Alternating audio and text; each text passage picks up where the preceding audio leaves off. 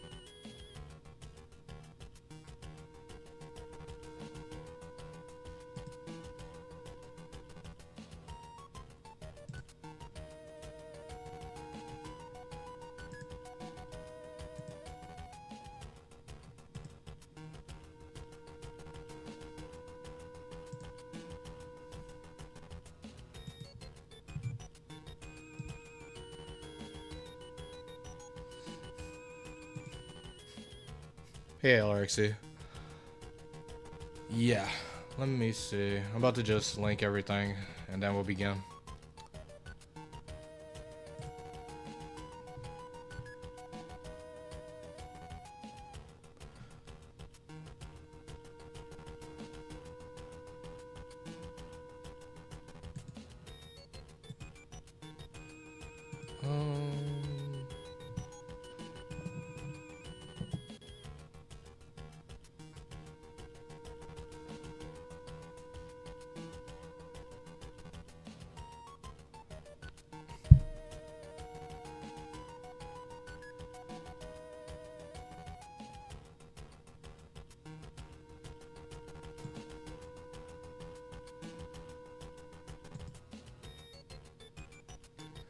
Let me see.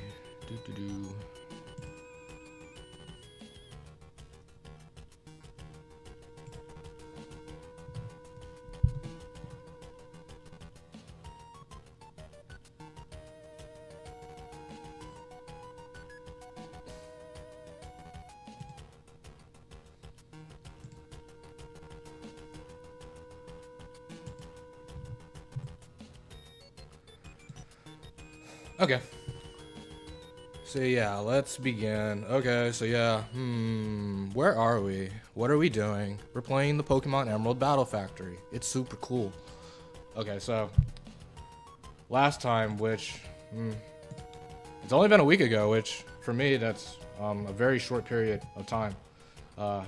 We took on round 23, open level, and we were able to escape. It was a pretty scary round, one of the scarier rounds I've had in a good while.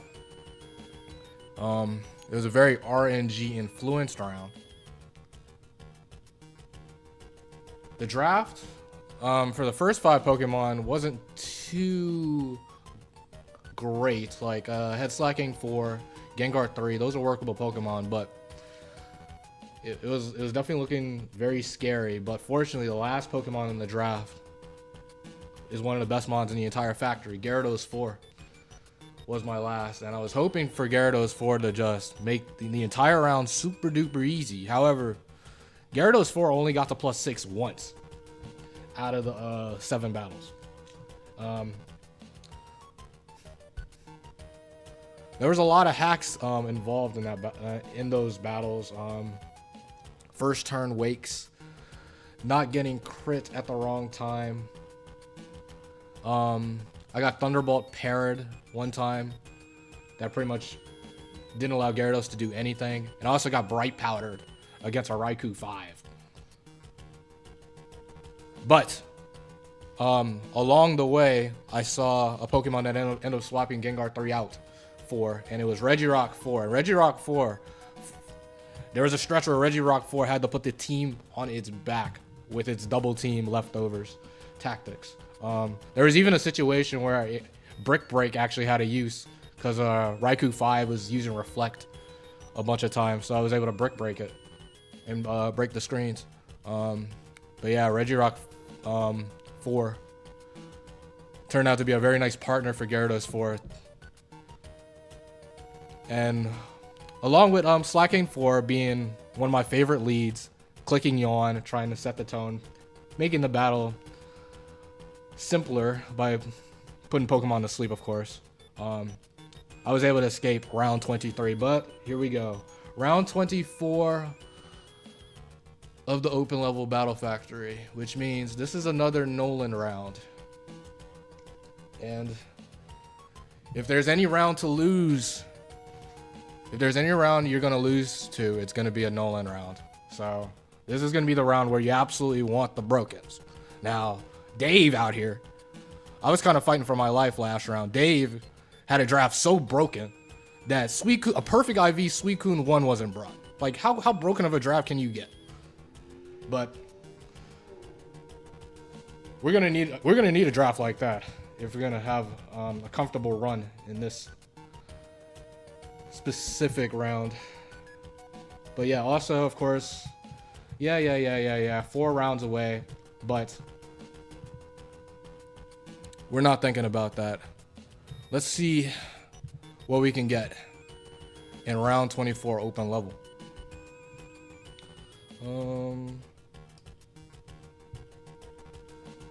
Mid? Okay.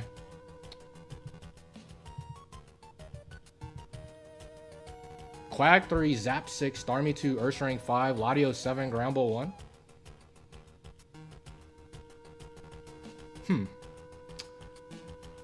That's a workable draft. That's a workable draft. Damp Quag, Illuminate, Starmie. Flygon 2? Thanks, Flying Chicken. Alright. That's a workable draft. There's pretty those are some pretty interesting mods. Nothing super broken, but like there's definitely there's a workable 3 somewhere in those 6. Okay.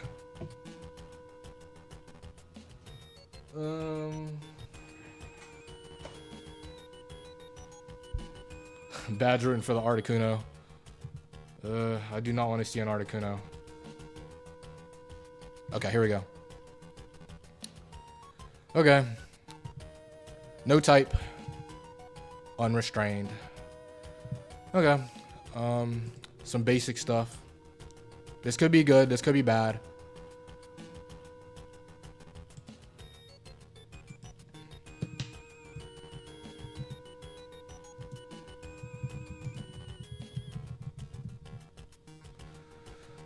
Alright, so here we go. Our first Pokemon in round 24 open level is going to be Houndoom. Quirky. Okay, so we got Houndoom 3, I think, right? Overheat, Shadow Ball, Sledge Bomb, Double Edge. Okay, so Houndoom. Okay, Houndoom's a workable Pokemon. A Pokemon we always like to laugh at on the opposing end of the field, because every team, everybody's favorite meta factory teams are weak to Houndoom. But I don't know, man. Houndoom is a Pokemon that I've really not had much success with using. Like, it's a kill or be killed Pokemon. It really wants to get the matchups that it will do well versus. Like, of course, it'll do well versus Psychics. It'll do well versus Metagross, Heracross. But every time I feel forced to use this thing, it tends to not work out. Like, to me, this is a worse Arcanine. At least Arcanine, even when it's Flash Fire, can live a hit. Houndoom is dropping everything. So it's gonna be a little worrisome if we have to use this thing, but it's a usable Pokemon. There's obviously way worse Pokemon than this. So Houndoom 3. Of course, it's not Houndoom 2 or 4, which you would prefer. The Stab Crunch tends to do more damage. I'm not sure. I mean, there's obviously gonna be stuff where it's like, you wish you were Crunch. But it'll have to do, I guess. Second Pokemon is going to be Metagross. It's here. Metagross, 8 sets.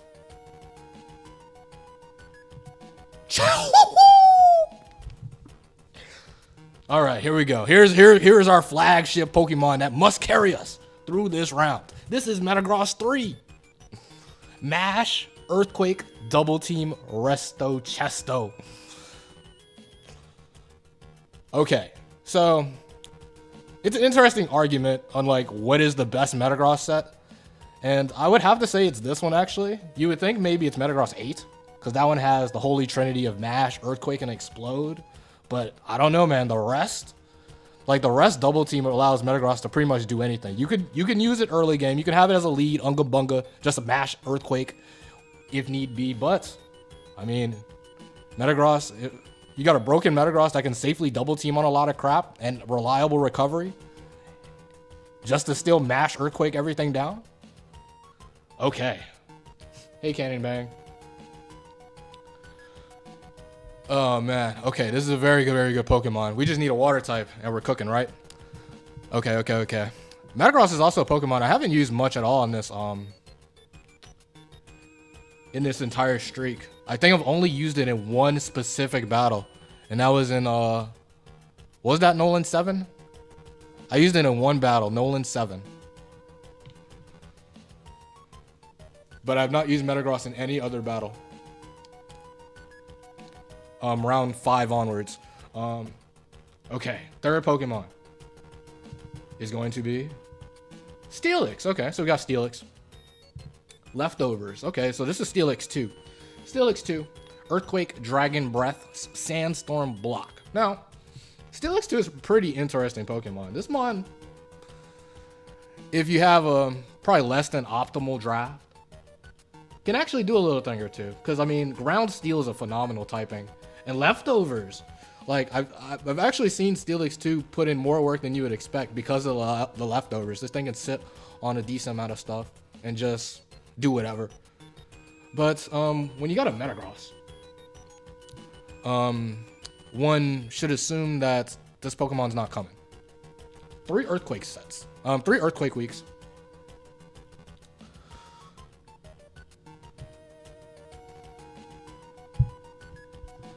Yeah. That was where I saw, this the Steelix 2. It was a Steelix 2 Masterclass. It was really cooking. Sandstorm can act, I mean, with the Leftovers, it sits on a lot of stuff. You can Sandstorm, Chip versus like some Double Team mons. Like it's an interesting Pokemon. If you have to use this thing, it's not that bad.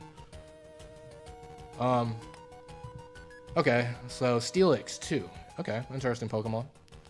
Fourth Pokemon is going to be Rairai. It's Raichu. Bright Powder. Oh, wait, is this Raichu 1? Thunderbolt, Thunderwave, oh no, it's not Raichu 1. Thunderbolt, Thunderwave, Protect, Mega Kick. It's Raichu 4. Okay, so yeah, we got Raichu. Probably one of the worst mons in the factory. Its stats aren't good enough. And the bummer, I mean, this moveset is pretty good for a Raichu. I mean, but a big issue with Raichu 4 is that it's no speed. So there's a lot of relevant stuff that this thing is slower than. And Raichu, of course, is not bulky. It's likely getting OHKO'd by like an Arcanine and friends. So, oh yeah, that's another Earthquake week. It is another Earthquake week. This is like a desperate lead type pick, yeah. If you really don't get anything better. But like this thing not having any speed is a bummer. Like I would pick Raichu 1 over this. And you got the Mega Kick for anything that you can't hit decently with Thunderbolt. And Protect Scout is has applications. Like this set would be pretty usable, very usable in fact, if it had speed. Okay, so they're saying Earthquake is not a real move. Earthquake is fake. Fifth Pokemon, Regirock. Another Earthquake week. Quick Claw. Okay. So we got Regirock 2 or Regirock 5, which are 2 good sets, right? Oh, wait. Oh, I lied. I lied hard. I forgot Regirock 5 is this set. Okay, Hyper Beam, Focus Punch, Rock Slide, Double Team. Uh-oh. Yeah, Regirock got us to victory. Led us to victory last round, unfortunately. We ran into a much worse set here. It's double team, but it's not leftovers this time. You got Rock Slide, but Focus Punch, Hyper Beam, those are some goofy moves. Okay, so 5th Earthquake week. Like, can we beat Marowak with these 5? Okay, I guess Houndoom would outspeed and beat Marowak. Okay. What's our last Pokemon, man? This is big, man. It's a Noland round.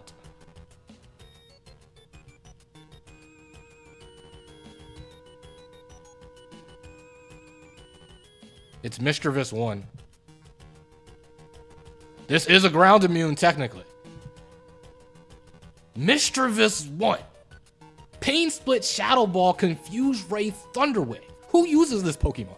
Now, actually, history lesson.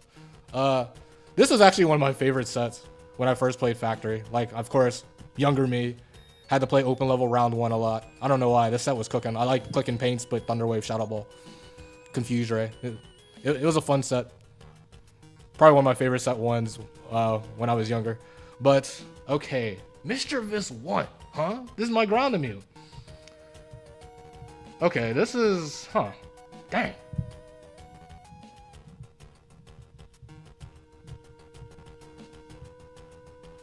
Okay, so yeah, sure.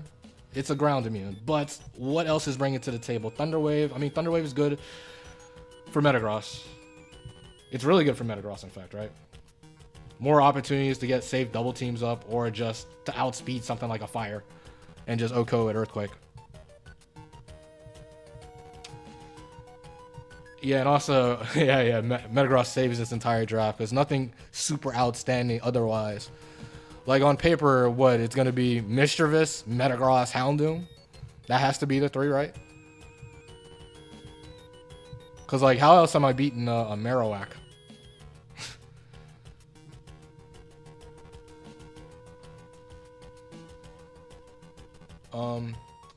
But let me write down these 6.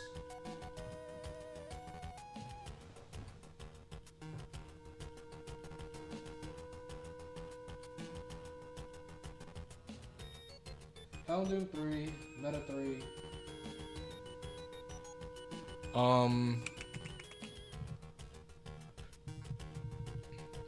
Steelix 2. Raichu 4. Regirock 5. And Mischievous 1. Oh man. Raichu is completely outclassed by Mischievous? That's not necessarily true. I mean, Raichu's ability to hit water type super effectively is very big. Okay, so I think the first thing I want to check for sure is going to be, I'm pretty sure Houndoom should OHKO Marowak. I don't think I need to calc this, but we gotta make sure. What the? Oh no. This being max attack sucks. More than I thought. It's not even guaranteed OHKO. It does 98, man.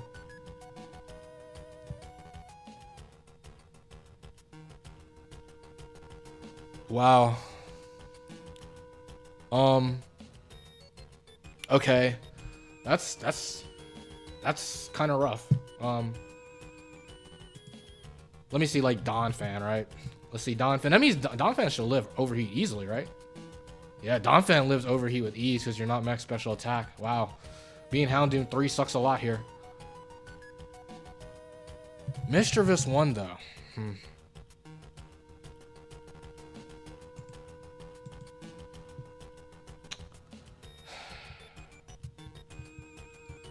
But who would I lead?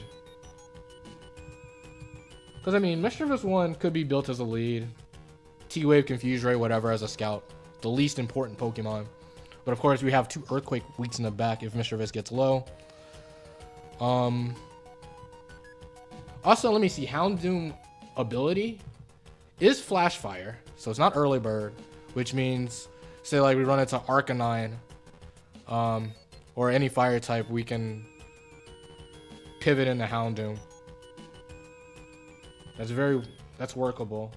Of course, we also have Metagross. We could just lead Metagross. Metagross is a good lead, but that's our best Pokemon, and if Metagross goes down in pretty much any capacity, it's more likely to go down as a lead. We're more likely to lose because then we got a goofy Mischievous 1, Houndoom 3 in the back. Can we win a battle with those two?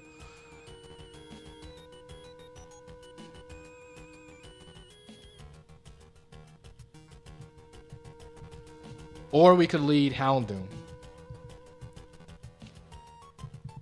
who can just get damage versus whatever. And if they lead a ground type that isn't Dugtrio, and even if it is Dugtrio, we can scout to see if it's there's no harm in finding out if it's Arena Trap or not. But if it is a ground that Houndoom can't beat right off the bat, we could pivot into Mischievous. A water type lead would be pretty tough though, because it's like our mons in the back don't handle waters the best, and Houndoom is just gonna get O-code.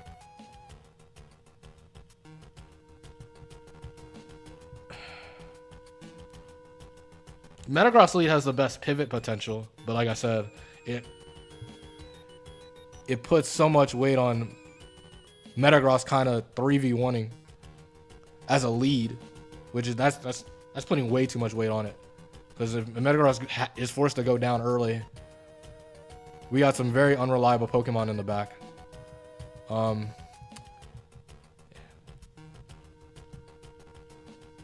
Mischievous, if Mischievous goes down early, we'll have 2 Earthquake weeks in the back. Now, is it that bad that we have 2 Earthquake weeks in the back like that? Because I mean, Metagross, of course, is tanky enough to live any Earthquake that isn't Marowak. And you got like, okay, Metagross, say like versus Rhydon. Mash can 2-hit KO Donphan. Good chance to 2-hit. Well, it's like a 70% chance. Maybe Metagross has some double teams under its belt.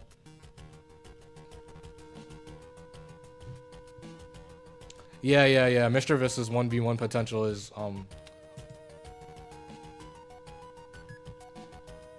nearly non-existent. Mash can Oko.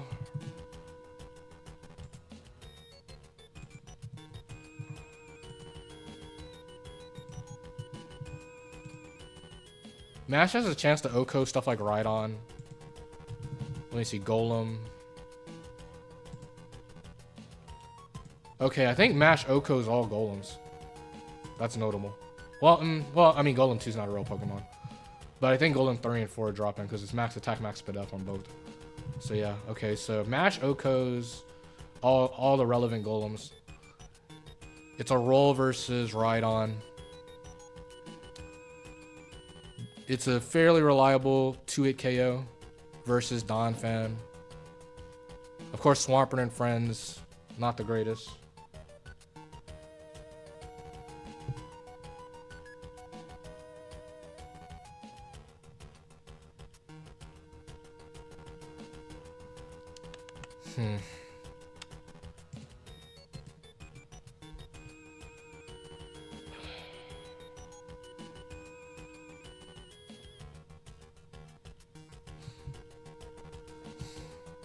I'm leaning Mischievous lead.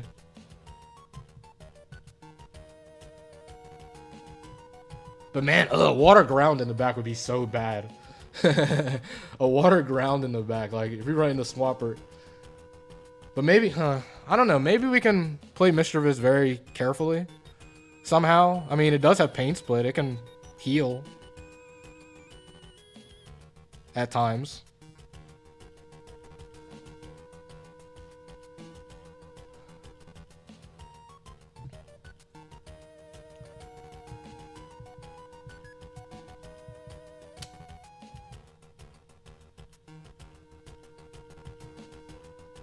It's very interesting. Very interesting.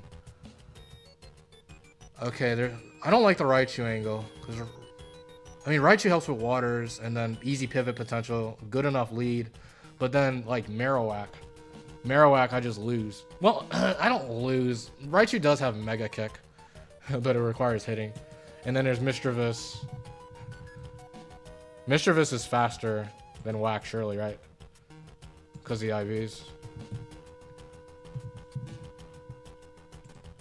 Yeah, it's faster. Confuse Ray. Mischievous also... Mischievous can also live a +2 Rock Slide.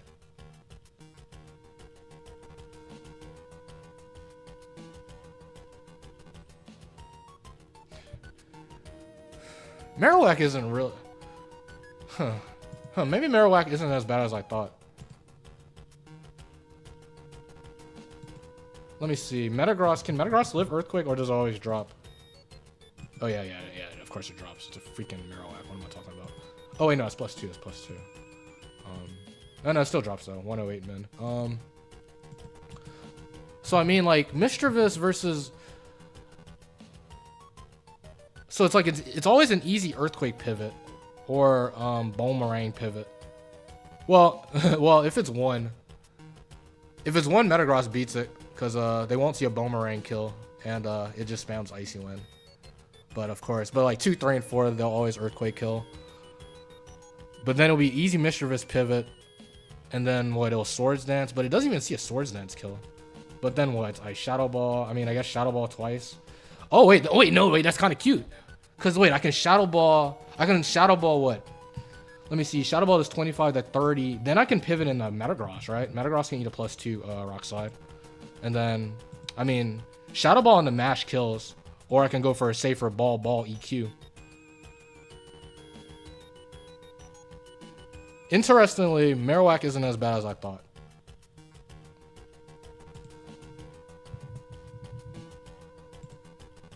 This Mischievous being literally full Fizz Def Impish. Full Fizz Def. It's pretty funny. So I think for sure it's guaranteed Metagross Mischievous. But now I'm kind of thinking Raichu a little bit. But okay, if I'm really thinking about Raichu, I need a reminder on what Raichu is faster than. And what is slower than. Because the fire matchup is still not the best. Granted, like, Mischievous can live a fire move, right? Well, can it? And then Thunder Wave. But I mean, something like Charizard and Moltres, Metagross can't beat that. But let me look at... I just want to look at... whatchamacallit. I want to look at...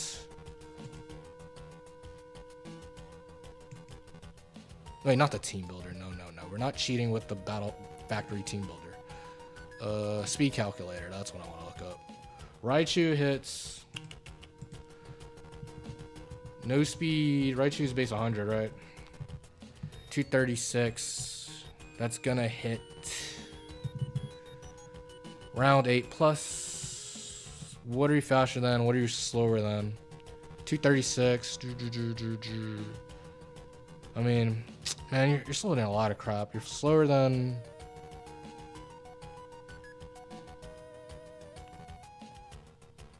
Like, even Heracross 3 outspeeds you, which is like, dang.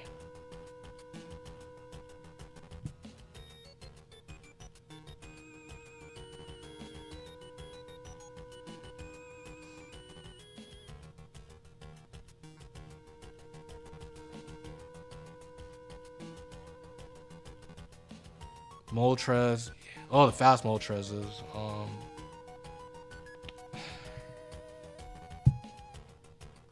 The water grounds. I mean,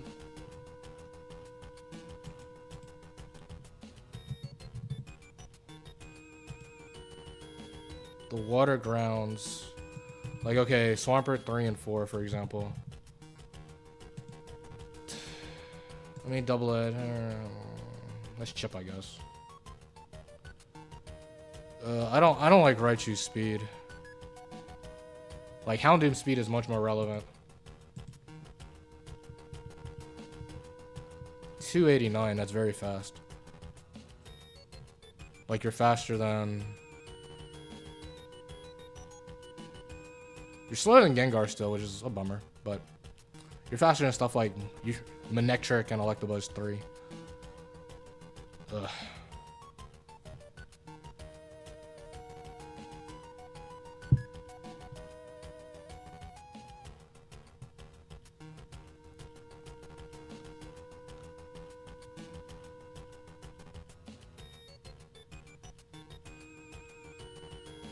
Cause like, okay, Metagross doesn't like fires. It doesn't like Zapdos. Some waters.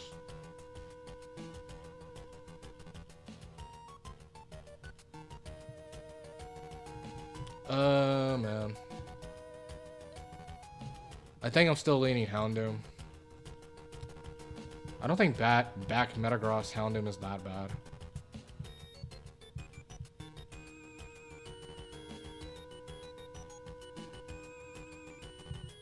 Mischievous is speed 206. Let me look at Mischievous again versus like these fires. Cause yeah, it also sucks for like Raichu. A big reason I would want Raichu as well is to beat something like a Charizard, but it's slower than 3 out the 4 sets, which is bad. Mischievous 1. Like an Arcanine 3. Overheat 67 to 79.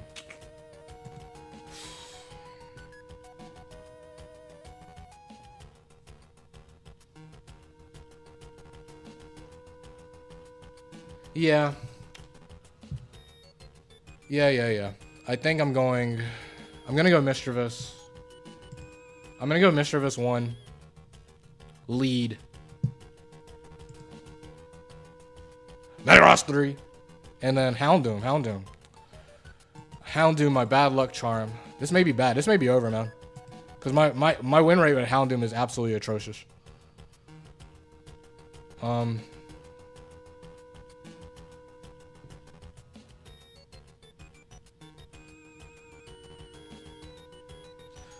Alright, so yeah, we got no type unrestrained. Let's see. Let's look at the buddy to see most likely crap.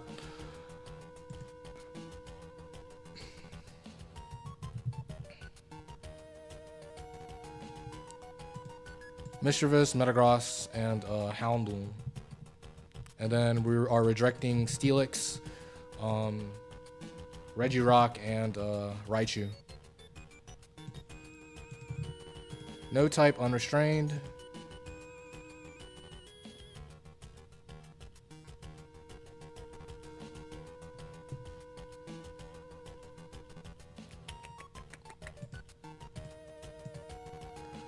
Tyranitar, Dragonoid, blah blah blah blah blah blah blah. Some obvious crap. All the eight setters.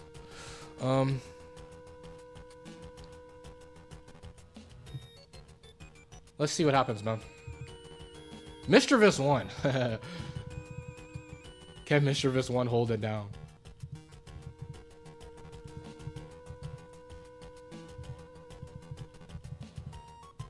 Man, I hate this Houndoom in the back. I think out of all the Pokemon, Houndoom is going to be the most likely to swap. Say, if I see a water, I may swap Houndoom over Mischievous. Houndoom. Mischievous 1. Can Mischievous 1 do it, man?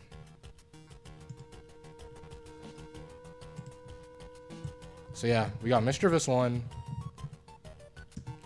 Metagross 3.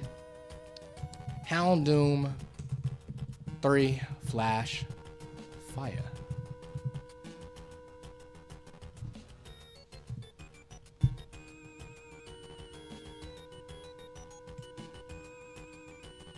All right, here we go.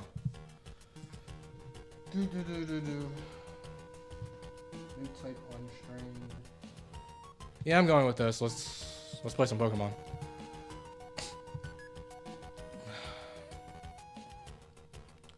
Promise to show me cute Pokemon. Yeah, Mischievous is the cutest thing alive. All right, here we go. Alakazam. Alakazam. Okay, so it's guaranteed not Alakazam 3. Because Alakazam 3 activates impossible to predict by itself. So we know that at least. But interesting Pokemon to see. This is a Pokemon where my back two Mons match up pretty nicely against, right? Even Mischievous can hold the line versus this thing.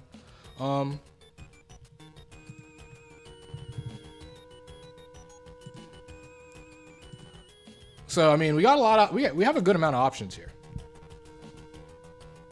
Depending on the set, if it's Alakazam 2, the very rare Alakazam 2, you don't see that Pokemon every day. Alakazam 2 is, one should assume, a safe Metagross setup, but I don't know. Maybe Calm Mind Psychic actually does a lot after X amount of boost. Alakazam 4 is an all-out attacker, Psychic Triple Punch. That's going to be where Houndoom is going to fare well versus. And then we got Alakazam 1, which is a wild card given that it's Thunder Punch. Well, okay, I think the play...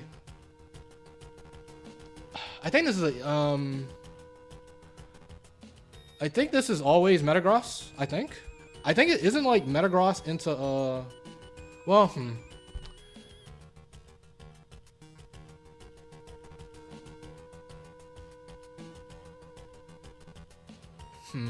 I mean, it's most likely Alakazam 4, 40%, but I mean, 1 and 2 aren't that bad.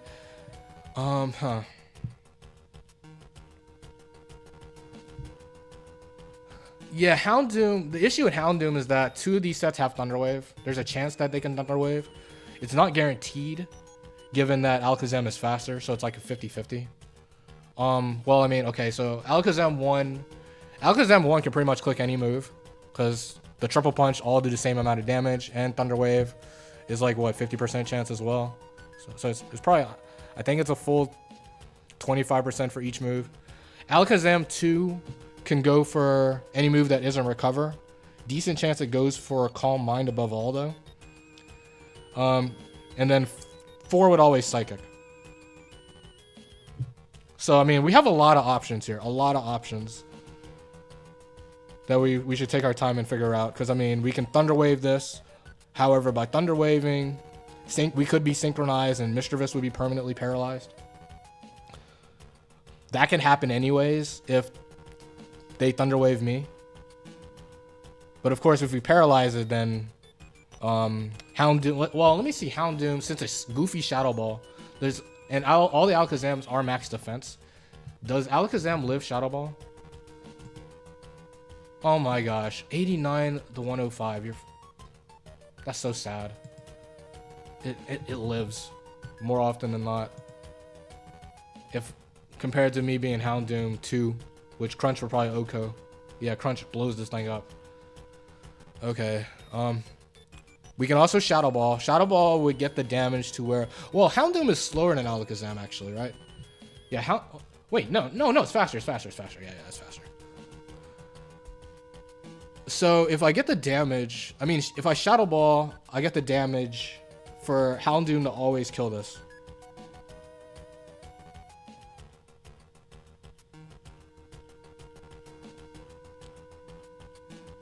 But there's also a Metagross angle, potentially. Granted, I mean, it's less likely of a Metagross angle, given that 2 out the 3 sets have Elemental Punch. So if that's the case, I don't think you want to risk the best Pokemon. I guess it's a question of, is Hard Houndoom a fine play? I mean, it's not the greatest versus 1. It's phenomenal versus 4.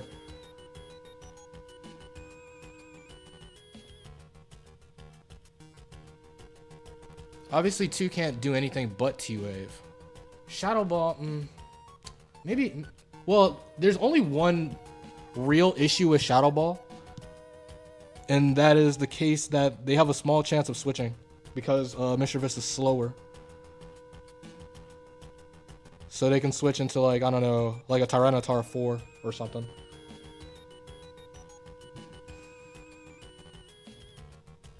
Thunderwave. I mean, Thunderwave's pretty safe. Let me see. Mischievous. How much does Mischievous take from Psychic anyways? I haven't even done that. Any calcs. I mean, Triple Punch does a decent amount actually. Thunderwave can miss. Psychic is an easy 2-hit KO. And Max Roll Psychic, even with a Max Roll Psychic and it being Alakazam 4, they'll never Triple Punch. They'll always Psychic again. Which means if it is Psychic, they're guaranteed Psychic again, which means I can always pivot into Houndoom afterwards.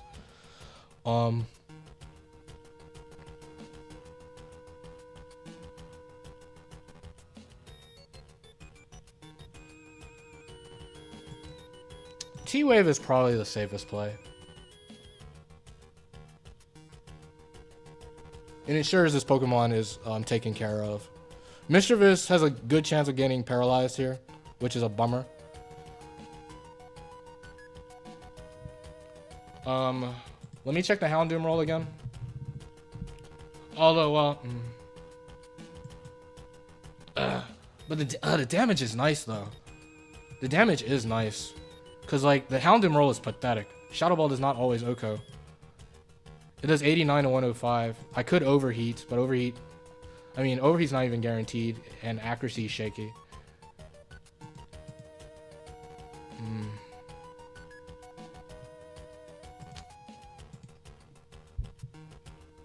What if I do Ball? Maybe Ball is the play. Hacks items, I mean, Alakazam 1, Focus Band, 2 is Lum, 4 is Bright Powder. But... T-Wave...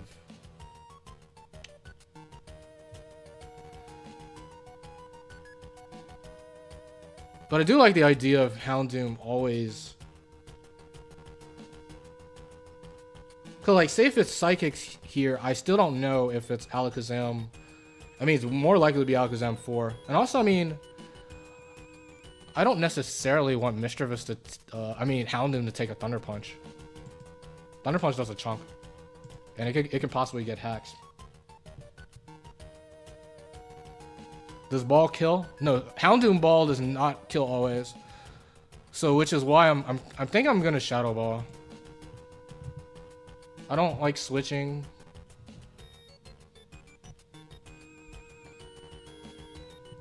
Cause what, Metagross?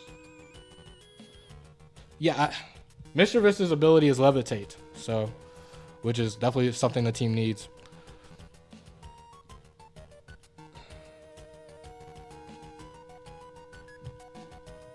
Oh, Ball of Mischievous. Mishravis's Ball does not kill. Mischievous Shadow Ball does 76 to 89. All the Alakazams are max defense.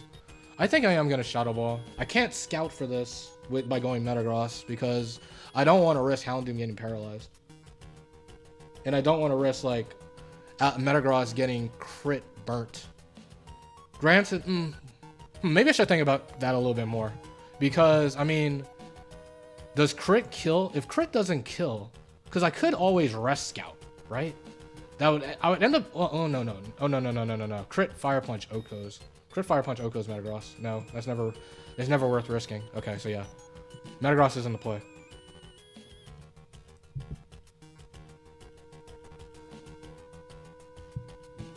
But the problem about that is that I'm sacking Mischievous if I make that play, which I don't want to do. I don't want to sack Mischievous yet. I don't want to sack Mischievous until I absolutely need to. If I can keep Mischievous, I want to always. Shadow Ball.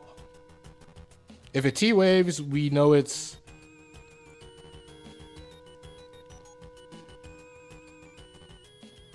I mean, if it T-Waves, I'll probably risk going Houndoom and still kill it.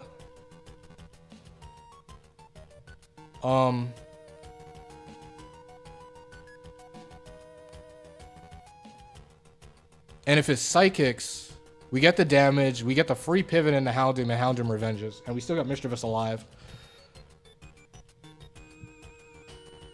In attempts to support Metagross. So I think I will Shadow Ball.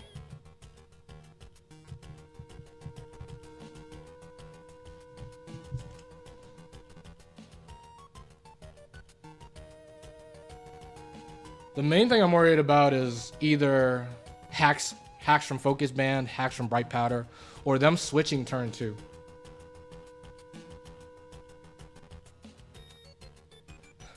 Yeah, this is still my my current run from ages ago. It's still alive some way, somehow. So I'm attempting to push forward. But here we go. I'm Shadow Balling. Let's see. Psychic. Okay. Okay, the Psychic. So by Psychic Reveal means that it's Alakazam 4 or Alakazam 2. They're guaranteed Psychic in here because they see the kill. Even if it's Alakazam 4 does not see a kill with any of the elemental punches, which means Houndoom switch is 100% safe. Houndoom is faster than Alakazam, KOs with all moves now. And we keep Mischievous alive. We may need it.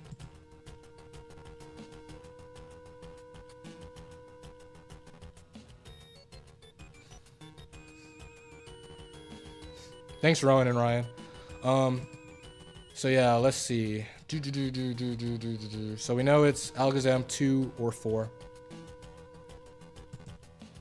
Way more likely to be 4. Alakazam 4 is a pretty good Pokemon. I don't know how good it can be as 3 IVs though. That'll be interesting. Yeah, stayed in. But yeah, we get to go into Houndoom now.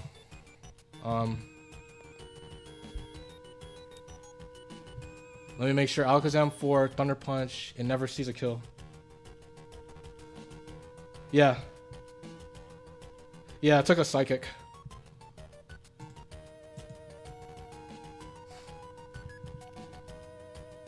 Alright, so yeah, they're always Psychicking, so Houndoom Pivot is free. Hopefully, we don't get Bright Powder from Alakazam 4.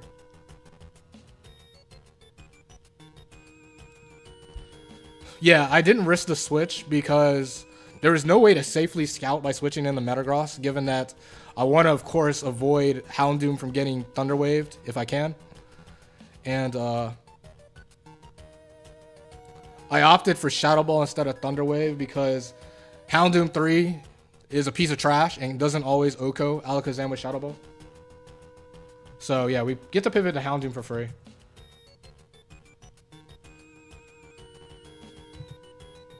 They could switch here. Looks like they didn't though. That was like I said, that was the main fear I was afraid of. Them actually switching, because they had a chance of switching if they had a Pokemon that resists Shadow Ball or immune to Shadow Ball and hits Mischievous super effectively. Who knows, like a Tyranitar 4, a Snorlax. That wouldn't have been. I wouldn't have liked that preferably. Even though, I mean, we know Alakazam is in the back and Houndoom always beats it at that point. But okay, we get Houndoom in. Mischievous is alive.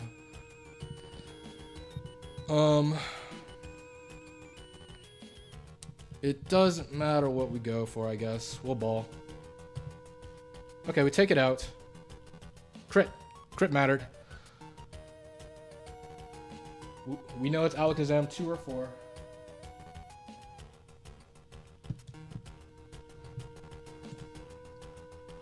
4. Sludge Bomb for the poison chance, exactly. Zapdos! Meow. Okay. So we run to Big Bad Zapdos. A Pokemon that Metagross absolutely hates to see. This is a bad mon to see at this predicament, right? Cause Mischievous. Well, yeah, let me see.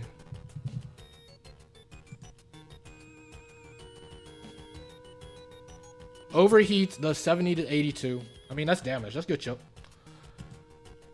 A lot is riding on hitting an overheat.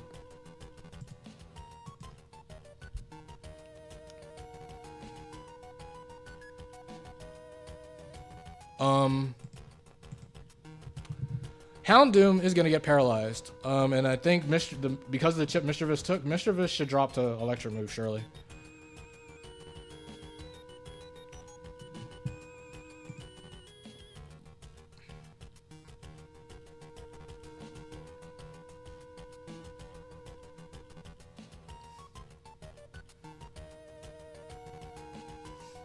It's interestingly most likely Zapdos 3. But of course, historically, when we see a Zapdos, it's most likely Zapdos 4, because Zapdos 4 loves showing up. Okay, so I mean, thanks to the IV advantage, we are faster than every Zapdos. So, I mean, 4 out of the 6 Zapdos sets have Thunder Wave. So Thunder Wave is incredibly likely of being used here, which is a bummer. Let's calc Mischievous right quick. I think Mischievous should drop the Thunderbolt. Zapdos 1. I mean, it's a Zapdos.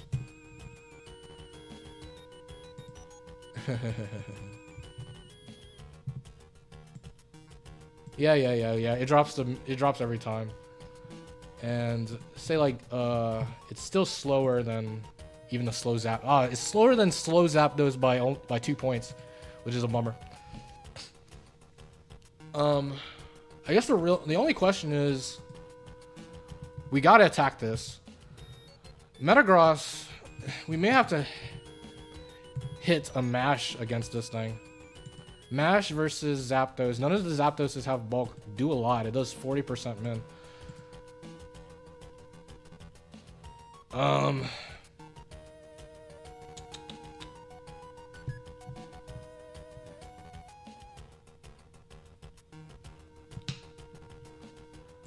Like the real question is, do we have to hit the overheat? Or is it better to go for like double edge is a roll to 2-hit KO? No. We need the overheat. We need the overheat because like they Thunder Wave me. Even though Houndoom can live a Thunderbolt afterwards, we can get full parried. So if that's the case, we have to go Metagross. Metagross has to tank a hit and we have to kill it with Mash afterwards. The situation with Zapdos is Zapdos is very good versus my team. Mischievous is dead versus all the Zapdoses. It cannot live a hit, and it's slower than them all. So Mischievous is useless here. Houndoom is faster than Zapdos, but majority of them have Thunder Wave. So it's very likely to get Thunder Waved here. Metagross can tank hits from Zapdos, but can't hit it the best. All it has is Meteor Mash. But Meteor Mash does a good chunk. We need good damage on this thing no matter what. Overheat has to be the play. Because the other moves do not do enough damage. Overheat into Metagross Mash kills all Zapdoses. A good thing here is Houndoom is White Herb, so when we use Overheat here, we will reset our drop. So I mean, overheat, 2 overheats will kill, but I mean, overheat and the Shadow Ball kills, overheat and the Sludge Bomb kills. We would probably, honestly, I would go overheat double edge, given that Zapdos 4 has Shell Bell, so it can get a little recovery after taking that hit. We gotta hit an overheat, man. I mean, if we are afraid to hit an overheat, why did I pick Houndoom? We can't be scared out here. I mean, we need this. This is one of our worst Pokemon to see.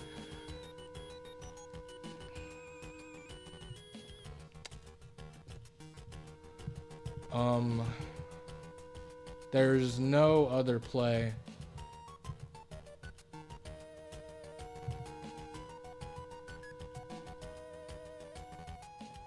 All right, Houndoom.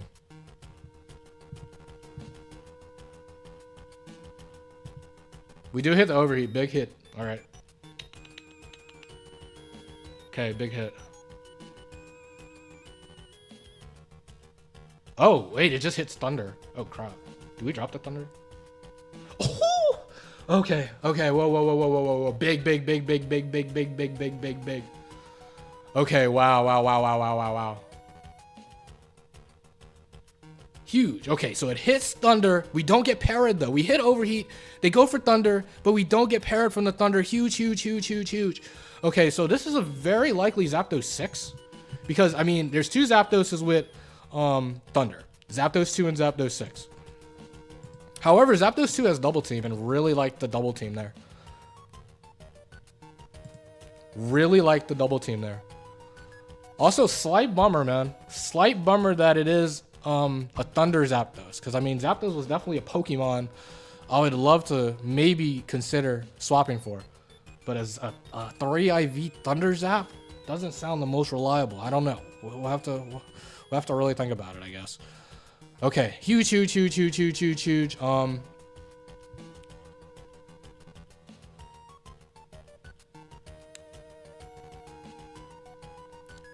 Given that it was, well, let me see. Mon on first KO. Actually, let me put that as well. I didn't do that. Houndoom took out Alakazam. So yeah, it's incredibly high chance it's Zapdos 6. Very, very high chance it's Zapdos 6. Given that Zapdos 2 really liked the Double Team there. So, I mean, we kill with all moves. We can just, I'll use Sludge Bomb. Sludge Bomb is less valuable of a move, I think. And I guess we want to see the fun Sludge Bomb animation. So. Okay, we kill Zapdos. It's Zapdos 2 or 6. Who's the last? Victory Bell. Oh no, it's Victory Bell. So Victory Bell, unless this thing Mega Evolves on me, I think should not pose a problem.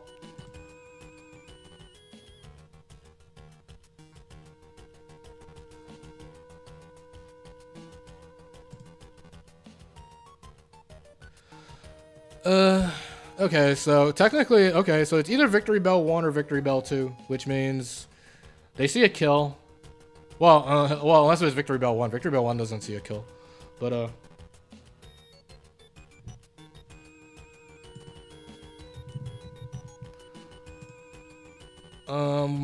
we don't even need to risk Overheat, I don't think. It doesn't have any hacks items. And, I mean, Metagross walls the heck out of Victory Bell 1 and 2.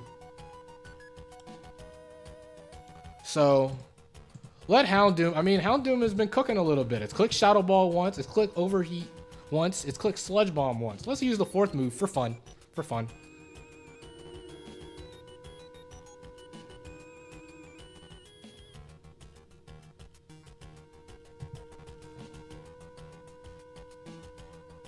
Dang, that did nothing. It's Victory Bell 1.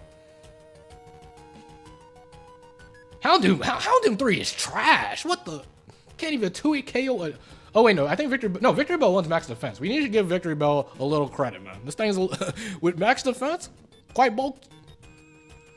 Okay, so yeah, this is Victory Bell. This is Victory Bell 1. We can't lose to this. Let's have a little fun, I guess, right?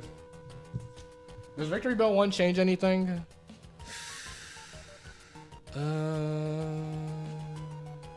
I don't think so.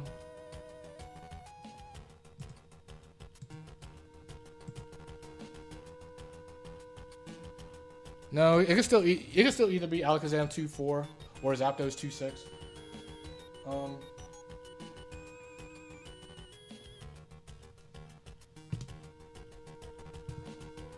But yeah, let's waste no time, right? Metagross, let's send out the goat. Synthesis, uh-oh.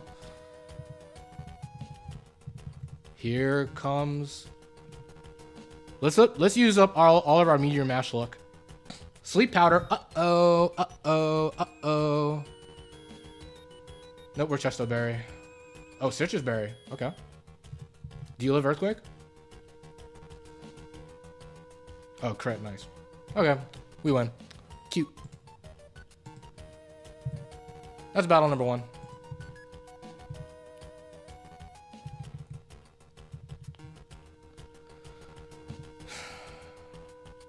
All right, here we go. Electric.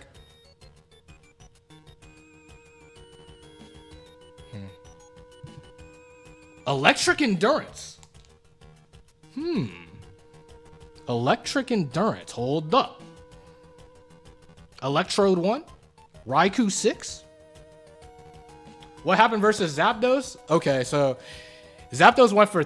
like, Houndoom got pretty lucky. Houndoom hit it to overheat, but Zapdos went for Thunder, and Houndoom did not get paralyzed. Very, very lucky.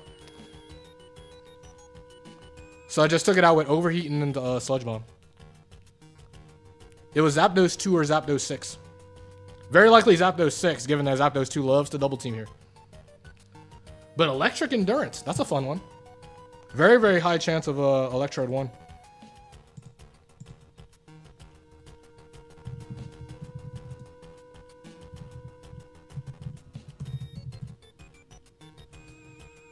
Yeah, Mischievous 1. I'm fighting for my life out here. Now, I don't think any... well, Victory Bell is an electric resist, technically, right? But I think we keep, man. I think it's huge in the electric specialist that we're not running into by far the worst electric Zapdos. That's huge. So it's electric endurance that isn't Zapdos. So, okay, next battle. No type, well, electric endurance. But like, damn, we could run into Raikou. If we get Raikou 1 or Raikou 6, that'd be pretty interesting.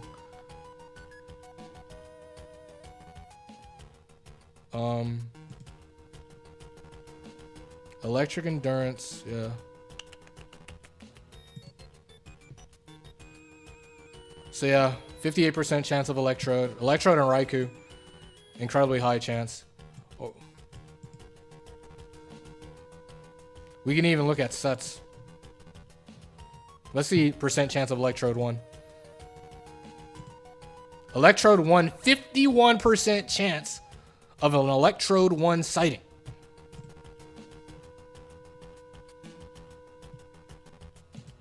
Electrode 1, isn't Electrode 1 like, or is Electrode 1 safe Metagross setup? Electrode 1 is Thunderbolts, Swift, Light Screen, Protect. I think it is, right? I mean, Thunderbolt probably does a decent amount. I mean, 35 to 44 is pretty impressive.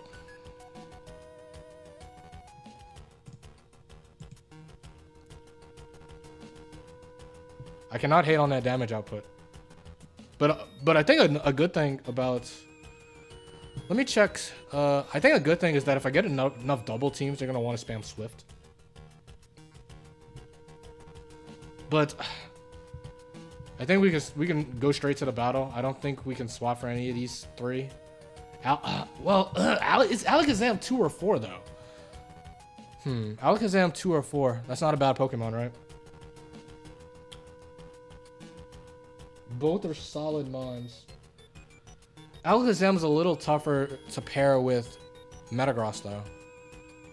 Cause like, who would I pair it with? Houndoom? But then I mean that's gonna make me weak to Houndoom if I swap Houndoom out. Weak to stuff like Arcanine. Like pretty much all fires are a huge issue. I think I have to keep Zapdos 6. Isn't the electric you want? I mean, that's one of Zapdos' main flaws. You can't really hit an electric. Granted, I mean, if it's Zapdos 6, it has double edge, but still. I think I have to keep, sadly. Victory Bell. Victory Bell's so bad. And it's 3 IVs. Like, come on now. This gotta be a Metagross carry, man. Surely Metagross can hold it down.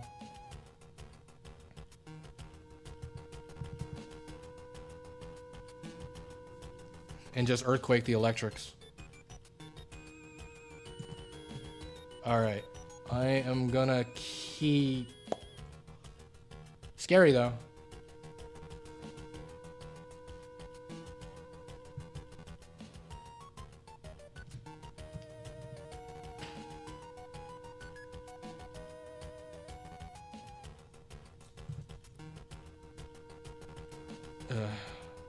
Listen up. I always win. All right. Kangaskhan. Kangaskhan, very interesting, actually. You're not an electric type. What are you doing here, Kangaskhan? Okay, Kangaskhan. So, Kangaskhan is a Pokemon that has a lot of endurance sets. Well, it has 2 endurance sets, right? Kangaskhan 2 has Rest. Kangaskhan 3 has Endure.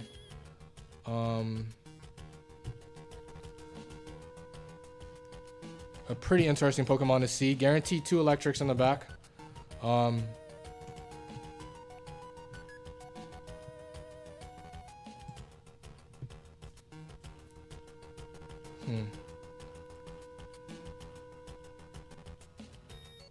It's guaranteed.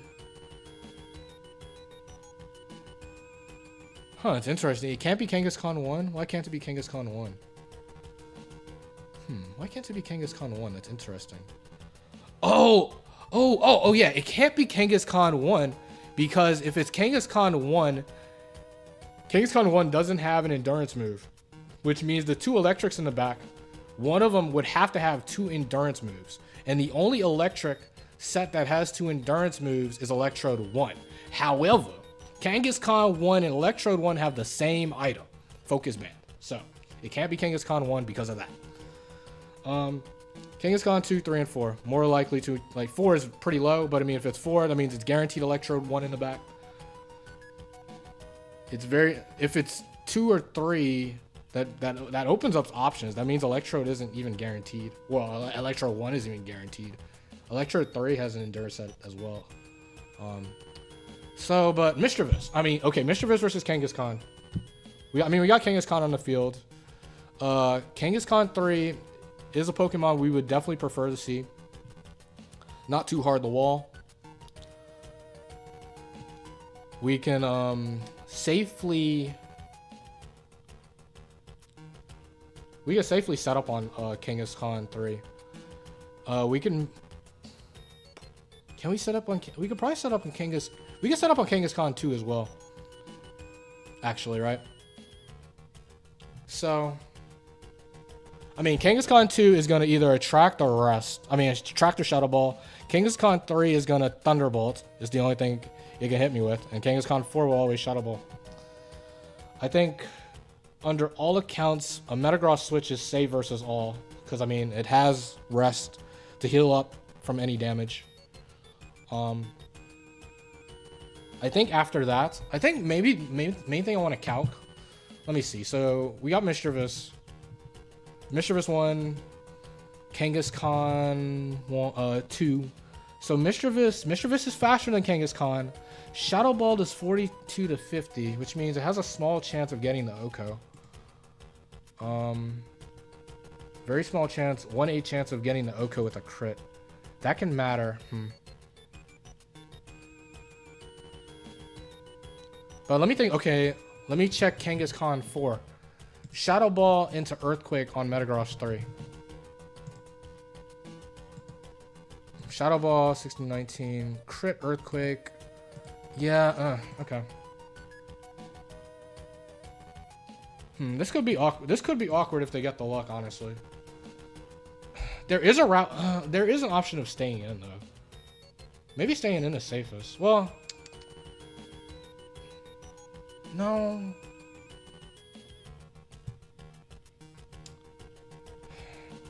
Actually,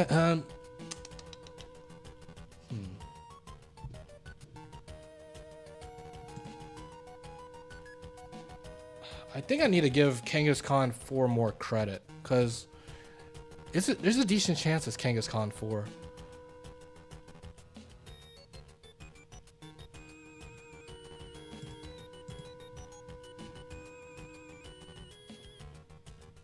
And Kangaskhan 4 is a tricky Pokemon because it's also Bright Powder, so Overheat is going to be much more difficult to hit.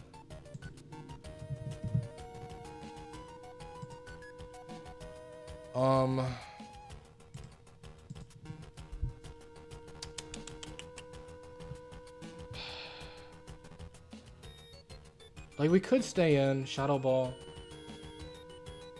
Maybe staying in is the right call.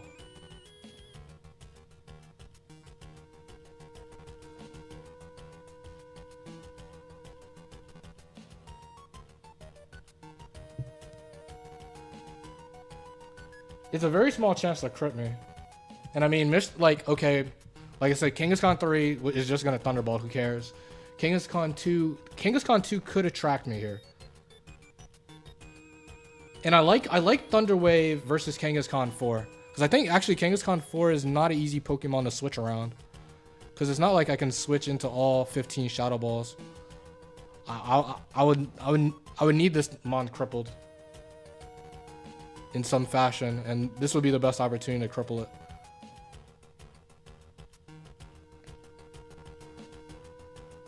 I think I do Thunder Wave. If it is Kangaskhan 2, well, let me see something with Kangaskhan 2. Metagross. Well, let me. Okay, Mischievous versus Kangaskhan. Shadow Ball. I mean, Shadow Ball is also like a very low chance to even 2-hit KO. Now, if I Pain Split, I get a crap ton of recovery. Because I mean, Mischievous' HP is mad low. So I should be able to live.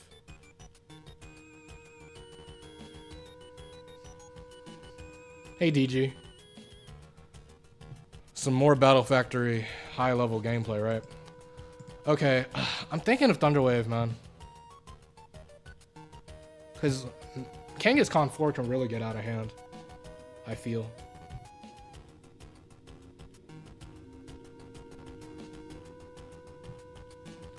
Okay.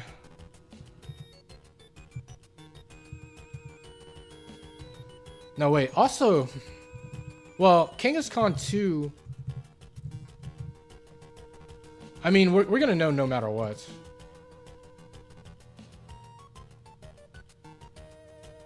Yeah, I mean, Mischievous is faster than Kangaskhan 2. Wait a minute. Well, no, it doesn't matter. It's Lumberry. No, no, I definitely want to paralyze it so Metagross is faster than Kangaskhan 4.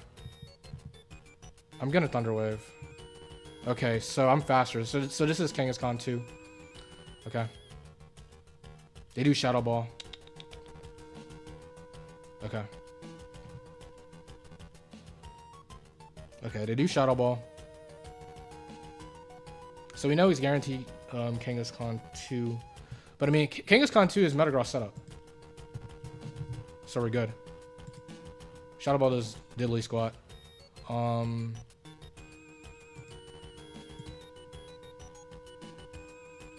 guess the only question is, do we Pain Split? I went for Thunder Wave. I went for Thunder Wave because even though it's a small chance of Kangaskhan 4, Kangaskhan 4 is not an easy Pokemon for me to play around. So having it paralyzed for Metagross to always be faster would be useful.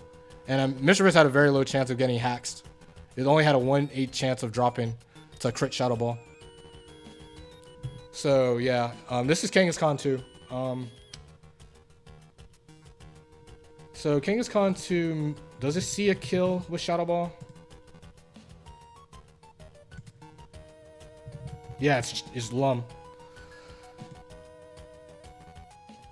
Oh, you didn't know that? Yeah. Okay, it actually does not see a kill. I mean, 2 electrics in the back. I mean, Mischievous' HP at this range probably isn't that bad. Let me see. Raikou, can this thing live a Raikou Thunderbolt? Not really. Do I greed? Do I greed? Do I greed here? I think I want to greed. I think I want to greed. I think I want to Thunder Wave and then heal all the way back with Pain Split. Is that the play? Or is that too greedy?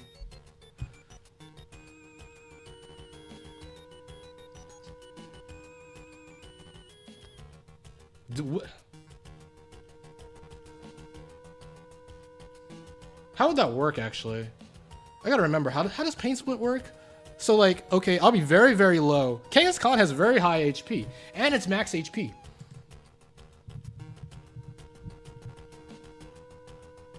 Oh, it'd be like splitting the difference, right? So what? Like 386. Say like, okay, the lowest amount of HP I would gain. So Shadow Ball. Okay, say it does 139 HP, so I would be at what, 31? 170 minus 139 is 31, right? Okay, so I'll be at 31. Kangaskhan HP is at 386. We split the difference, what, 386 plus 31. And then divide by 2. I'll be at 177. That doesn't get me much, though. I'll get a lot of HP, but they can Shadow Ball and I'll be low.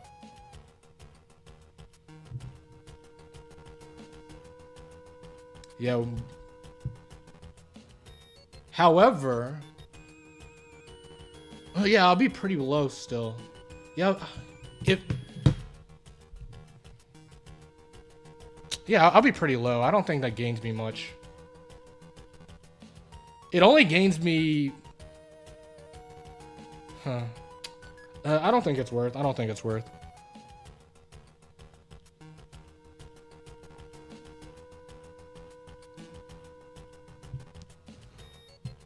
I don't think it's worth.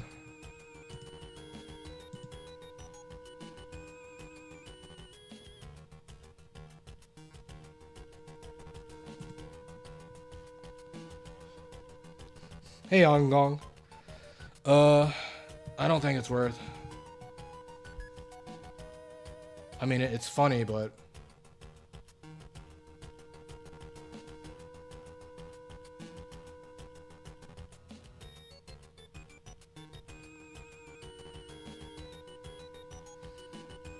Yeah, Dave's going as well.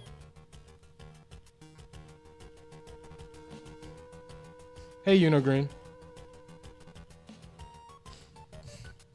Man, this is pretty funny though, because I could also try to manipulate Kangaskhan using rest. Well, it being early bird means I probably can't do that very well.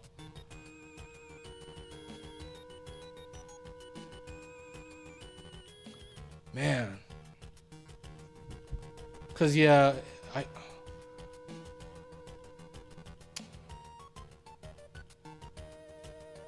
I mean...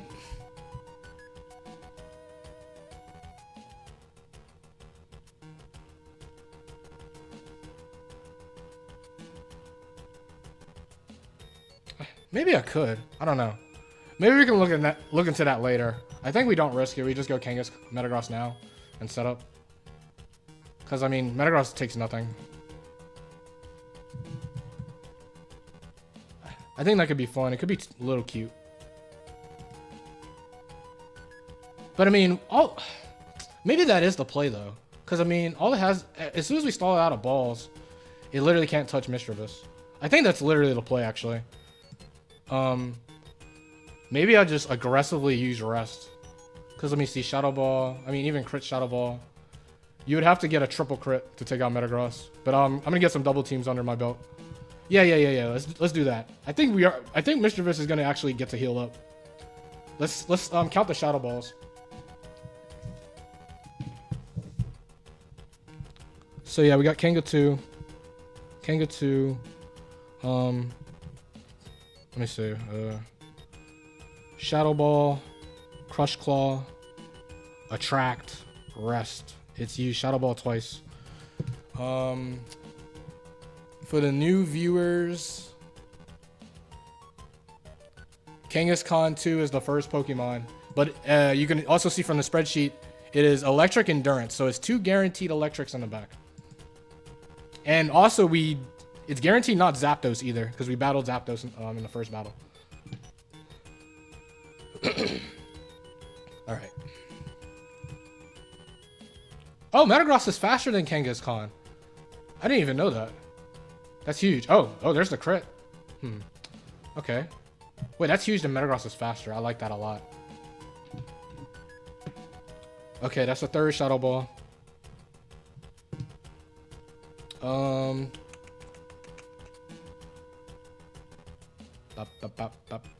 Crit Shadow Ball does not kill, so there's no harm in going for another double team.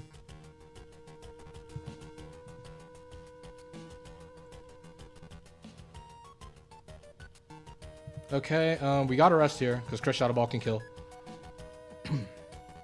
Use up our Chesto, no biggie. That was the 4th Shadow Ball. Shadow Ball number 5.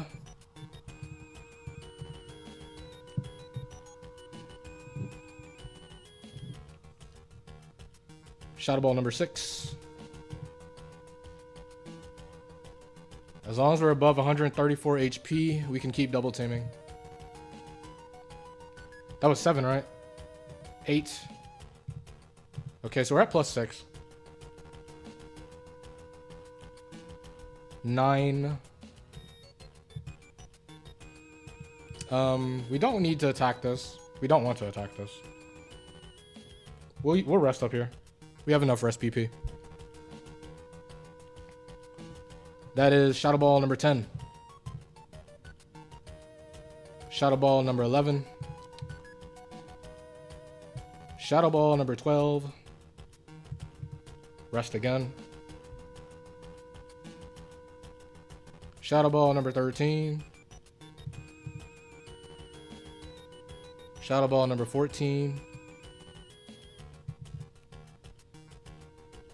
Shadow Ball number 15. But we'll rest. Should be out of Shadow Balls now. So it's going to Crush Claw.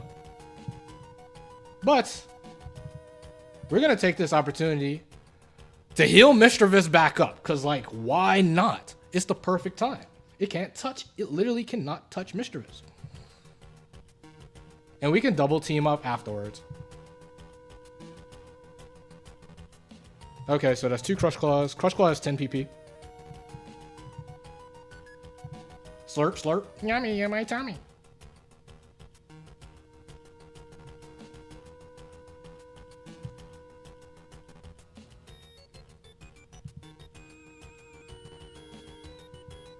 It's gonna guarantee rest here.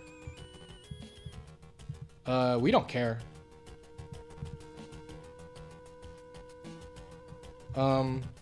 I'll switch out though, because I am attracted.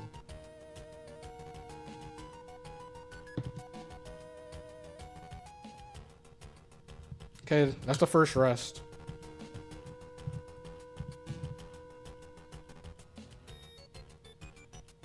It's asleep. It's gonna wake up this turn, so it's gonna attract here. We're back at full. Look at look at Mischievous. Look at Mischievous 1. Look at it. Look at it go. All right. Oh yeah, it's used 2 attracts, but at this point we can now set up with Metagross because Mischievous is back at full. Look at Mischievous 1. Pain split it up.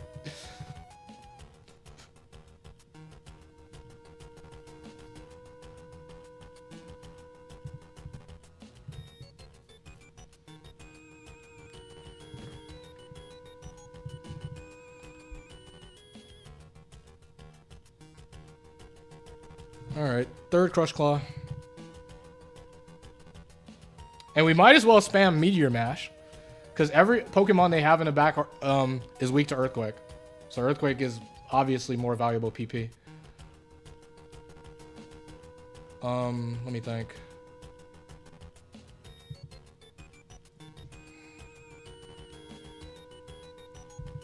We don't have to worry about Crush Claw defense drops because Metagross is clear body. So that cannot happen at all.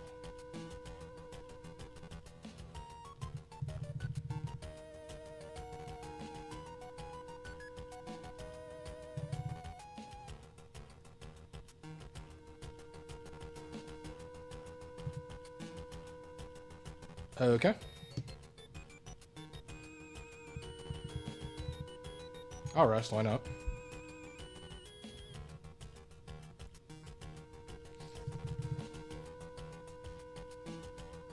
Okay, so it's out of Crush Claws.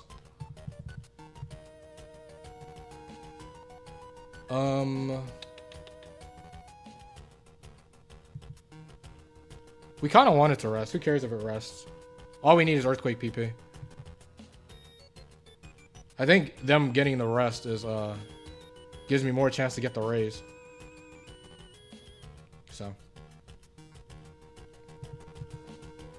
Oh, we do miss.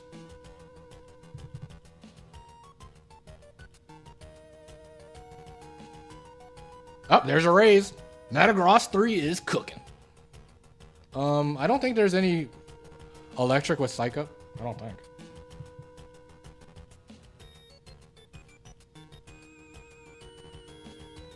Okay, we clean kill. Thanks to the attack raise. Okay, so we take out Kangaskhan 2. Kanga 2, I like Kanga 2 actually.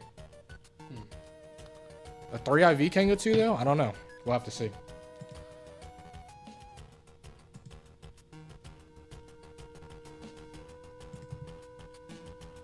Lantern. So, Lantern is the second Pokemon. I think with Lantern reveal, it has to be Electrode 1 in the back. And I think this is Lantern 2. Because I think Lantern 2 is the only Lantern with a endurance move, I think.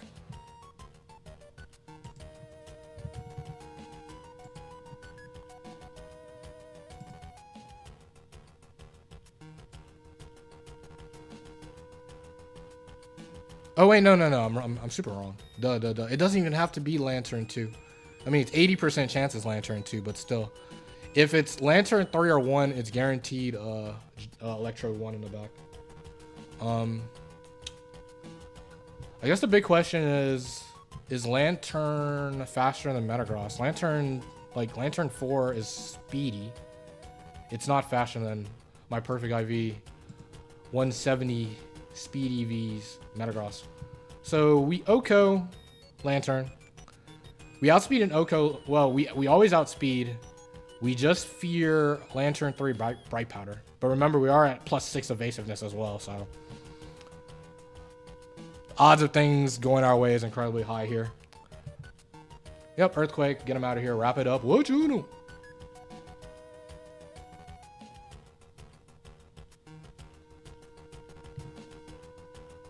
Jolteon. Jolteon is the last.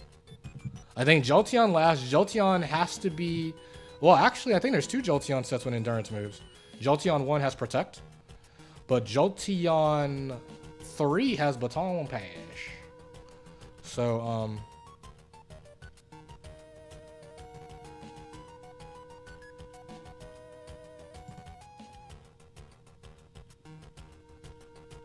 which means it was guaranteed Lantern 2. So, either way, I mean, this thing could be annoying. Because, I mean, this thing is going to be faster than my Metagross.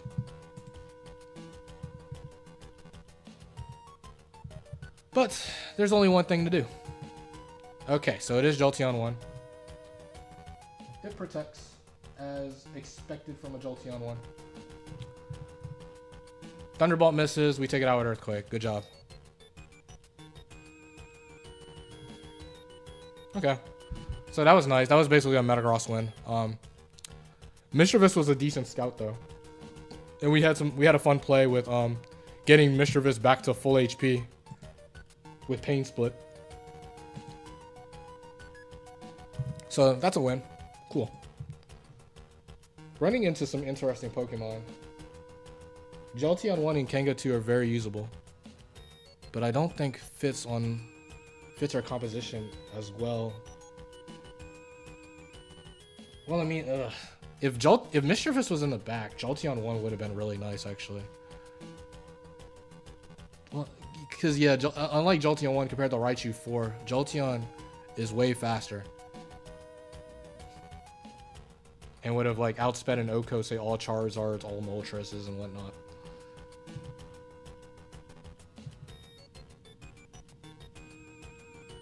Okay.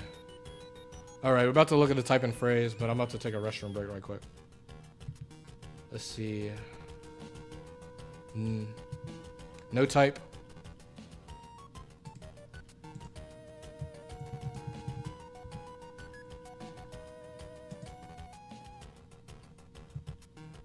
Unrestrained. Okay. Alright, restroom break. See you in a minute.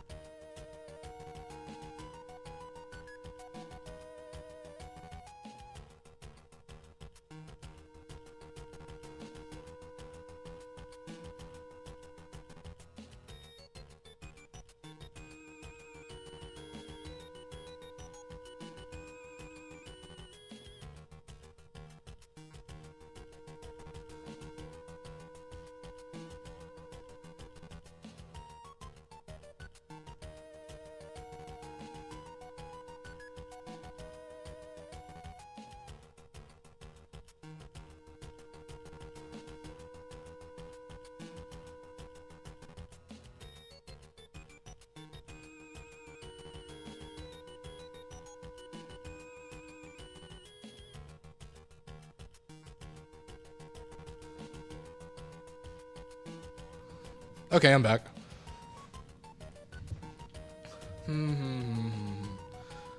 Do I make a swap? Do.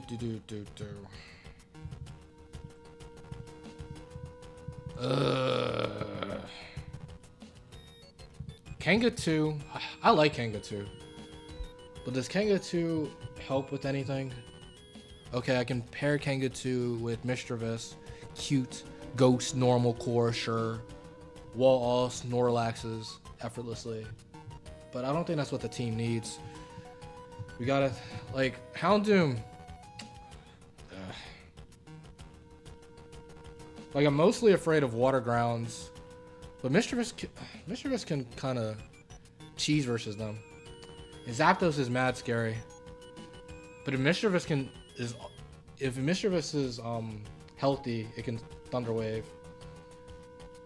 And then like before, like if Houndoom's alive, Overheat into Metagross Mash to KO.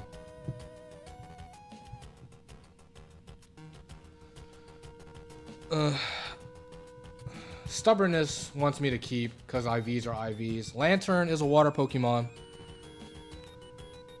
But it's Lantern 2, which isn't the greatest. Also, it's a 3 IV Lantern 2. Now, if it was Lantern 4, that'd been a pretty interesting option.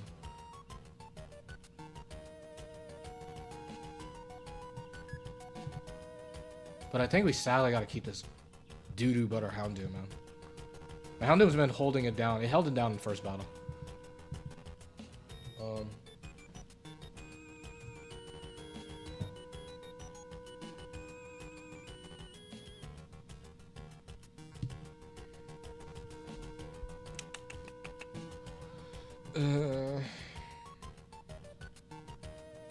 I think we gotta keep. Houndoom is just, at this point, is my best answer versus Fires. Now if I run into a water ground, if I run into a competent water ground, I probably would take it, right? It covers majority of what I need. Not perfect. But,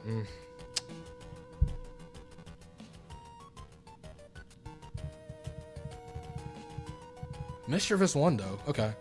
I'm gonna keep. I don't think it could fit Jolteon. I don't like back Jolteon.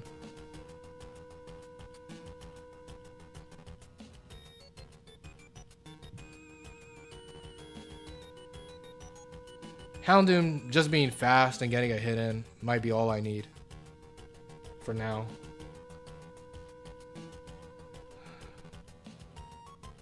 If you're not 100% sure, I guess you ride the IVs. That tends to be how I roll.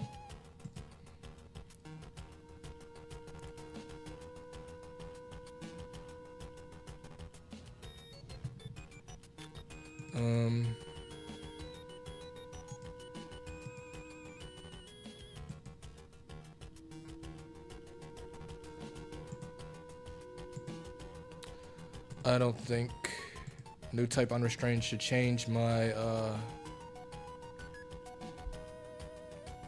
decision.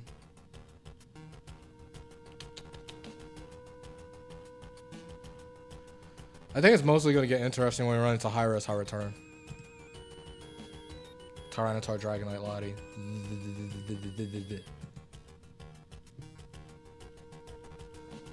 Curious, let me see something. Houndoom. Does Houndoom get clean O-Code by like Dragonite 6 Surf?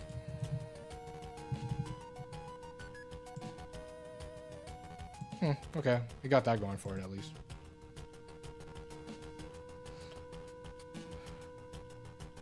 Yeah, that's really all Mischievous brings to the table. The immunities, because of course it has very low stats. Among the lowest in the open level factory. But I'll keep, sure, let's go. Well, then will this Pokemon work? Ooh, boy. Mr. Mime! Okay, Mr. Mime is a pretty good Pokemon to see. Because this is a Houndoom body bag. I think we go Houndoom every time.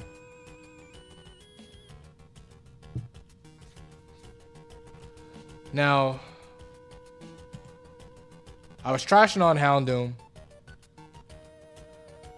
for the fact that it couldn't OHKO Alakazam, but to Alakazam's credit, all the Alakazams are max defense. Mr. Mime, on the other hand,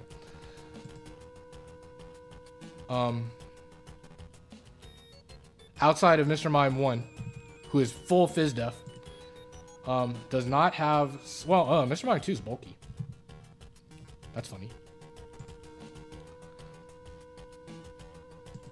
Actually, no. Mr. Mime lives all hits. Okay. Okay, Mr. Mime... Houndoom's trash, man. Houndoom 3. Houndoom's base attack is 90. Not that low, but, I mean, it's non-stab. Base 80. Attack, move. I don't know. Yeah, Crunch OHKO. Yeah, come on, man. Wow, man. I didn't really realize how much of a difference. How much worse Houndoom 3 is compared to Houndoom 2 and Houndoom 4. It's like, it's night and day. But either way, I mean, it's pretty interesting. I think, I mean, even if it's Mr. Mime 3, I don't even care if Houndoom gets a choice band. I don't think. Because, I mean, okay, Mr. Mime 1 is going to fake out, right? No, Mr. Mime 1 won't fake out because Mischievous is a ghost. So Mr. Mime 1 is always gonna Psychic or Reflect. Maybe it doesn't Reflect. I don't know the Reflect logic 100%. I don't think it's that big of a deal to check. Mr. Mime 2 is always Psychicking. Mr. Mime 3 is always Tricking. And Mr. Mime 4 is always Psychicking. Under all accounts, why let Mischievous take a Psychic? Why let Mischievous get tricked? Houndoom being tricked would be pretty funny. Locked in a Shadow Ball. Could matter. But I think I prefer that than going Metagross. I think I should always be aiming for the double team Metagross sweep, given my team composition.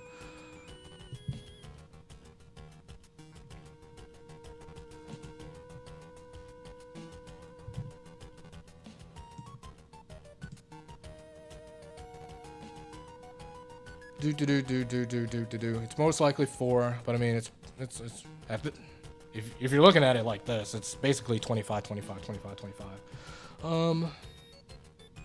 With a band, now we OHKO the Mime. That's cool. But at the same time, being locked in a Shadow Ball could be bad. So probably the worst Mime to see would be Mr. Mime 3. But I mean, somebody would have to get tricked anyway, so there's nothing to do about that. I guess something I also just never looked at. Mischievous does have Shadow Ball, but even though it's Stab and Mr. Mime has low defense, it doesn't OHKO any of them, so staying in and just doing that isn't the right call because Mischievous will take a Psychic.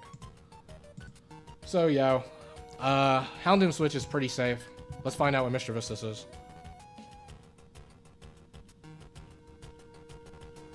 Like Metagross would be somewhat Metagross would be safe if actually you know what's kind of nice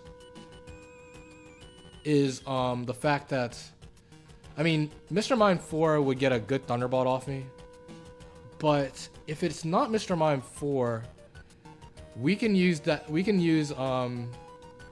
Mime as setup fodder.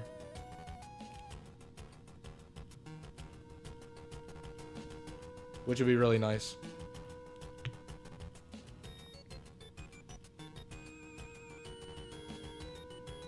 So yeah, we go Houndoom here. Ah, it is Mr. Mime 3! Okay. Okay, so this is Mr. Mime 3.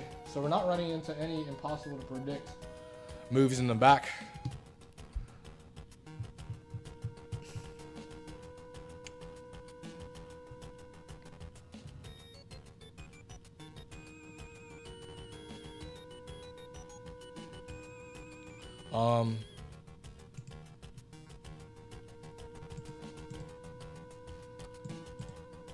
A plus here is that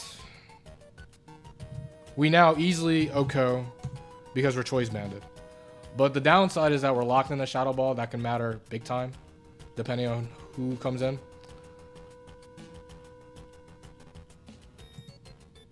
But I think, I mean, versus Mr. Mime 3, if any Pokemon had to be locked in to be choice banded, I would actually prefer Houndoom even over Metagross. Because Metagross likes the moveset freedom of getting double teams up, resting, if given the opportunity, instead of going full Unga Bunga locked into Mash or EQ. So, at least with Choice Band, we clean OHKO with Shadow Ball. We go for that. I mean, Double Edge also OHKOs, but why take Recoil? Let's go for the Banded Shadow Ball.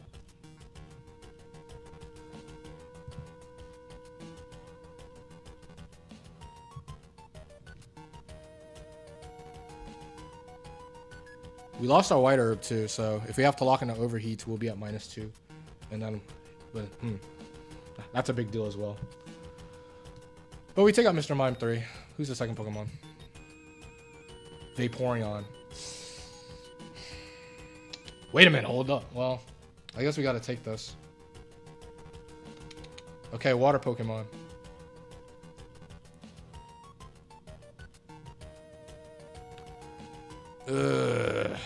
Run to our first Water Pokemon with the Water move, Vaporeon. So this puts us in a bit of a predicament. All Vaporeons are in play. It could literally be any of them. Houndoom's dropping a Surf, obviously.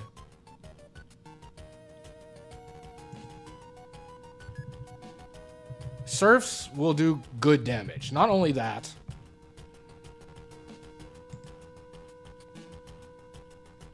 let me see. Say like Vaporeon 1. Vaporeon 1, Surf. Say like if I go Metagross. Metagross is taking a lot. Like it's a 2-hit KO. A testament to Vaporeon 1 strength. This is a tough mon to see. Very tough mon to see. Cause let's check out the damage output of Choice Band Shadow Ball.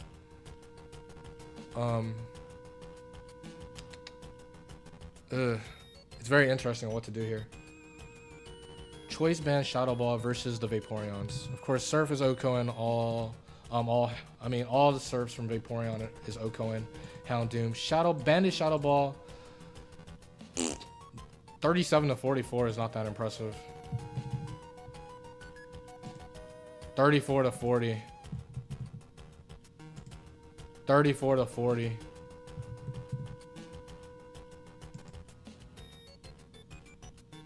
40 to 53. Now, actually, interestingly,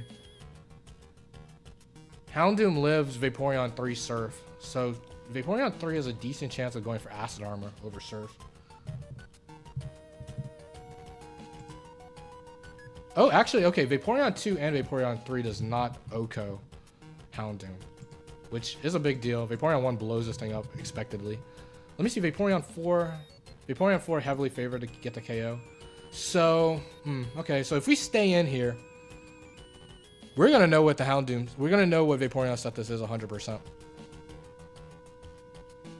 Because Shadow Ball does more versus Vaporeon 4 than Vaporeon 1. And so if Surf kills, it has to be 1 or 4, but we'll know based on the damage, most likely, which one it is.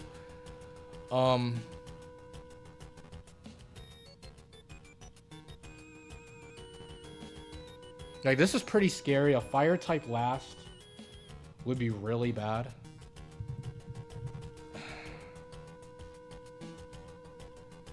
Now, let's look at Mischievous.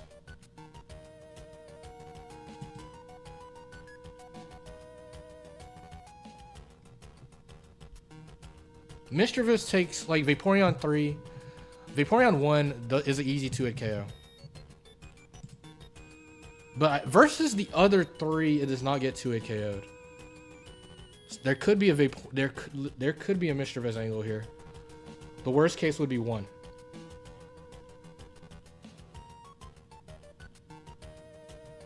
Because the thing I'm most afraid of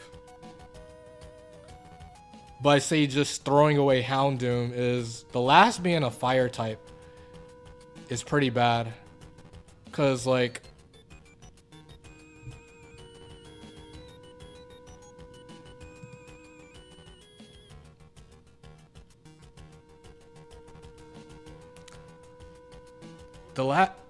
actually, let me see.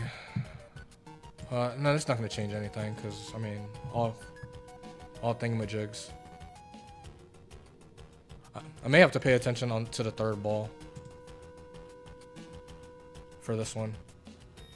That changes not much. Makes T-Tar 5%. But I'm mostly worried about a fire type last. If I say sack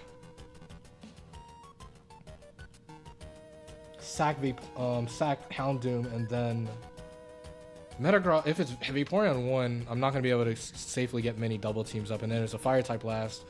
Mischievous is not bulky enough to tank 2 fire moves. Metagross will get KO'd, and I just lose. Houndoom is my insurance versus fire.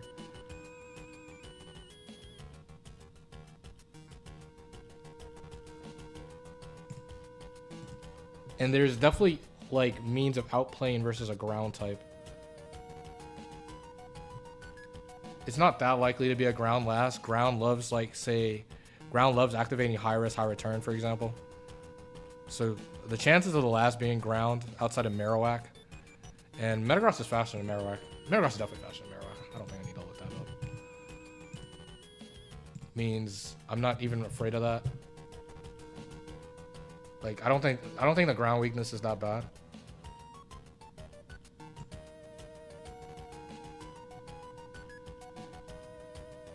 I think I do want to heavily consider Mischievous, because Mischievous can live 2 serves except for 1. Now, okay, versus Vaporeon 1, what would I do versus Vaporeon 1? So Vaporeon 1 does 50 to 59%.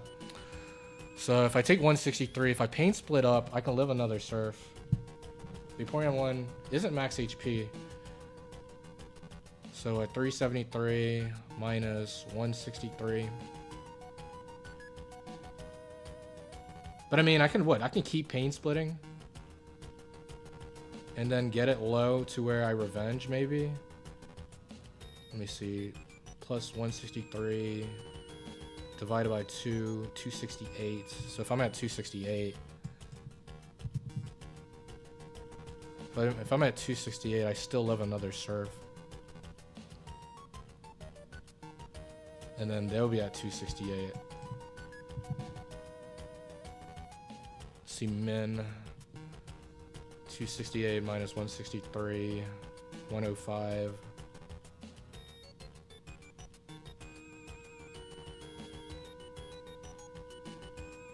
Wait, no. 268.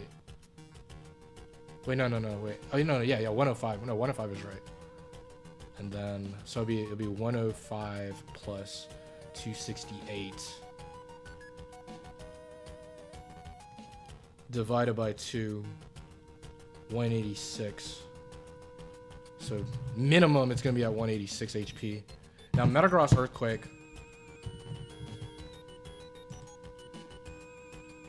Metagross Earthquake still doesn't always kill. Now Houndoom Double Edge.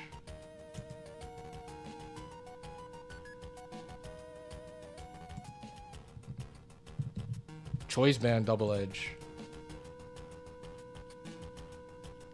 But then, I get to get a Shadow Ball off on basically a Mischievous sack. So I think versus Vaporeon 1, I pain split twice. And then I Shadow Ball. And then that'll guarantee put it in Earthquake range. And then I guess I'll accept a 2v1 with a full health Metagross and Houndoom in the back. Versus their last, I think. And then, if it's Vaporeon, but it becomes interesting versus Vaporeon 4. Because, Vaporeon 4 has Acid Armor. If it Acid Armors up, it's going to be a bit frustrating, but I do have Thunder Wave Confuse Ray. And maybe I can stall enough surfs to where I just outright PP stall Vaporeon 4. It becomes a bit interesting. Now Vaporeon 2. Vaporeon 2 has Shadow Ball. But I don't think that matters. Mischievous. Surf still does more. Shadow Ball doesn't do that much. Okay, I think I like Vaporeon Switch the most. The only way this is 100% bad is if Vaporeon 1 gets a Surf crit here. Or if Vaporeon 3 surfs in the Surf crit Quick Claw. That would be bad too. But I mean, Vaporeon 3 has a decent chance of Acid Armoring because it's at 100%. I'm gonna go Mischievous here. Let's see if I made the right call. I'm gonna try to put the battle on Metagross Houndoom.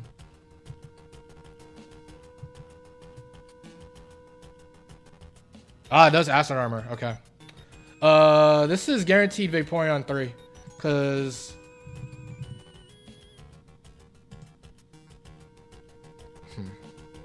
This is guaranteed Vaporeon 3. Because Vaporeon 4 saw the Surf kill on Houndoom. Well, it's very likely. It's not guaranteed they saw the kill.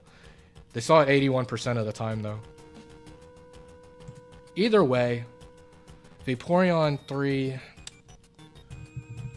is scary because, I mean, this thing is getting boost and it can baton pass out into something in the last. With a defense boost, that could be really bad.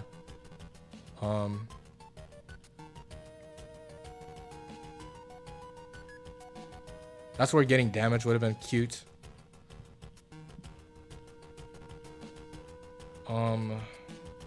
But we got options.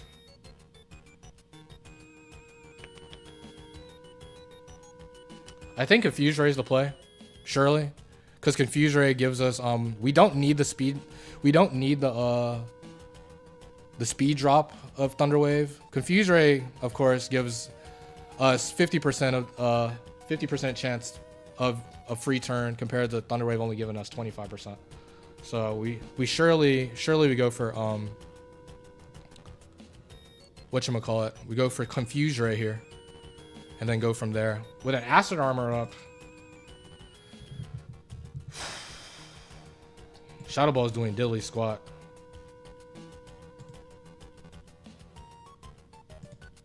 Well, I mean, it probably still does enough though. Maybe I Confuse Ray in the Shadow Ball. Cause what Acid Armor, I think it likes using Acid Armor when it's above 90%, I think.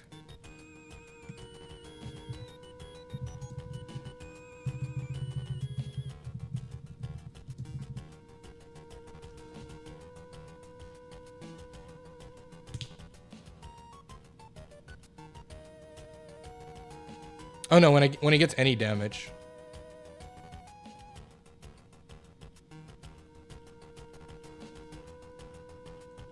Okay. Baton Pass. When do they like to Baton Pass? Because I'm severely risking a Baton Pass. Now. If the user's attack, defense, special defense, or evasion is at +3 or higher, if the target is faster than the user. If the target's faster than the user, and the user has more than 70% HP +0, if the user is faster than the target, and the user has more than 60% HP, if the user is faster. Okay. Vaporeon's slower. So it's gonna be 1-1. So it's gonna be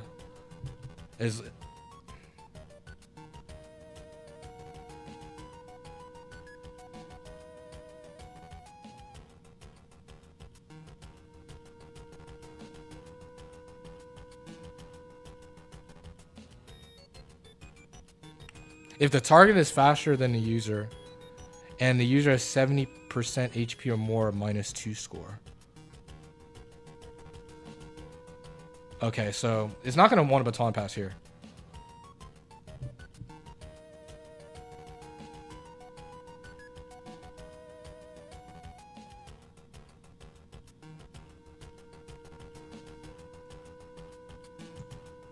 Either way, we need a little help actually, right? Let's see, Pain Split. We don't get much from Pain Split. I'll Confuse Ray. Quick Claw Acid Armor confirms that this is Vaporeon 3. Okay, so guaranteed Vaporeon 3 here. Quick Claw out the way. But Scary Mon, because this thing's very likely to Baton Pass now. So we got to deal with a Pokemon with +4 defense, which isn't good for Metagross. I mean, it's not good for really the entire team outside of Houndoom Overheat. This could be really bad, actually, right? If the last is like a rock type, if it's a T-Tar, we may have just lost immediately. Or really any rock type. This is bad. But this mountain is going to be a problem even if I stayed in.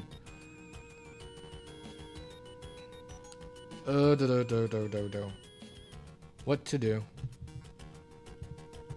Well, I mean...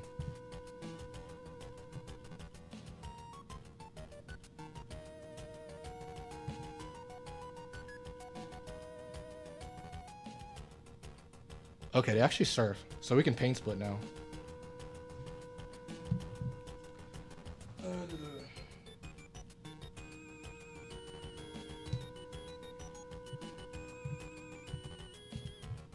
They're breaking out.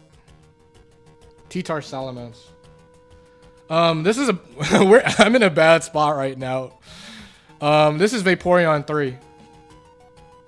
Yeah, Houndoom is choice... Houndoom has a choice band right now. But my second Pokemon is Vaporeon 3, and it has 2 Acid Armors under its belt. It's gonna want a Baton Pass very soon. I have it confused. I have it paralyzed. But the right last can be absolute disaster. Like if the last is a rock type, if it's like a Regirock or a Tyranitar, it may be over.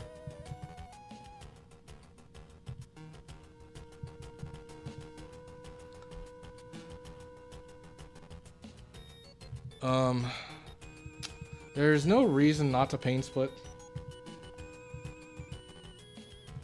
Okay, Pain Split, let's see. 303. Snaps out of Confusion, surfs, okay. Definitely want to confuse. They're not getting confused or paralyzed. They are breaking out. Quick Claw. Para, yes. Come on, man. Oh man, this Vaporeon's getting mad lucky. Mischievous is hanging in there. That's the first time it didn't actually get a move in. And it almost got the perfect Quick Claw. Okay. So now it's very likely to go for the thing, right? I have no reason to switch.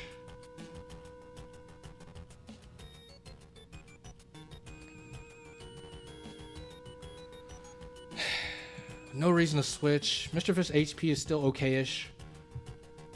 It's if it's still confused and gets the Baton Pass off, at least there's a chance that the received Pokemon is still confused. I could Thunder Wave here. Thunder Wave is somewhat cute, if they get a Quick Claw Baton Pass. But is that, but it's like, what else do I do though? Shadow Ball does like no damage. It's at +4 defense. Chip is chip though, and I probably need as much chip as possible.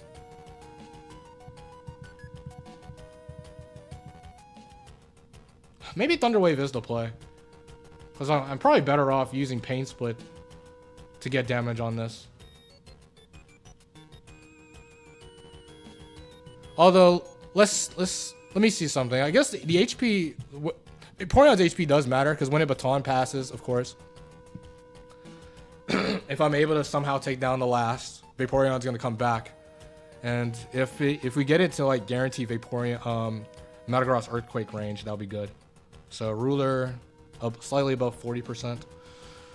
So if we get it to Metagross Earthquake range after it uses up its acid armors, Earthquake, normal Earthquake does 38 to 45. So actually this little bit of Shadow Ball damage could be useful. Only for that specific situation. I think it's more useful than trying to go for a crazy Quick Claw Thunder Wave. Okay, snaps out. Ah, gets the baton passing the Entei.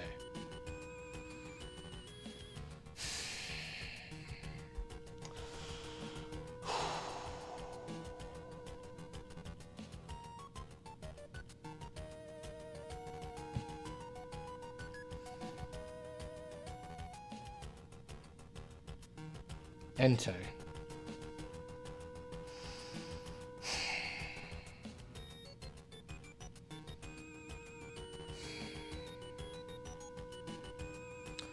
Now, when it was, because like, okay, for the first Pokemon was Mr. Mime. I went into Houndoom. It got tricked. I went for Choice Band Shadow Ball to take it to Oko to Mr. Mime. Second Pokemon was Vaporeon. Now I had a choice. I could have just sacked Houndoom and banked on Mischievous Metagross to take down the last, but I was very afraid that like the last was going to be a fire type, and if that was the case, like Mischievous isn't bulky enough to take 2 fire moves. Metagross would have to take out Vaporeon. So that's why I decided to go into Mischievous 1, even though it was a good chance Mischievous 1 lost to Vaporeon 1. But of course, we ran into Vaporeon 3. Gets the +4. Baton pass out into freaking Entei. What does this mean? Okay, so we got Entei last.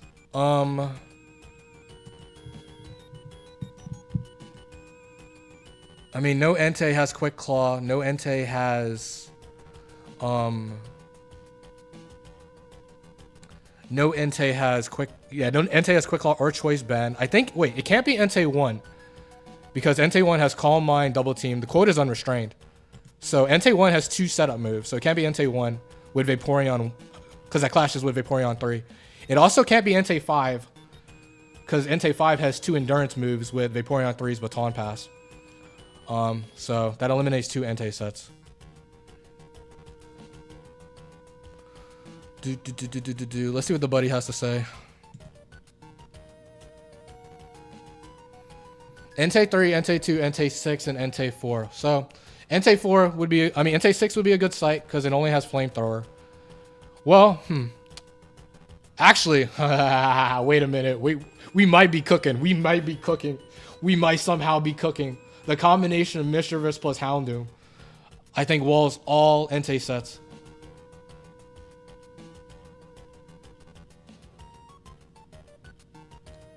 Yeah, +4 Entei. No, it broke out of confusion, so it's not even confused.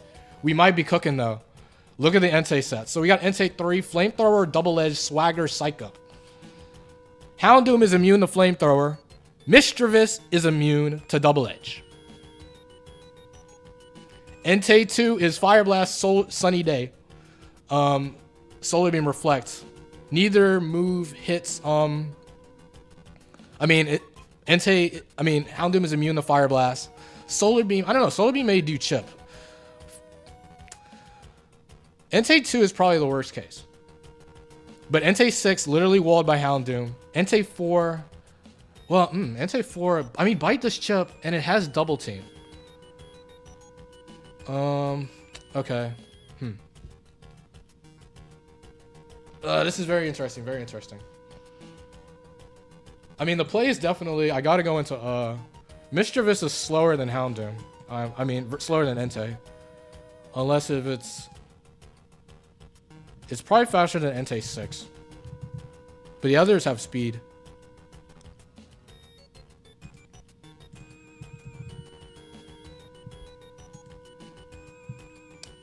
Okay.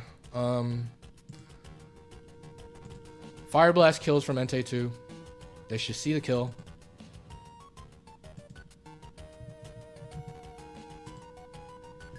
Entei 3 is always going to Flamethrower. It's the only thing it can do, and it doesn't like the swag psych up when it has both in its moveset. Entei 4 is gonna much higher chance of flamethrower, very small chance of biting.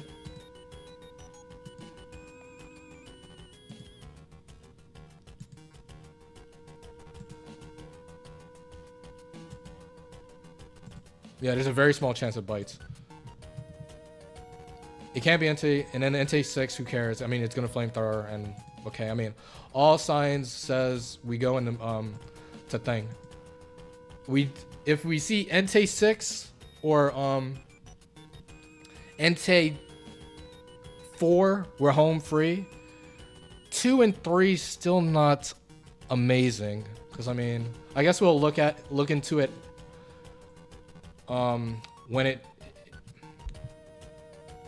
we'll look into it after we see the set, after we see what it goes for.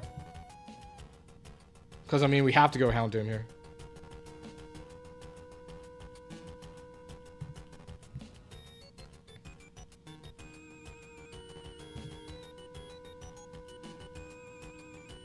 Okay, Fire Blast, so it is Entei 2.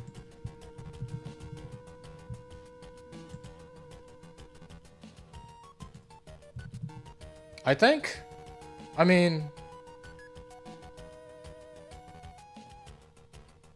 I think we're pretty good, actually. I think we just go for the Flash Fire or Overheat. And then I'd probably pivot into Metagross. Overheat again. And then I can go into Thingamajig for free. So we got Entei 2. Right, this has to be Entei 2. Fire Blast. It's the only one with Fire Blast. Yeah. It's guaranteed Entei 2. So Entei 2, it's gonna reflect Sunny Day or Solar Beam. But it doesn't matter. Overheat PP is not important. Since it's at +4 defense, even though my Houndoom is choice banded.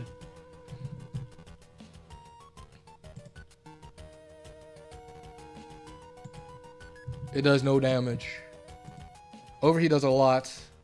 Not even counting for Flash Fire. Flash Fire should be a 2-hit KO.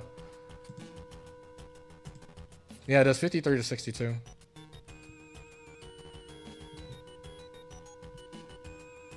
Vaporeon can't win it at the range it's at. I think we just Overheat.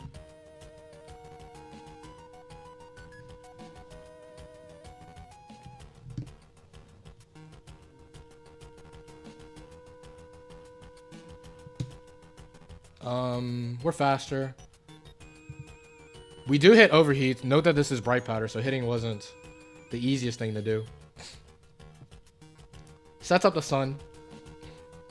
So it's forced to Solar Beam here. Because it knows Houndoom is Flash Fire. But that's fine. We can pivot into Metagross. Do we want to pivot into Metagross? Surely, right?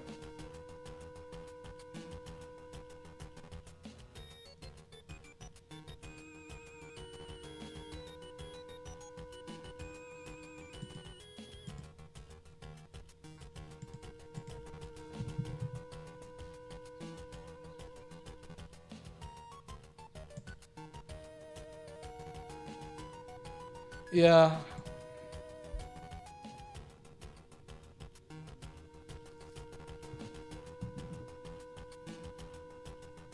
Okay, yeah. I'm gonna go into Metagross here. They will go into Metagross and pivot back into Houndoom.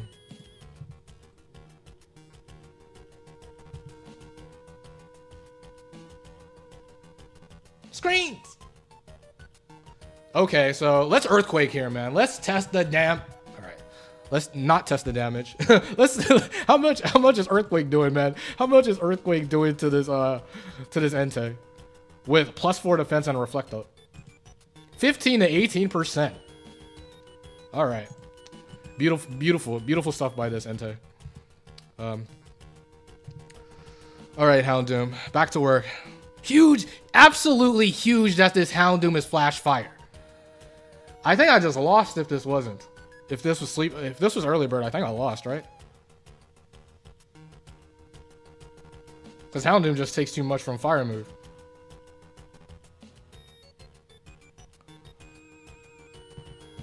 Alright, I mean, yeah, overheat again.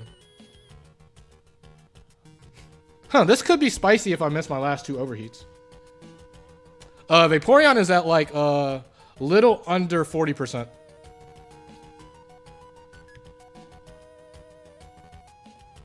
This could get spicy if I miss overheat both times though.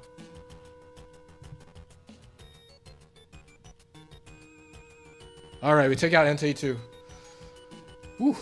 Alright. Vaporeon comes in. Who cares?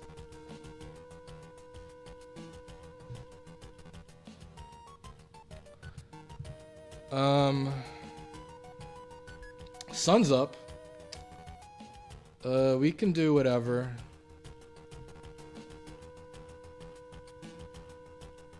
My team is immune to fighting, normal, ground, psychic, fire, and poison. That's cute. Is that enough though?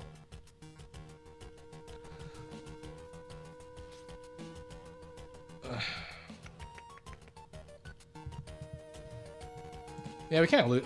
We can't lose this position. Vaporeon Surf doesn't even do that much to Metagross, I don't think.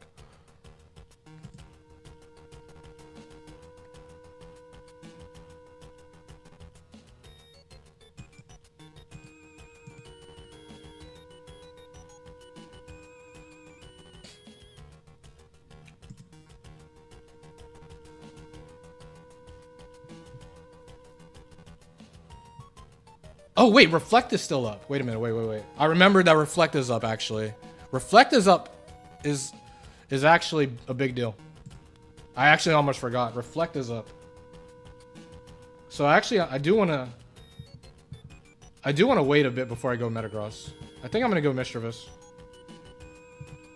Houndoom can actually live a Surf from Vaporeon 3, by the way. Even without Sun.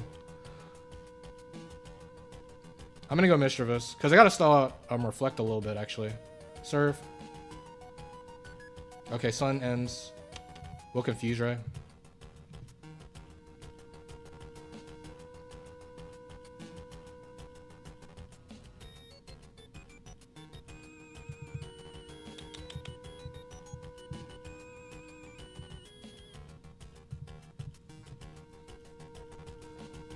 Reflect is gone. Nice. Ooh, man. Okay, that was a toughie there. That was a toughie.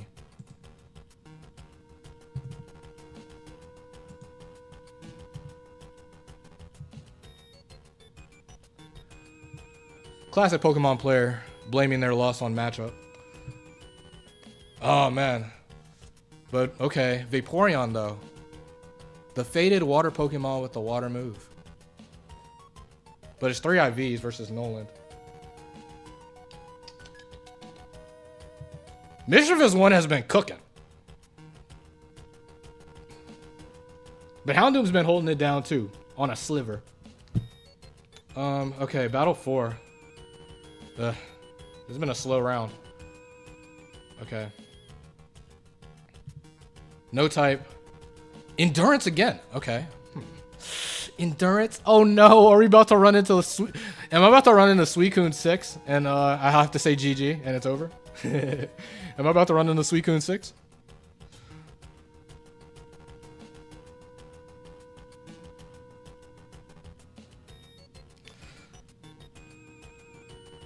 Vaporeon. Vaporeon, if I have Vaporeon, I wouldn't lose to Suicune 6. Endurance, eh?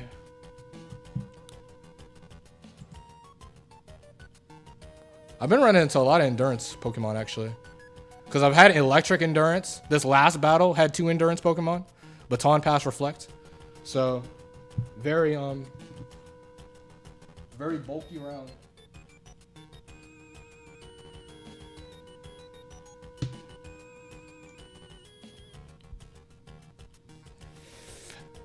Okay, next battle. No type endurance. So, I mean, okay, with endurance, it's not the easiest for them to get 3 Pokemon with exactly 1 endurance move. There's no Pokemon set that activates endurance by itself. But there's 9 sets that have 2 endurance moves. But it can't be Entei, which has one of them.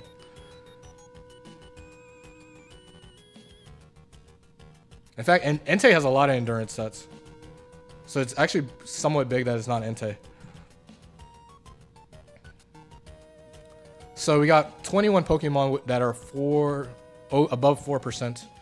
Vileplume, Starmie, Articuno, Electrode, Espeon, Magege, Exeggutor, Porygon 2, Raikou, Tyranitar, Suicune, Scizor, Victory Bell, Blissey, Big Blissey, Milotic, Golduck, Jolteon, Raichu, Gardevoir, Glalie, and Latias.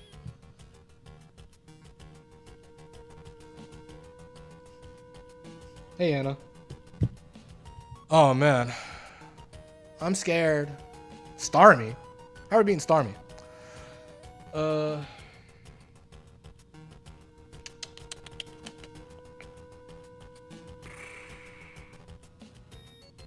Do I go for the water Pokemon with the water move? Or do I keep... I mean... Vaporeon's kind of nice, man. Vaporeon is pretty legit. Because, like, okay... Most water Pokemon, like... Okay, if I have Metagross out versus a water type, most of them are just going to click water move. Which means free Vaporeon. It gives me an easy way to outplay... water grounds, because I can go into Mischievous on Earthquake and Fissure and go back into Vaporeon on Surf. Like, the stall out potential with the water absorb Pokemon is really nice. Of course, and then of course Metagross with a water type is very clutch. Surf, Ice Beam, very useful. It makes my matchup versus specifically Zapdos worse, a lot worse. At least Houndoom is faster. It gets an overheat off. Overheat if... Houndoom is actually pretty favored to 1v1 the Zapdos in general, even though it's going to be paralyzed. But even if it does get 1v1 by getting paralyzed, it'll still get the overheat off, and then Metagross can tank a hit, kill with Mash, because overheat into Mash kills all Zapdoses.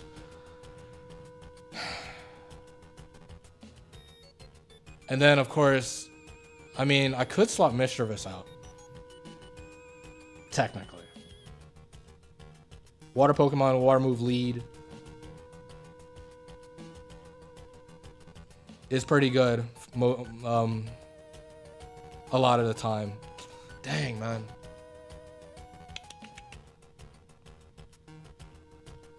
But Houndoom has the speed. Houndoom has the IVs.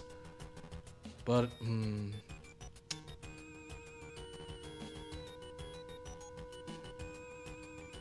like, okay, Starmie. Decent chance we run into Starmie here. Starmie with water move. Metagross does not get 2-hit KO'd by Surf from Starmie. That's quite nice. Suicune's scary, man. Suicune. If you run the freaking Suicune 6. I mean, but Suicune 6 is one set out of over 500 sets, right?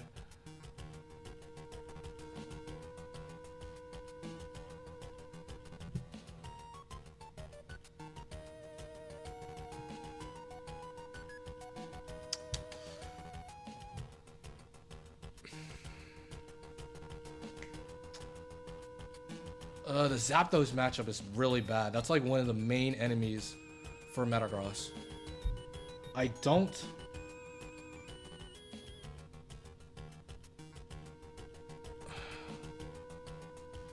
Like something like Calm Mind Suicune is that's like a once in a lifetime set. Zapdos though, all the Zapdos would be a problem if I choose Vaporeon over Houndoom.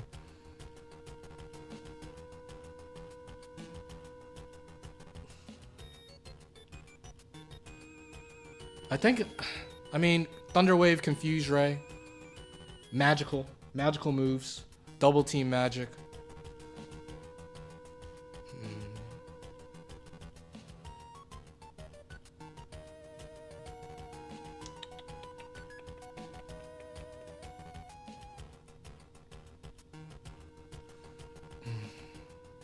stubbornness wants me to just keep the IVs. Because Zapdos is that much of a threat.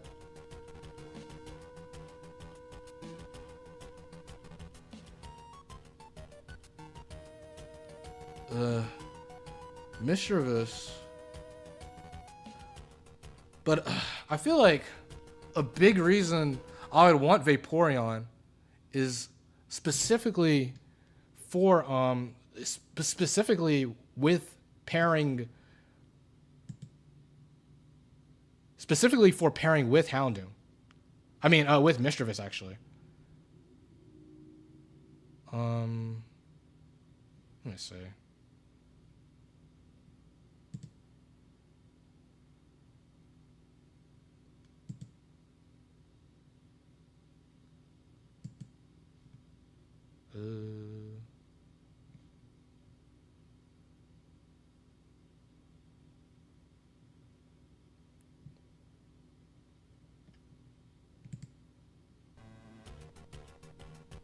Okay, music's back.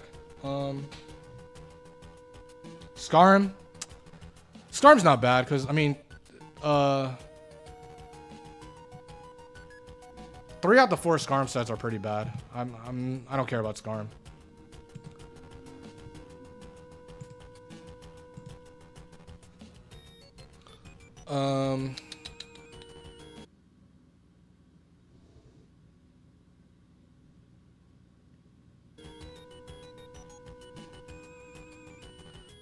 Hey Plush, how's it going? More Battle Factory gaming. Where are we at right now? We're in Battle 4.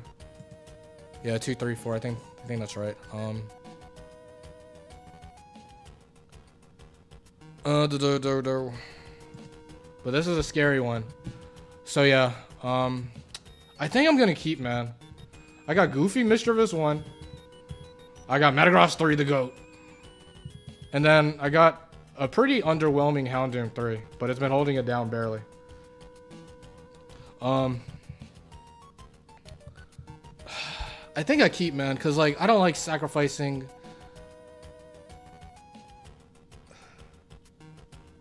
I don't like sacrificing the Zapdos matchup for Houndoom, swapping Houndoom out, and I think Mischievous has been pretty useful. Gengar, Alakazam. Well, yeah. I mean, the elemental punches aren't the greatest. Metagross can live a hit, but I mean, hitting a Maj versus like Alakazam 4 isn't great, and crit burn and whatnot. That's not the greatest. I think I keep, man. I think I keep. We just gotta continue to play Mischievous 4 with some care. Vileplume, Starmie, Articuno, Electrode, Espeon.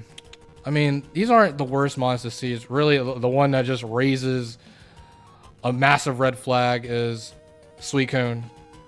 Metagross, I mean, Milotic isn't a great mon to see either. Let me see Milotic.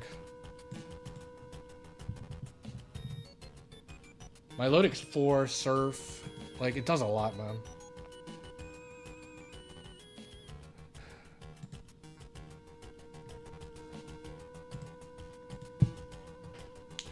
But the IVs, man. I mean, it's a Noland round too. I think we're gonna like. I need to see an Elite Water. The opposing Pokemon, we don't know yet. Oh yeah, the Pokemon to swap for. Mr. Mime 3, Vaporeon 3, Entei 2. I have all 30. Yeah, my entire team is perfectly IVs. These are the mons I got from my draft.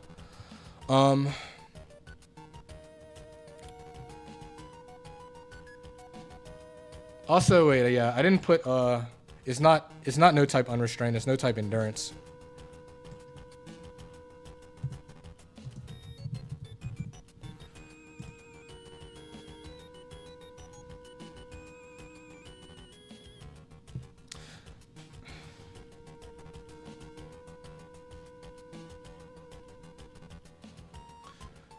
Well, yeah. I mean, yeah, Vaporeon having Vaporeon would be great versus the waters.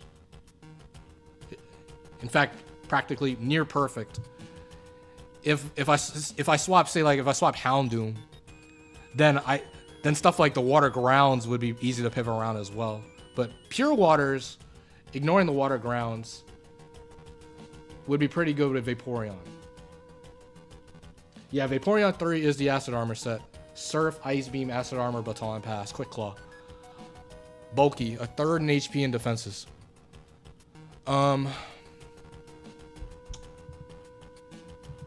Do we ride the IVs? Do we keep trusting in Mischievous 3? A lot has been riding on Mischievous 3 getting a little lucky with Confuse Ray Thunder Wave. I have a lot of immunities with this team.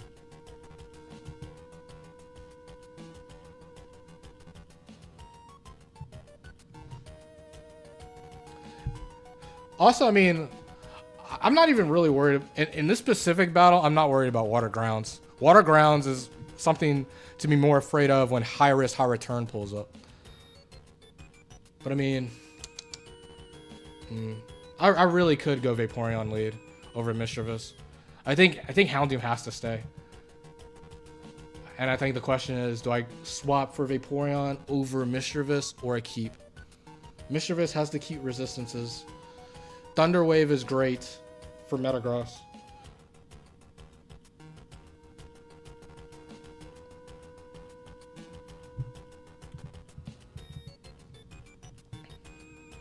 Thunder Wave is so good for Metagross.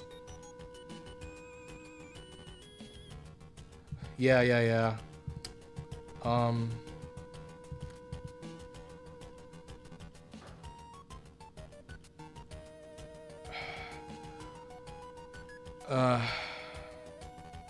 I think if I'm swapping for a water, I think it has to be like the absolute best of the best. If it was Vaporeon 4, I think I swap for it. For sure. If it's Vaporeon 4, I'm swapping for it. If it's Milotic 4, like it gotta be the absolute cream of the crop. Suicune 6, that type of water. I think I go for it. But Vaporeon 3, especially with it being a Noland round, maybe if it wasn't a Noland round, this would be a more reasonable swap. I think.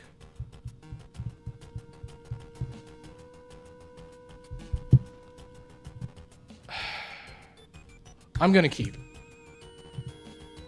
Ride the IVs, man. If you're not fully sure, ride the IVs.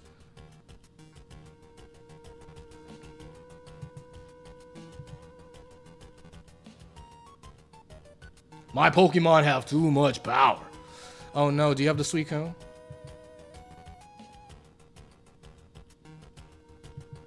Salamansu! Oh no. Salamence? Hey B Park, we are on battle number 4. I'm fighting for my life out here. I'm using Mischievous 1. Mischievous 1, that's right. Everybody's favorite open level round 1 Pokemon is on the team. But, I mean, I do have one of the best mons in the factory. Metagross 3. But I have a rather unorthodox last. Houndoom 3 is my last Pokemon. We run into big Salamansu. Salamence is not a great Pokemon to see. If this is whatchamacallit, if this is Salamence 7, uh-oh. But I mean, we got Endurance to worry about, so it's most likely Salamence 3, huh? I think Salamence 3 is the only Salamence with an Endurance set.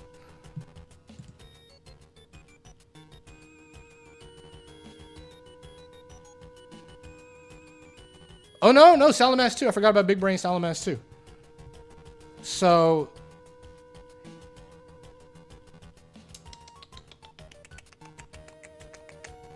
okay. Salamence.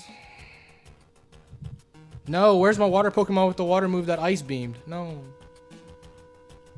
Okay, Mischievous. What can Mischievous do? Is Mischievous faster than some of these Salamences? It is not. It's slower than all of them. Crunch is a 2-hit KO. I mean, all signs say we got a Thunder Wave this thing. But Salamence 7. Oh no. How are we beating Salamence 7? Because Salamence 7 is Lumberry. Disaster.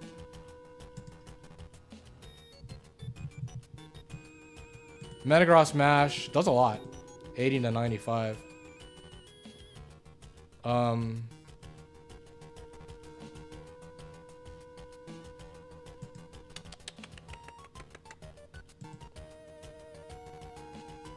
But I mean, it's 70% chance it's Salamence 2 or 3. Because if it's not 2 or 3, then they guarantee have a double endurance mod in the back.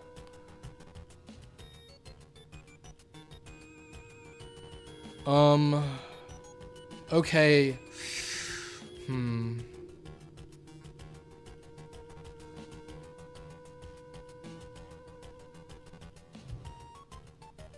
I mean, this mon is not. This mon's pretty bad. Intimidate's annoying too, but I mean, ooh. I can't really switch around. What is switching? I don't think switching helps me. Even though it's likely to crunch, we can live another crunch. I mean, 2 wants to double. 2 wants to protect, so. If it's 2, we'll know. The current idea? Is there much of a current idea? I mean, all signs say we have to. All signs say we have to Thunder Wave, even though it's a 70% chance of it being 2 or 3. If it's like if it's Salamence 4, we need the Thunder Wave to have some means of outplaying it. Cause yeah, if we switch and it Dragon Dances, what are we doing?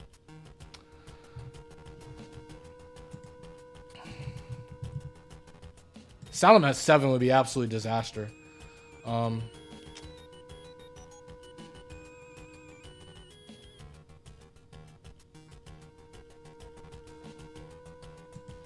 Intimidate actually matters because it's like versus Salamence 7, even Shadow Balling doesn't guarantee put it in the Metagross Mash range.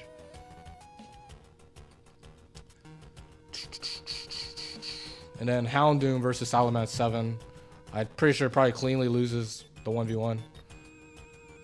Oh wait, Double Edge. Oh, actually, huh. No. Houndoom wins the 1v1 actually. Heavily favored to win the 1v1 thanks to max attack Double Edge. I Double Edge, I live Brick Break. Well, Houndoom's gonna go down with it. Because Houndoom can live Brick Break in the Double Edge recoil. It does 99 max.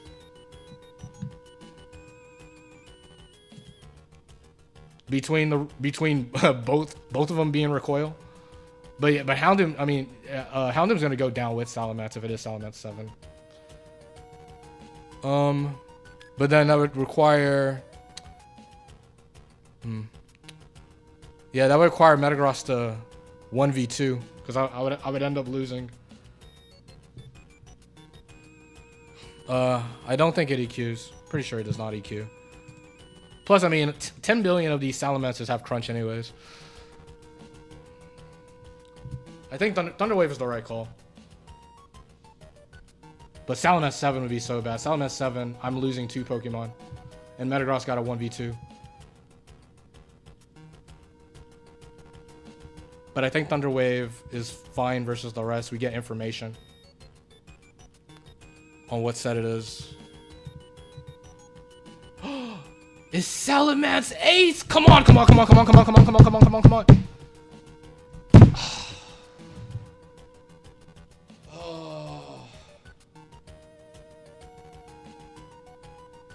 Okay.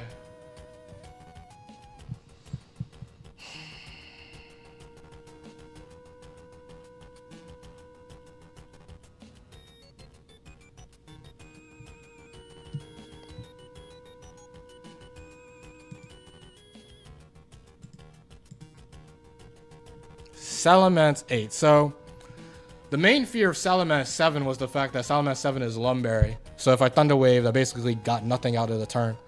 Salamence 8 is not Lumberry, it's Leftovers, which Leftovers actually matters. But I mean, it's basically the same set as Dragon Claw, Flamethrower, Crunch, Attract. Okay, so it's crunching guaranteed here.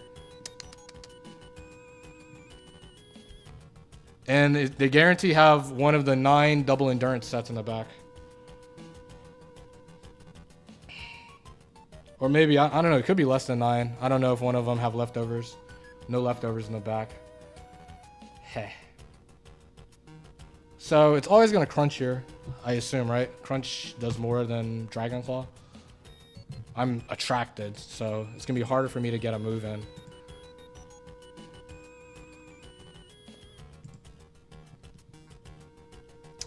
I think the play, even though this requires Metagross to take a hit, I think the play is to go into Salamence, then go into Houndoom, then Overheat. Oh, and Overheat in the double edge kills. Also, wait, I need to check gender. Salamence is female. Houndoom is male. Okay, that's a big deal. Crunch crit. Well, I mean, if I stay in here, Mischievous is heavily likely to go down. Because I mean, at that point, I wouldn't want to switch into anything. My current idea is going into Metagross here. Metagross is going to take a decent chunk from Crunch. 24 to 29, that crap matters. But then they'll always Flamethrower, which means I can pivot into Houndoom. Now, Houndoom...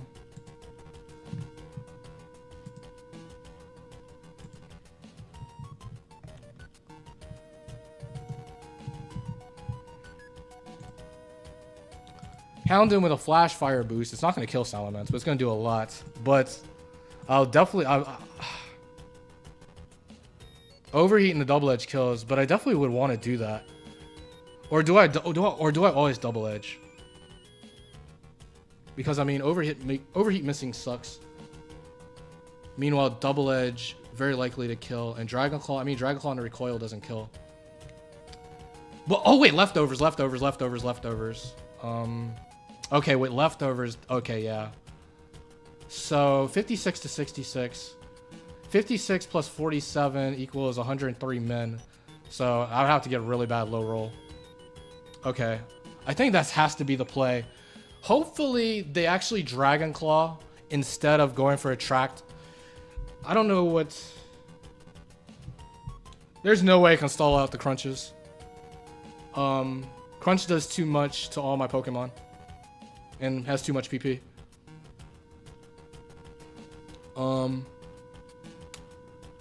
Let me think. Okay, so if they Attract when I Overheat, what would I do? I don't think I would chance it. They would always see a Claw. I would probably have to go back into Metagross again. Which Metagross, and then they'll go for Flamethrower again, and then I go back into Houndoom. Okay, I guess that'll have to be the play, right? So I think that's the best play. Now if they crit crunch on Metagross, that could be bad. If they see a kill with Crunch, crit crunch. No, they won't see a kill. They won't see a kill. So they always flame. This sucks. Metagross got to take a good chunk. But I mean, it has rest. Maybe Mischievous can give Metagross the free opportunity to get a safe rest by Thunder Waving whoever's in the back. It's an endurance mon too. Like, a lot of these endurance Pokemon are mons that like Metagross can handle. It's like, it's huge that it can't be Entei, because Entei is a very common endurance mon. But dang, Big Bass Salamence 8, a mon we may, well, looking ahead a little bit, but that's a really good Pokemon.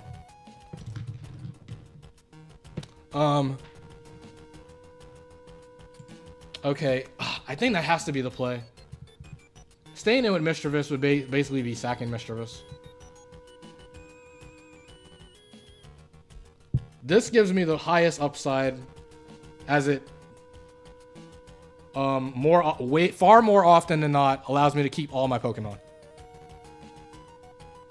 So, let me see. I don't think I'm overlooking anything. They'll always crunch on, because crunch does more than Dragon Claw. Well, it doesn't matter as long as they don't flamethrower. We're good.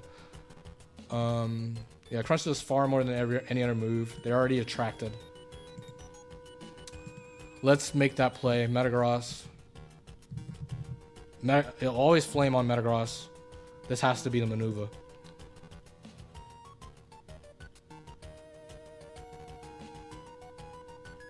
Okay, let's go for it.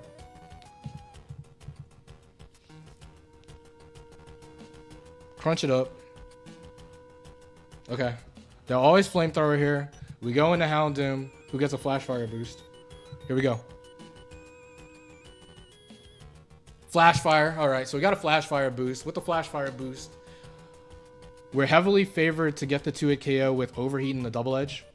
They could go for a Tract here. Tract would be a little annoying. Honestly, I would definitely prefer them just clawing. Of course, Dragon Claw crit would be bad.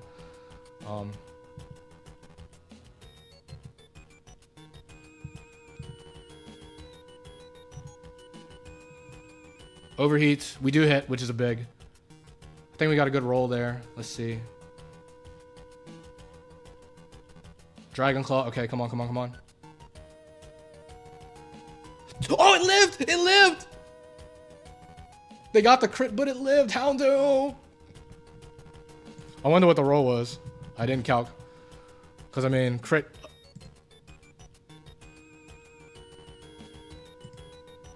Oh, wow. That was...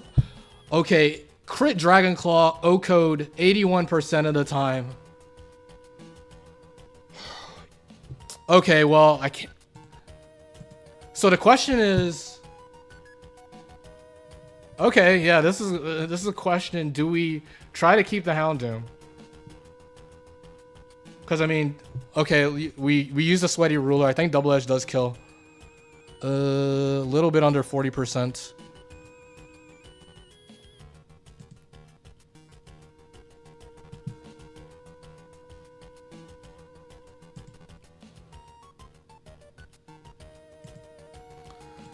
Oh no, do we put it all on the line?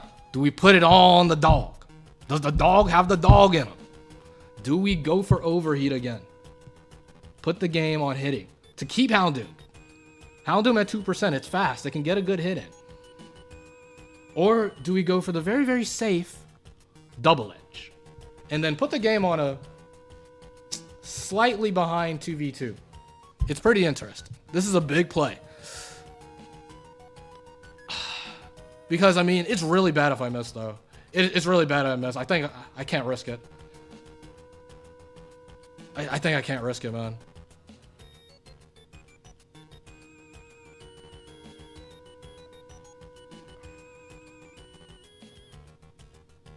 Now, if they got a fire type in the back... Well, I mean, Mischievous is still at full. I would always go Mischievous on the second Pokemon. Gotta remember. In fact, wait. Maybe we should really look at the sets here. Because, remember, the back is guaranteed endurance Pokemon. They all have to have an... We're facing one of the double endurance sets. There's not that many of them. And the last also has to have an endurance move. So, how many sets is that total? Between the 500 and so... It's 111 sets. Well, I don't feel like looking through all that crap. That's too much. But how many are a fire type? Let me take the full sets out. Cause man, it's so huge. It's not Entei. How many fire sets that aren't Entei have an endurance move?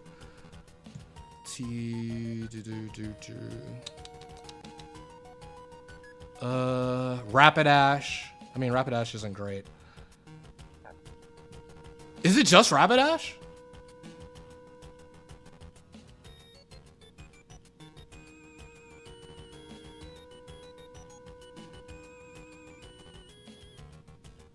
Okay.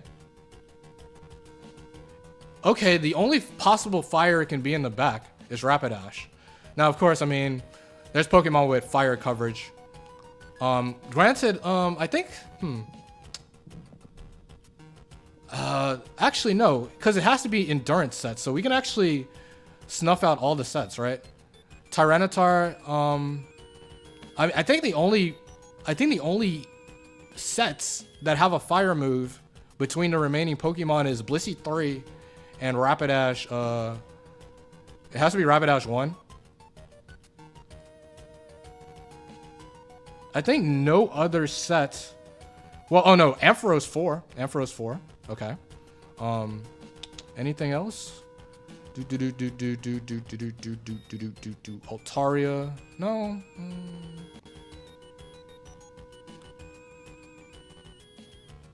I mean, that's pretty good. That's really good for Metagross, man. Rapidash 1, sweep now. Mischievous Thunder Waves and then Metagross Earthquake, easy. I mean, Suicune's the worst. Suicune's by far the worst mon. Milotic's not the greatest either. I think, cause it's the downside of missing is way too bad. I don't think I need Houndoom like that, man. Like literally, the only fire it can be is Rapidash 1.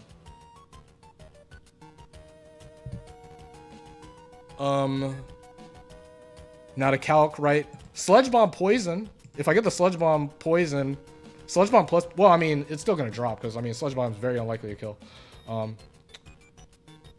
So it's like, why not Double Edge if that's the case? Double Edge kills. Yeah, I think the play going for overheat, I think is just straight up incorrect.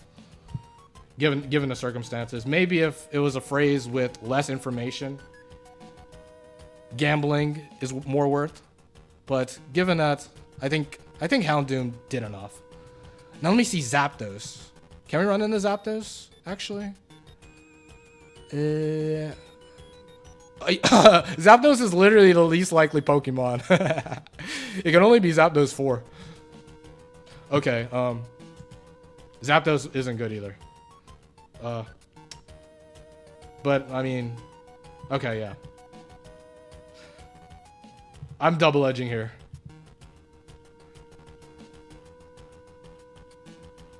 Let's go down together, Salamence.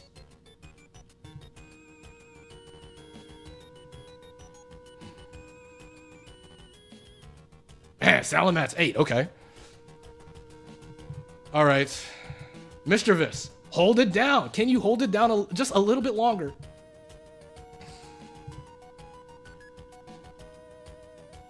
Egg. Okay.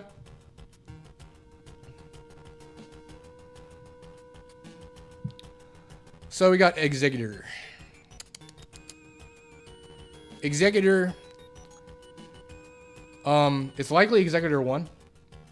And in fact, it's the chance of Executor 1 is incredibly high, as that one has 2 endurance moves of Synthesis and Light Strain. Mischievous. We're doing some well, assuming that it's Thingamajig. Let me put Executor on the thing. Let's see Executor's chances.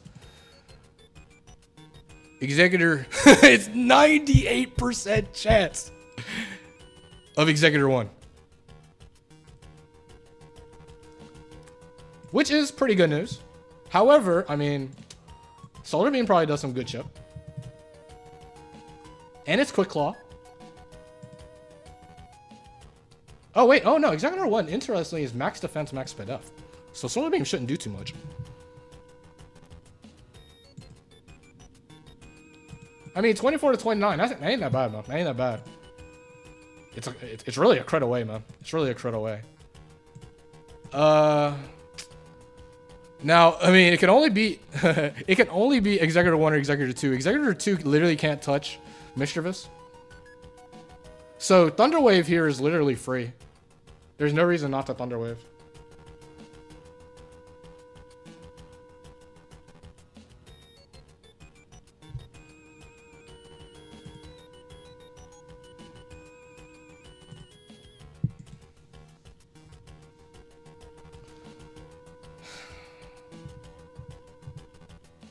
I think there's no reason not to Thunder Wave.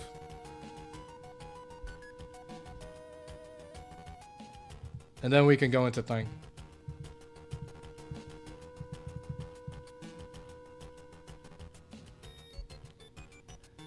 It's a little scary because we're not even out of the woods.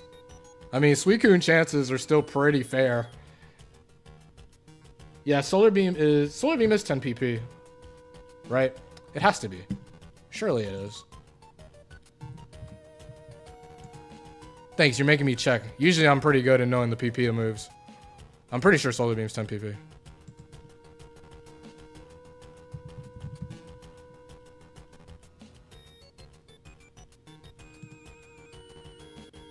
I think Solar Beam's always been 10 PP. Yep, Solar Beam's always been 10 PP. Okay, let's go. Shadow Ball. I mean, sure, Mischievous can technically 1v1 this possibly, but like, surely we want the upside of Metagross at +6 double team. No reason not to Thunder Wave because Mischievous can't even get hit here. So let's do it. Raw Solar Beam from Executor. Let's go Metagross. So yeah, guaranteed Executor 1.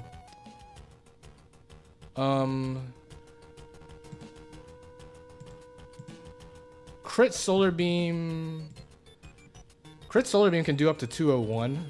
So I think I do rest actually. In the case that they either Solar Beam and then they get the Quick Claw Solar Beam crit, or they Sunny Day in the Quick Claw Solar Beam crit. I think I do rest here. And then we'll double team up. But I mean, there's a decent chance they don't even attack.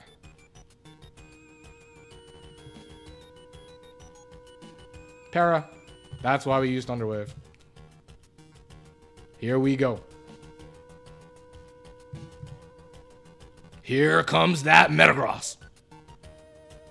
Sunny Day. Alright. I guess we have to pay attention to sun turns. I don't know. Maybe the last is... Oh, wait. Wait, maybe the last is Rapidash 1 and it's about to cook with the sun up.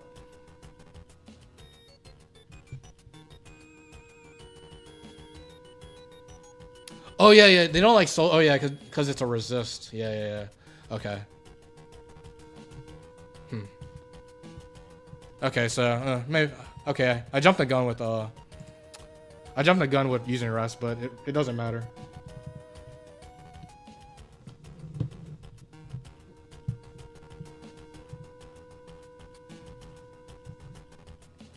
Screen. Am I counting? Should I count?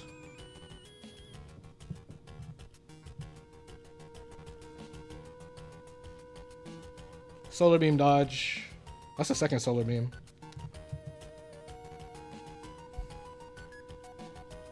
Third Solar Beam.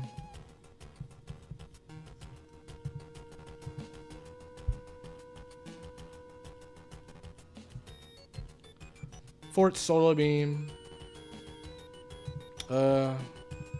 Spam rest, I guess.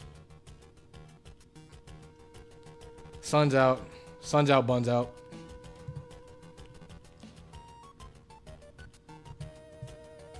And we do whatever. Para. Para's kind of annoying, but whatever.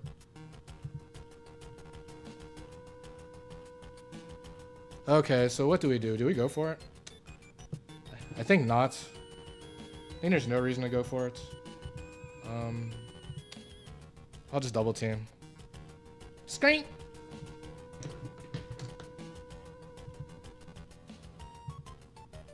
Light Strain's literally irrelevant because we have only physical attackers left. So that's good. We don't need to even count Light Strain turns. I think that was the fifth Solar Beam. Sunny Day. It's kind of annoying because, like...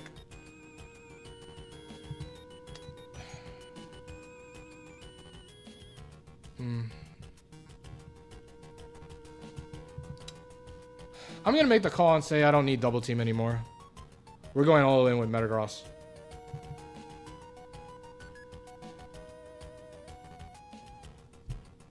Okay. Oh, there's the crit. Okay.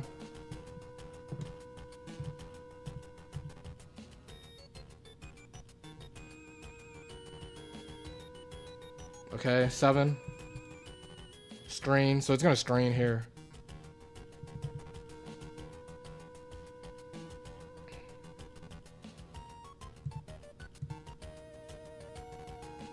Strain. So it's gonna sunny day here. Para. Sunny day.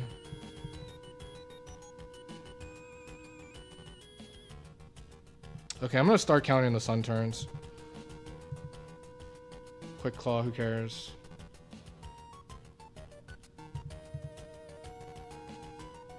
Okay, 8 solar beam. Okay. We can rest now. It's gonna strain here. Strain!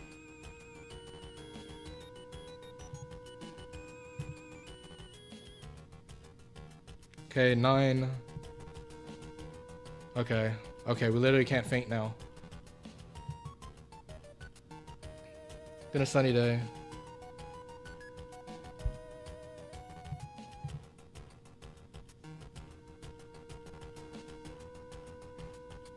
Synthesis. Oh, okay, it must be out of, well, yeah, it's, yeah, it's definitely out of, okay, it's out of solar beams.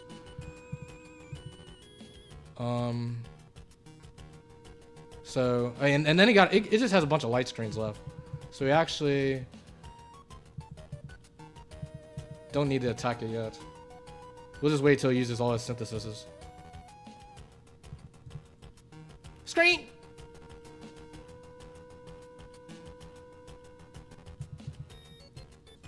Okay, I used up all my double teams. Huh, I wonder if it's out of sunny days.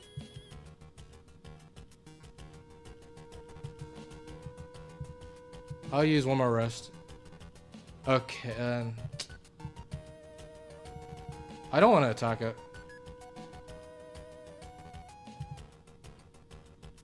Okay. Okay, it's guaranteed out of synthesis is done. Let's mash it up. Raise, now we're cooking. Go ahead and get you another one. Oh, quick claw light screen. That's gonna matter. With my 2 remaining physical. Oh, the double raise. Metagross. +2 attack and +6 evasiveness. Ampharosh. Alright. So it's Ampharos.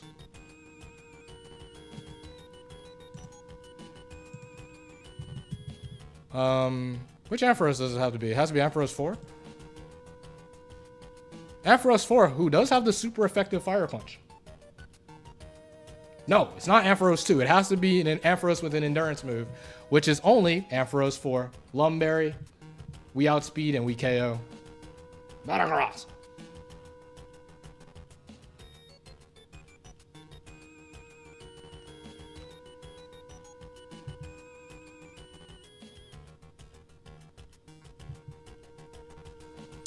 Oh boy. That was a toughie. That was a toughie. Huh. Okay. So yeah, Salamence 8, Egg 1, Amp 4. 5th match. How screwed would this team be without Metagross 3? Royally screwed. Been probably one of the worst drops in a while. Although, no.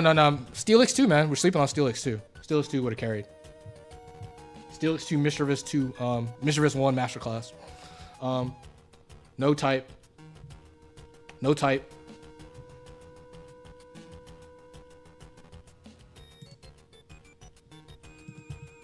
High risk, high return.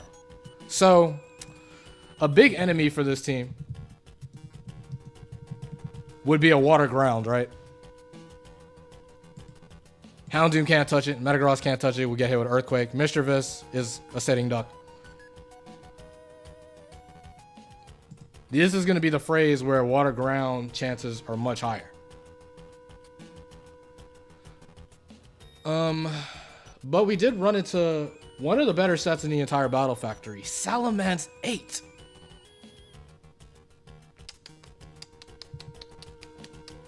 Salamence 8. Salamence 8. Max special attack, max speed, modest nature. Leftovers. Broken item. A rare offensive leftovers Pokemon, too. Dragon Claw, Flamethrower, Attract. Crunch. Even at 3 IVs, this is a phenomenal Pokemon and pairs phenomenally with Metagross. But do we want it?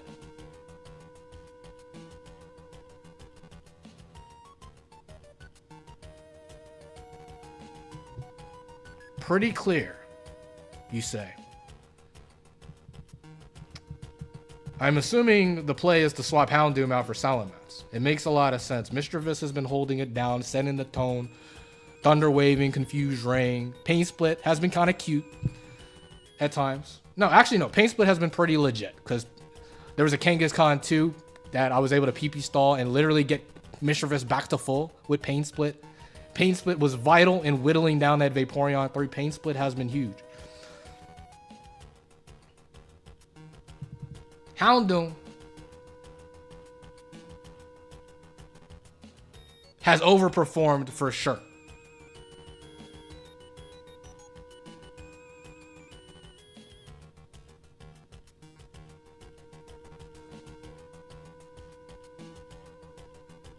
Salamence is a good check to most fire types. Not perfect though.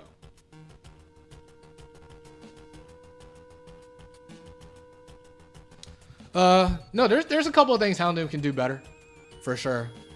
Like, I've ran into a decent amount of psychics, like, say, like Mr. Mime, Alakazam. Houndoom loves taking on mons like those. Where Salamence is gonna be worse. Like, legit. Yeah, actually, yeah, like, the psychic, elemental punch Pokemon would be worse. Because Salamence isn't gonna OHKO, and it'll just get OHKO by Ice Punch. So something like Gardevoir and Gardevoir 3-4, Alakazam 4 would be worse.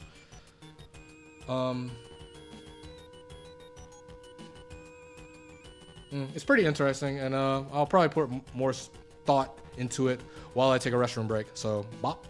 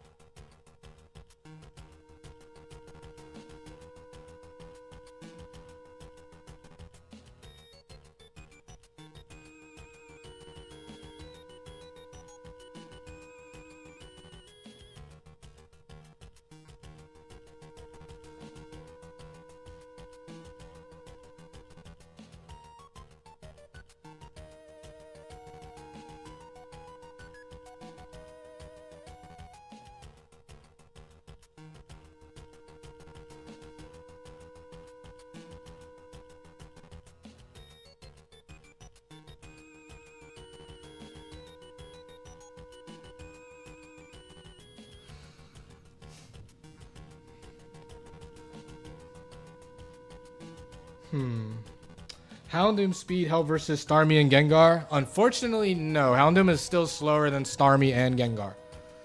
It can take a hit from Gengar at least in Oko. But if it isn't Starmie 1, 2, or 6, it's slower. Problem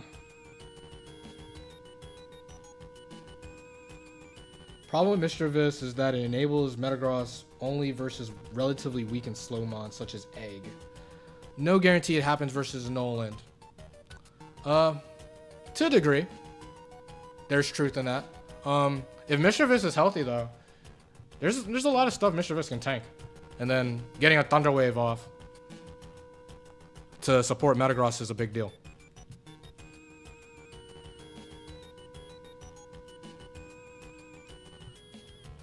Yeah, we could use the Buddy. Buddy may convince us to go one way or the other. Let's see. Next battle is no type, high risk, high return.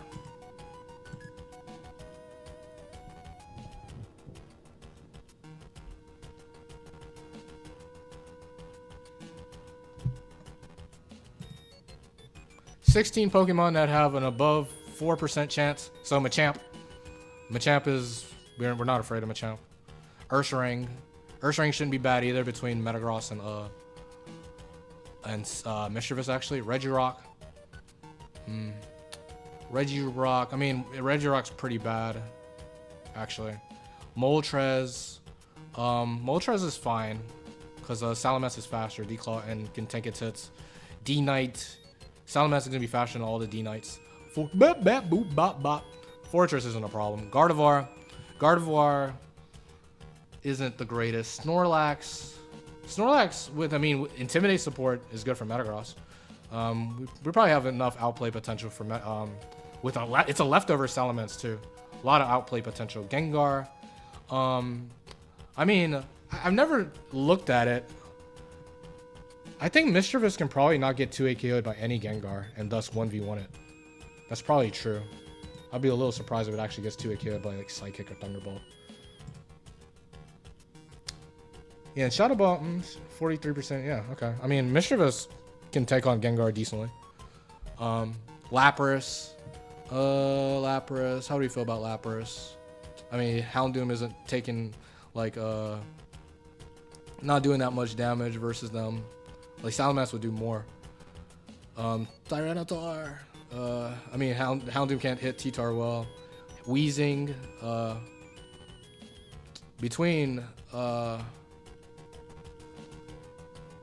Weezing shouldn't be too bad. I mean, Salamence Dragon Claw does a lot. Miltank. Miltank shouldn't be bad between Registeel and, I mean, not Registeel, Metagross and, Mischievous. Registeel, Registeel isn't too bad. Tauros. Mischievous handles Tauros pretty well.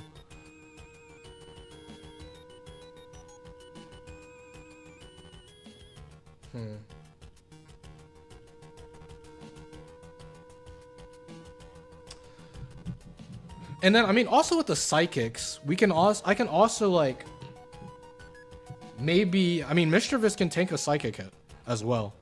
So maybe, like, the Psychic Elemental Punchers aren't that bad. I think Salamence is the play, man. I mean, it's a Salamence 8. What are we gonna be afraid of? I mean, Entei. Entei's gonna be worse. Facing Entei, Calm Mind Entei we can just outright get swept by Calm Mind Entei. Well, actually, no. We have well, it's not that great. There's technically an out, but it's not the greatest. Anything else? I mean, Surf Ice Beamers is just, I mean, if it doesn't have Ice Beam, it actually does well versus Water Grounds.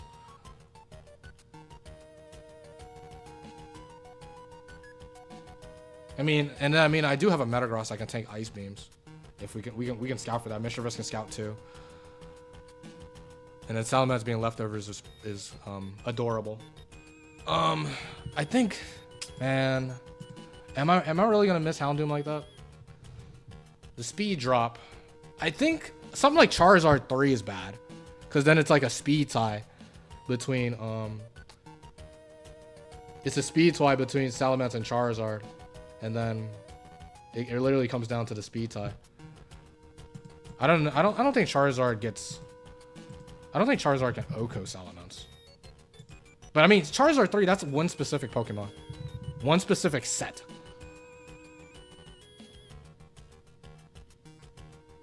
It doesn't even 2K Lotties.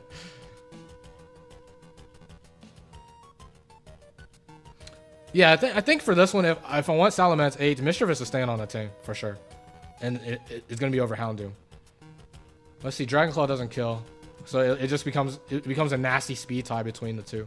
But I mean, that's one specific set. I mentioned Charizard 3 specifically because Charizard 3 is like the only fire that has dragon coverage. So and it's fast. So it's like the only fire that actually matches up well versus Salamence. Besides Entei.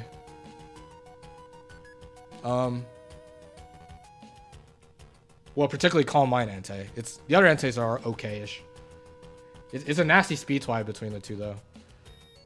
But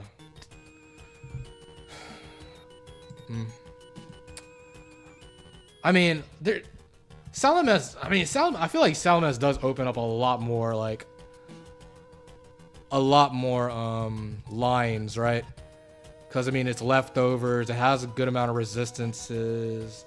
It's Intimidate, immunities. For Big Bad Metagross to just win the game. It makes a bit too much sense. Salamence 8 is so good, man. Salamence 7 and 8 are so good. I feel like they're a bit underrated, actually, in terms of like the absolute best of the best Pokemon in the Battle Factory. Not many people mention Salamence 7 8. It gets overlooked by the Lotties a little bit. But the fact that Salamence 7 8 is fast, and it's a freaking Salamence with Intimidate. And then 7 8 have great items, Lumberry leftovers. I think I'm picking it over Houndoom, man. Houndoom held it down, though. Houndoom was super clutch. That Dragon Claw crit, though. It was not favored to live that. It was not favored to live that.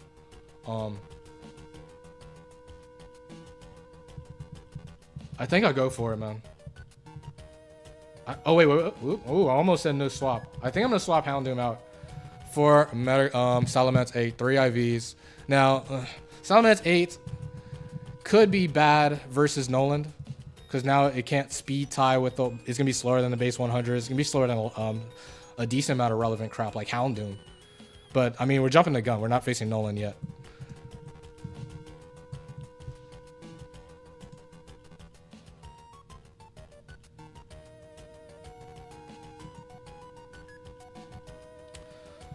Alright. So, yeah. I'm going to make that swap. I'm swapping Houndoom. Houndoom. Oof.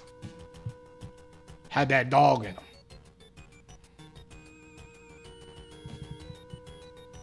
For Salamence 8.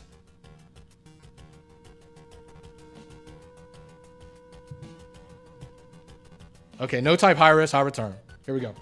Come on, Mischievous one.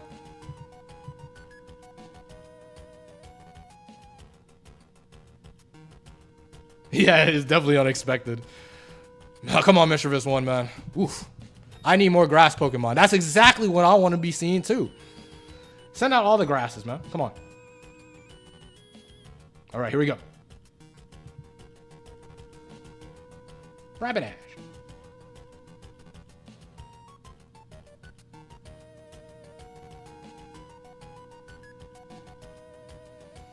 Okay, so we got Rapidash. A fire Pokemon. Metagross doesn't like that. Rapidash can be very annoying here.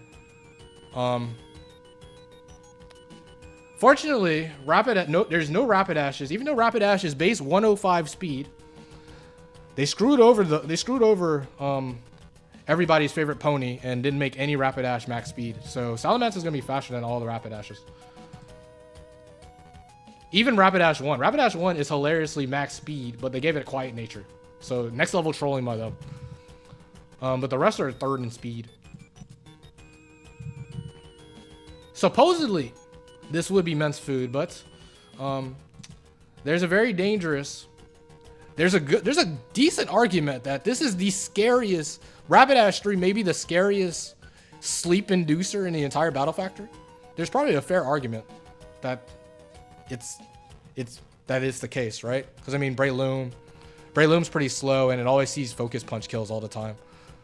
And then, I mean, there's not too many Hypnosis or Sleep Powder Pokemon. But Rapidash sits at a good speed tier, and then can actually hit a water type with Sunny Day Solar Beam. So like, we've definitely seen Rapidash 3 rob some Pokemon battles. I think there's a good argument that Rapidash 3 is actually the scariest sleep inducer in the Battle Factory. Okay, so yeah, it's most likely Rapidash 3 or 4.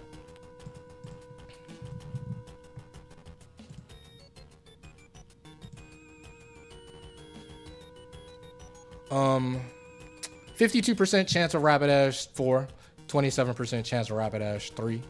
Well, let me see. Okay, no, they accounted that for that, obviously. Before I forget, I'm gonna change Salamence here and then put whatchamacallit, Houndoom here, because I'm very likely to forget that. Either way, all signs say we go Salamence. I mean, there is a option of staying in and Thunder Waving. But let's see, Overheat. I mean, Overheat does chip. Crit doesn't kill, though, at least. We're faster. Dragon Claw would be easy to a KO. We're leftovers as well. And also, actually, well, no, I think with how Gen 3 mechanics work, I Intimidate it, but White Herb doesn't activate till the end of the turn.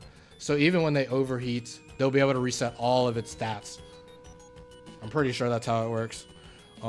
Gen 4 onwards, going into Salamence would actually waste its White Herb. I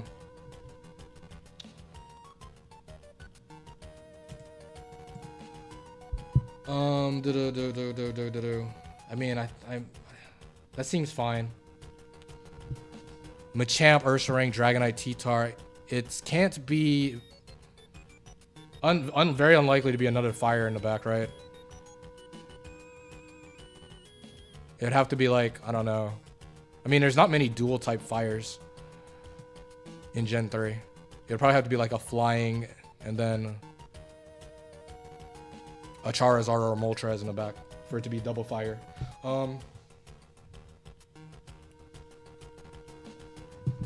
So yeah, I think Salamence switch is okay. We are Salamence 8. We can't attract if we, for some reason, wanted to do that. I mean, Salamence is going to get chipped, though. We cannot hate on... Like, the opponent cannot hate on the damage output it's going to get on this Salamence. It's going to do a good chunk. Salamence is going to be, like, probably, like, around 30%. Or even worse if it's Rapidash 3 and it gets the luck. That is something. Like, Rapidash 3 could obviously go for Hypnosis here. I think the only plus for that... The only plus for that is that they're guaranteed to overheat, right? Because they don't like Solar Beam, since Solar Beam's a resist. Or is it a tie or something like that? I don't remember. Either way, I mean, I don't think staying in with Mischievous does much. Like, why let Mischievous take damage? Salamence can take it 1v1, still be an okay amount of HP. And it has... I mean, the entire team has some semblance of recovery, which is cool, but... Salamence is most likely to win the 1v1. Let's go for it. I mean, this is pretty risky, though. I mean, we could get crit. Oh. Iron Tail. Okay. Fun Iron Tail play by the opponent there. I mean, they didn't see an overheat kill or anything. So it is Rapidash 4. Rapidash 4. They couldn't double edge. So yeah, that was a fun, rare Iron Tail. You don't see Iron Tail every day.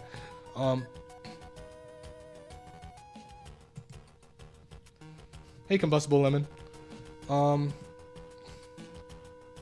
yeah, guaranteed Rapidash 4. Who activates high risk, high return all by itself, which means it can be literally anything in the back besides like Clefable 1, Alakazam 3. And anything with White Herb, obviously. Yeah, it did -1 damage before he got the reset, which is pretty adorable. But what you mean? I mean, double edge is gonna do some chip. 4250 crit would suck. Crit would suck. But is there actually? Wait a minute. Could we cook a little bit? Or is that too cute? That probably is too cute because it's like. Because they're always gonna double edge. Double edge is the highest damaging move.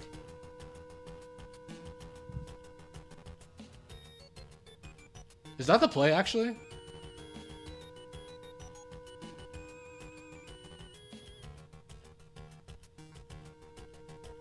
Because it does not like to overheat. I'm pretty sure overheat AI. I think it never wants to overheat because it doesn't see a kill and it's a resist. If the target resist the moves, -1 score. So double edge is always. Well, if the target resists the move, but then if it's the highest damaging move. Oh wait. Oh, if it's the highest. Oh wait. If it's the highest damaging move, then. Okay, I think after I intimidate it. My idea was like I can go back into Mischievous for free and then go back into Salamence.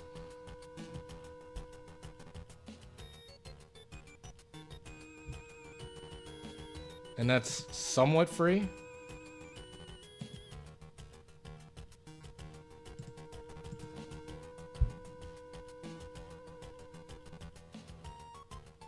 But that could be too cute. I mean, overheat crit. Overheat crit doesn't kill Salamence. Because they could overheat on Mischievous.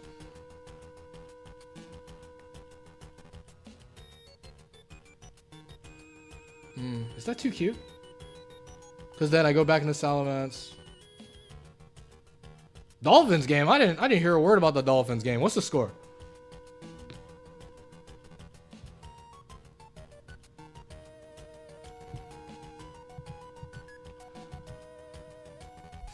That may be too cute, man.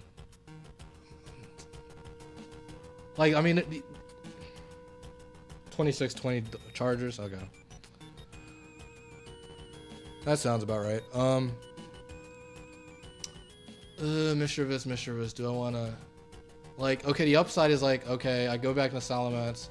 Overheat doesn't do that much, and then it really can't hit me.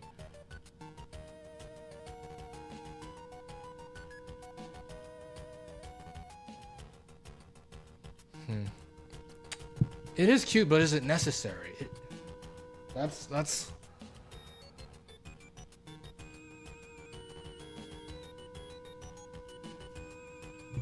Because, I mean, if it gets the crit, it's bad either way. Because crit kills me.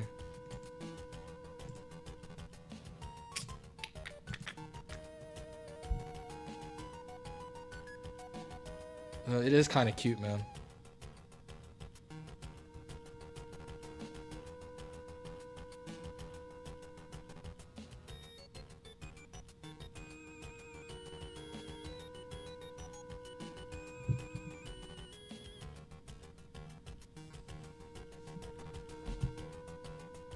Because I'm more likely to be in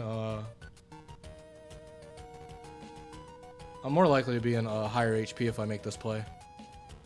It's a bit unnecessary, but it's supposedly a fun optimization.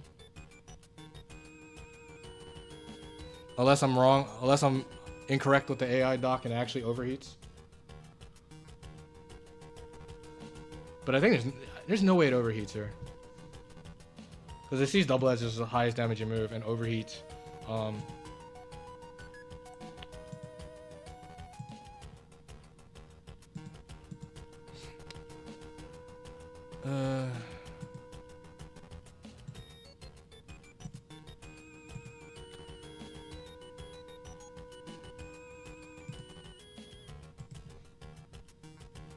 Lions Chiefs tonight. Looking forward for that game.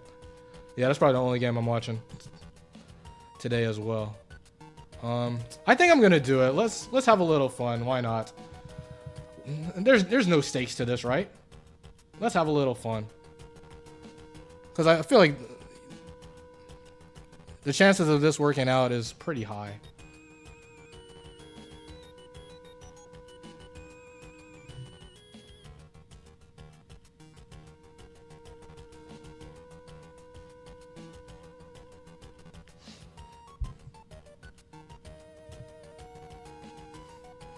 Yeah, I, for some reason, I don't know. It's like, I don't know. It's definitely like too cute of an idea. I don't know if I don't know if I want to think harder about this, because it's very unnecessary for the most part.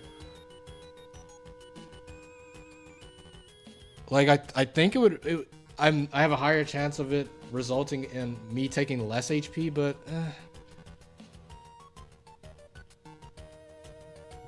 I don't think it's that big of a deal. Let's Dragon Claw this.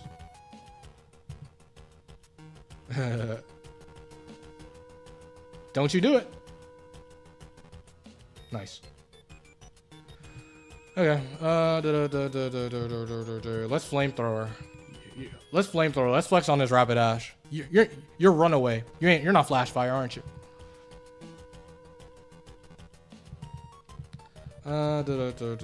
Which moves better? Let's go for crunch. Yeah. So yeah, I probably took way longer than necessary on that play. But that could have been something if it was actually more important of a situation. If that was actually like a nice player.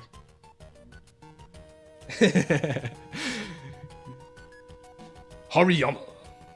Hello, Hariyama. Nice fighting type that came out. Hariyama. So, given that I KO'd this Rapidash with Salamansu, I mean, well, actually, every Hariyama can hit Salamence super effectively. 3 of them have Rock Slide, and the other one has Ice Punch. But, wait a minute, hold up. Is it Mischievous' time? Is it Mischievous' time to show the world what it can do? Surely the plays go Mischievous here. All Hariyamas are in play. It can literally be any of them. Practically a true 25, 25, 25, 25. All right, so obviously Mischievous makes a lot of sense. Even Salamence makes a fair amount of sense. In fact, Salamence may make more sense, given that, I mean, it's gonna Rock Slide. Hariyama 4 is gonna Rock Slide. They should see the kill.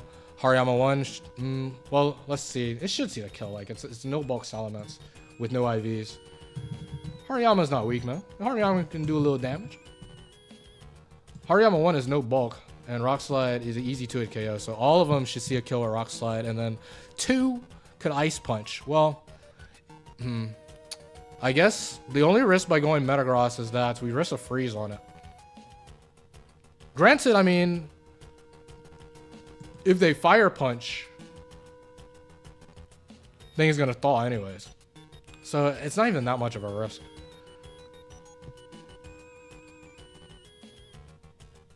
Confuse, T-Wave Confuse and set up Metagross.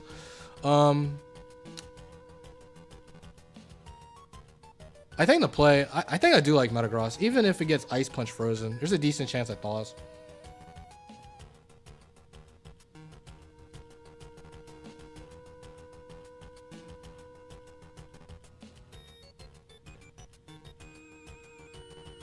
Yeah, I don't want a Thunder Wave. I think I never want a Thunder Wave. I think if I do want to aim to get Mischievous in, I think I want to pivot into Metagross first, because Metagross will take less from Rock Slide. Mischievous, I assume, will take a decent chunk from Rock Slide, while Metagross won't take much at all. So, like, okay, Hariyama 4. Hariyama 4, Rock Slide. 23, 28, that's chill. That's decent damage. Meanwhile, Metagross, 9 to 10%. That's negative. So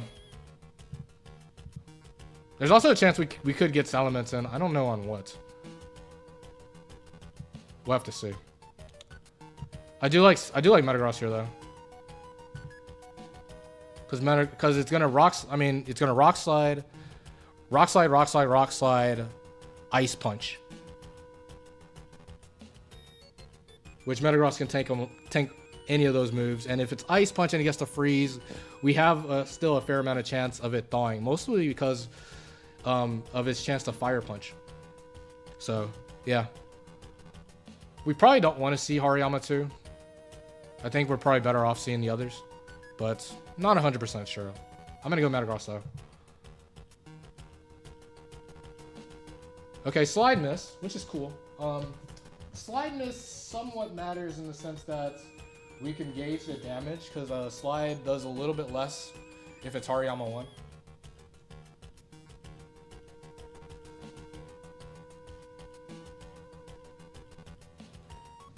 But from here, this is a pretty simple Mischievous pivot.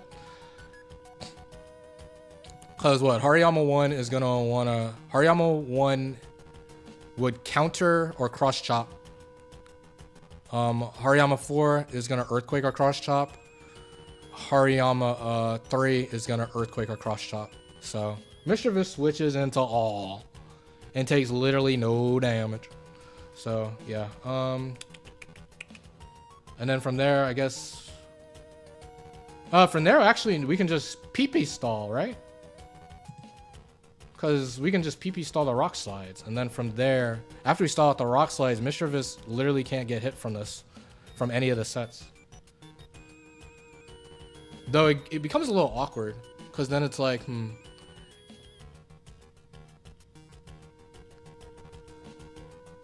Well, it's not that awkward. It's just slightly awkward. If we can stall out the cross chops, we'll have to wait a little. Well, Mischievous... Well, Mischievous has a crap ton of PP on its moves. So actually, yeah, all we have to do is just sit a little bit with Mischievous. And then we can go south. As soon as it runs out of cross chops, then we can safely go into Salamence. And then when it runs out of all of its moves, we can double team with Metagross and go for it. So I think, okay, this should be pretty simple. We should count Hariyama's moves. So we know it's Rock Slide. We don't know the exact set yet, but we know it's Rock Slide. He used it once. Mischievous switches into all. Let's go for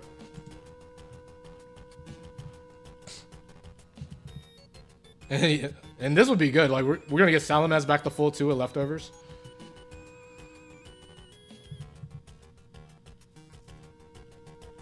Counter. Okay, it's Hariyama 1.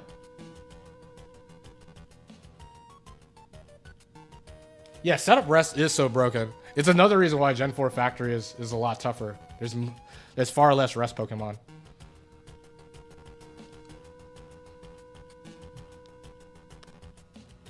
So yeah, it's counter. So we got Hariyama 1, which is good news.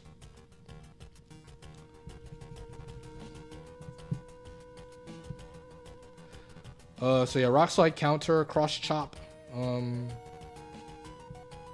The old CC, and then Fake Out, which you'll never use. Last? What are you doing, Ellie? Yeah, we can go into Metagross here on Rock Slide.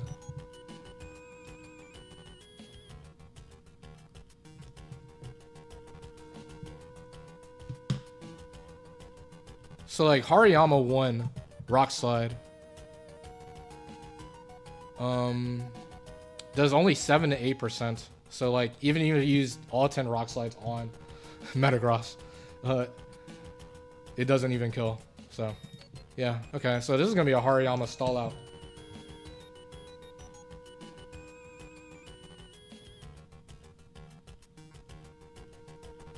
What's happening with Dave? Did Dave already win? I'm assuming Dave already won.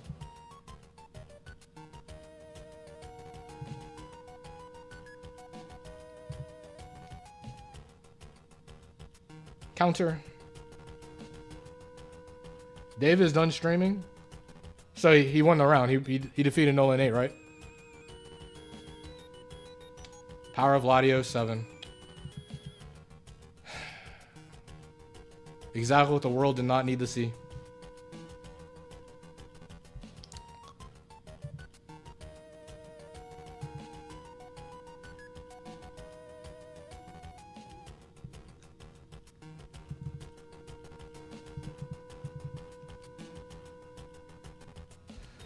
Okay, first cross chop.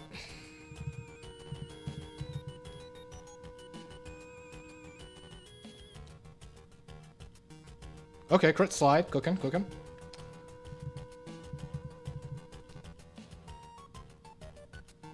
Counter. Third counter.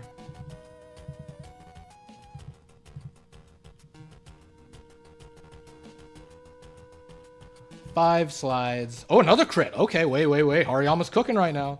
Even though I can totally afford to go let Mischievous take a slide or two if need be.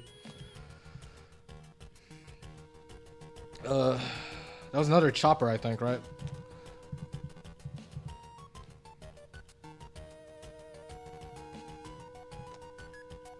That's 6.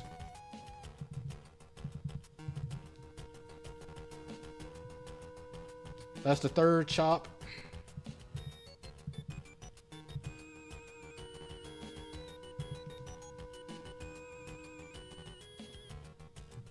Nice miss. 7.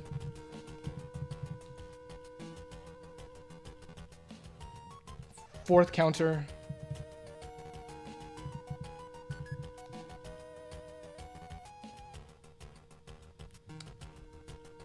Eight slides. Probably sees a cross chop kill here. Cross chop 4, only has 1 left.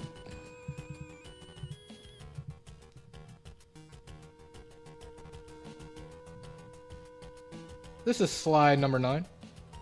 Okay, she used his last cross chop here. Alright, it's out of cross chops. Used all 5. Last slide is here.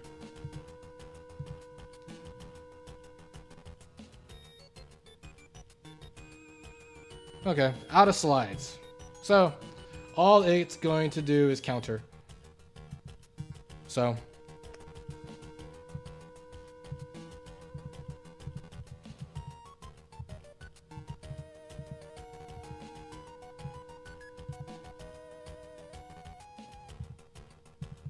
I'll rest.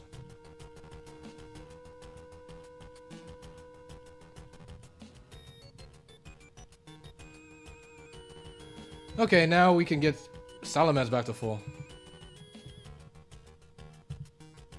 Oh yeah, we gotta count the counters. That was 5 counters, 6 counters.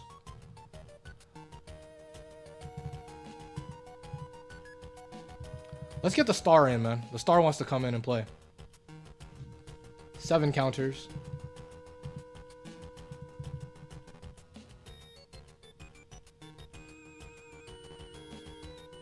First fake out used up.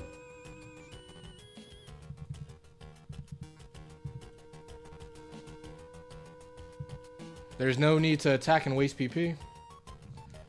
8 counters.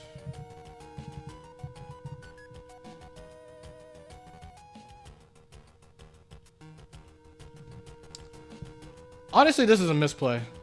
I don't want this thing to ever fake out. I want fake out to be the last move, actually. So I'm not going to do this. I'm not going to go to Mischievous anymore.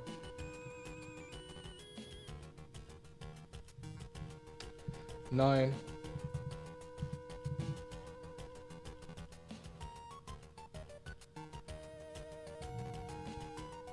That's 10.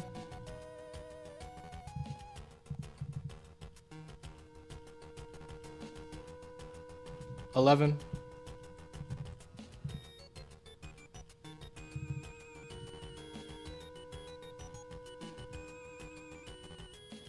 How many more turns of leftovers? That's 12.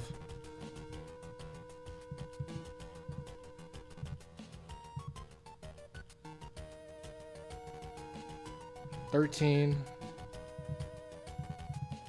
It's probably getting to the point where I think it's actually getting to the point where I want to just keep Salamence in. 14, because I need to use turns to get double teams up. So I'm actually gonna spam attract.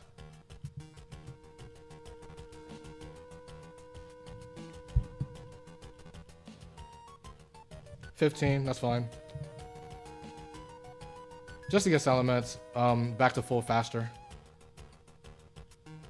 That's fine. That preserves a little PP. to make Metagross setup safer. Alright, so Salamence is finally back at full, so we can go for it now. It only has 4 counters left. So we just double team the +6 and we go for it. That's 18 counters. 19 counters. Okay, this should be their last counter. So it has 8 fake outs left. 3 fake outs. 4 fake outs.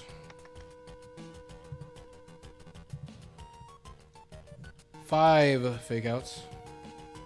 And now we can just attack this. Let's fish for attack raises.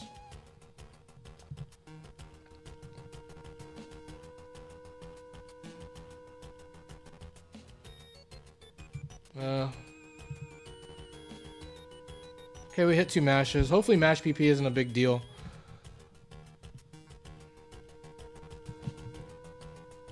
We know it's Hariyama 1, so White Herb, Focus Band used up.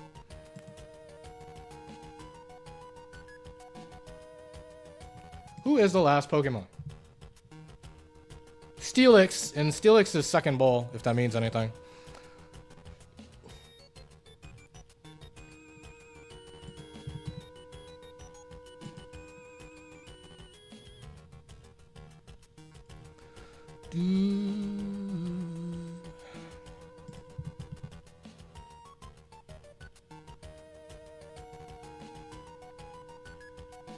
All Steelixes should be in play.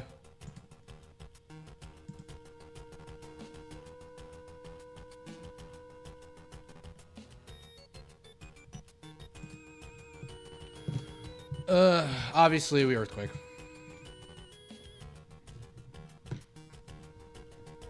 They Earthquake it well, but they miss. And it's not leftovers. It's not leftovers, so it's not Steelix 2. I don't know if it's... It could be... I think it could probably still be Steelix 1. I'm not 100% sure. With the citrus. I don't know. Either way. I don't think the rolls are... I think all the Steelixes are max attack, max speed F, right?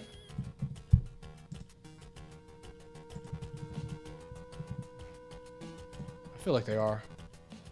So, the rolls are... So we don't know. We just know it's not Steelix 2.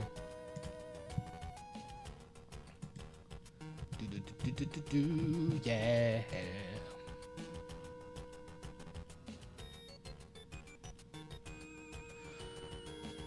All right. Oh yeah, oh yeah, that's true. Steelix 1 would have Rock Tombed. Good chance of them Rock Tombing. That's a good point. So yeah, very likely it's Steelix 3 or 4. Which would have been a very high risk, return team by them. Okay. That's a dip. We're almost there. Okay, 6 matches next. No type. Total prep.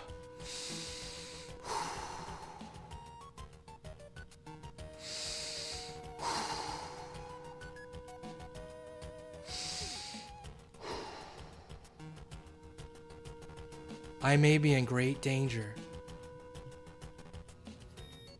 Total prep is not what I want to be seeing. The chances of a Suicune 1, a Suicune 6, an Entei 1, and Entei 6 skyrockets. Oh no.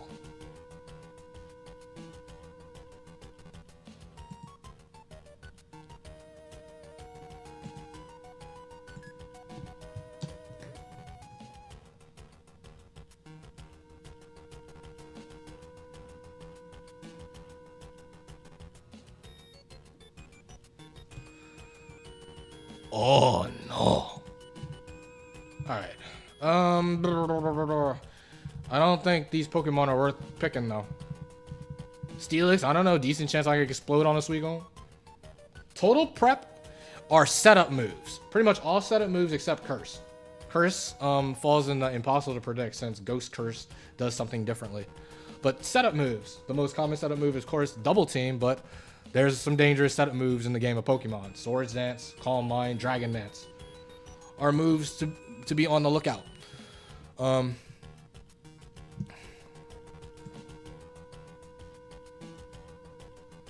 The more interesting thing about Total Prep is that outside of Unrestrained, every other category overrides Total Prep. Also, you need 3 Total Prep moves to activate Total Prep. So this is not the easiest quote to activate.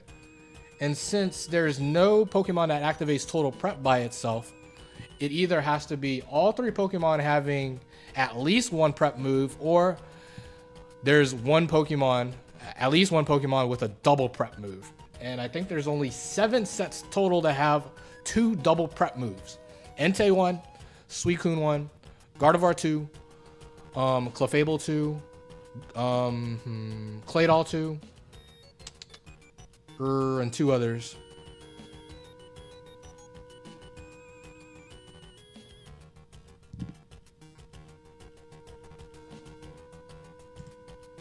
Let me see. Like, the buddy is gonna show this. The buddy's gonna remind me of the other 2. It's let me see if I can remember it.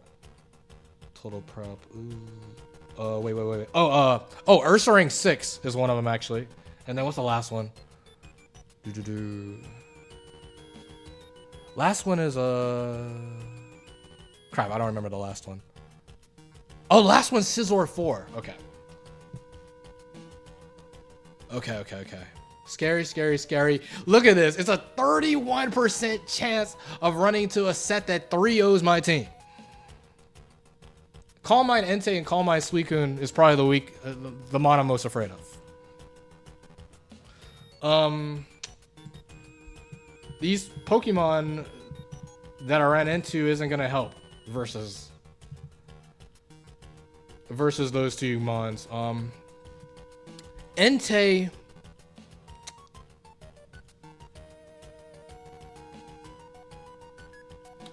We faced the Pokemon we faced were Rapidash 4, Steelix. It's very likely Steelix 3 or 4. Technically, it could be 1. Granted, 1 was very likely to Rock Tomb actually, and then it was Hariyama 1. Oh boy. We may need to see the ultimate Mischievous 1 Thunderwave Confuse Ray Masterclass if we run into Suicune Entei.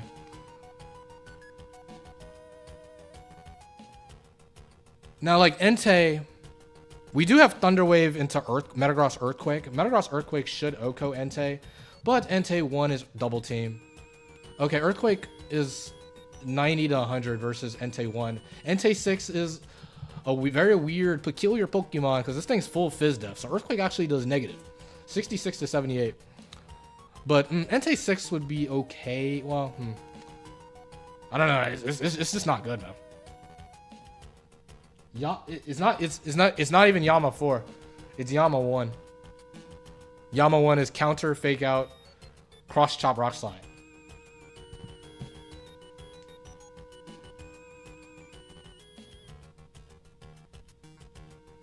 You say that, but we can totally.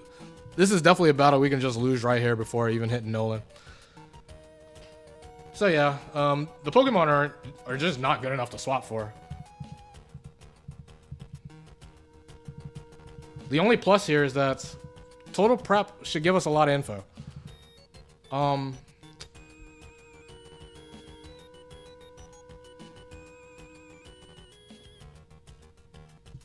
right. I feel forced to keep, so I shall do so.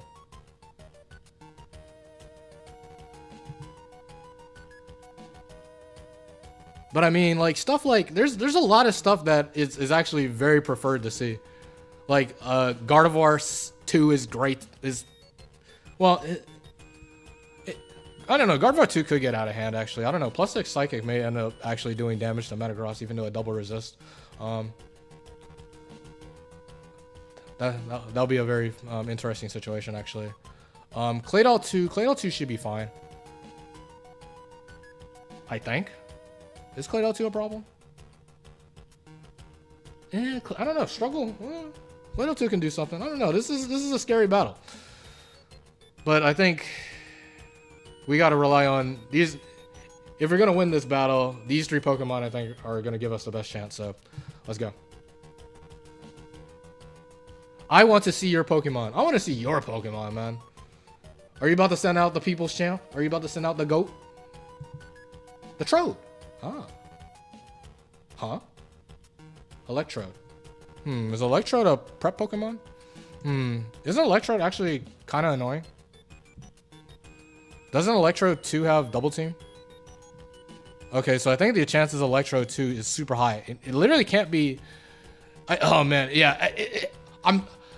I bet the buddy is going to say, like... It has to be, like, 80+% Electrode 2.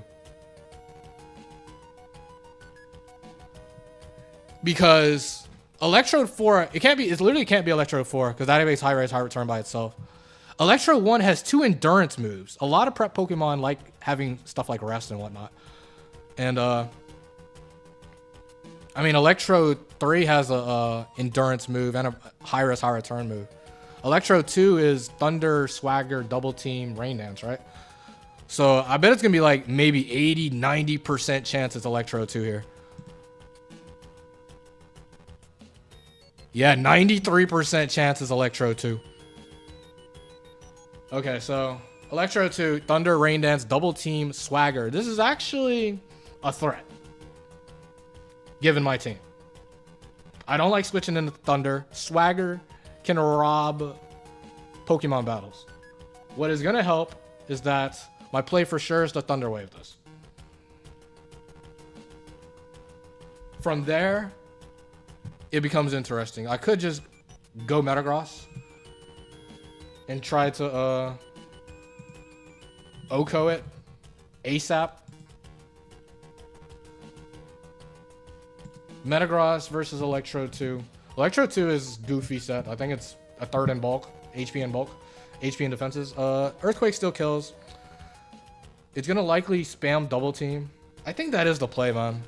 I think I don't want this thing to do anything else. I think I'm okay with it trying to Double Team up, and then Thunder Wave gives me a chance to get free turns. So I think I'm gonna Thunder Wave and then go Metagross, and then just try to OHKO it, man. If it doesn't work out, we may be able to outplay it. Thunder 32 to 37. That's a lot of damage, man. Para. I can't Double Team out of it with Rain up. This can go south quickly. I guess another option is Thunder Wave first, then Confuse Ray, then go for it. Maybe that's better. Maybe that's safer. That gives it more opportunities to Double Team. Maybe that is better. I think I do like that. This is battle number 6. So if I win this one, we will be taking on Noland. And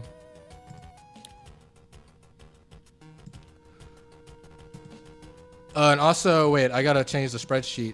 This is not no type high risk, high return. It is no type preparation.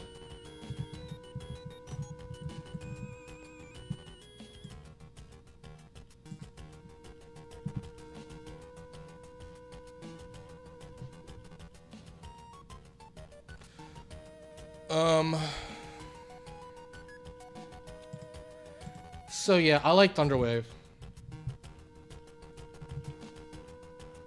I like Thunder Wave, and then it's an option of like I can go Metagross immediately or Confuse Ray. I think Confuse Ray is probably better. More opportunities to get that free turn to Earthquake OHKO it.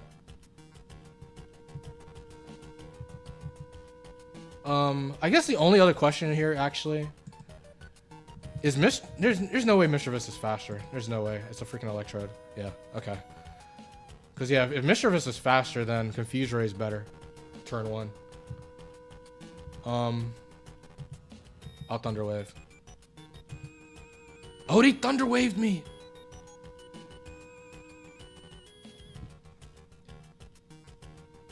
Incredible scenes in the Battle Factory. This was a 93% chance of being Electrode 2, and it's not Electrode 2, it's Electrode 3.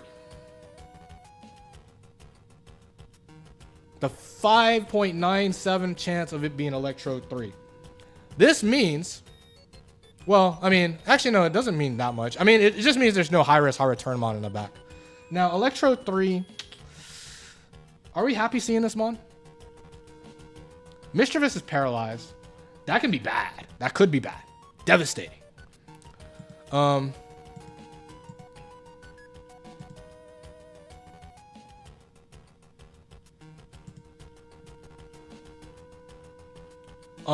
It does not guarantee a total prep mon in the back because Electro 3 actually does have Endure.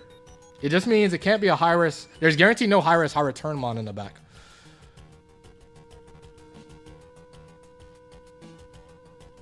Thunderwave is annoying. Only plus here is that Metagross outspeeds and OHKOs this guaranteed. Nothing silly little Electrode can do. The question here is, do we go hard into it? I think we do. I think Mischievous HP is a big deal.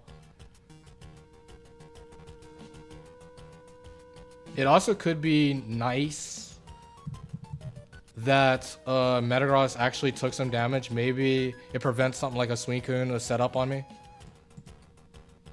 if they see a kill.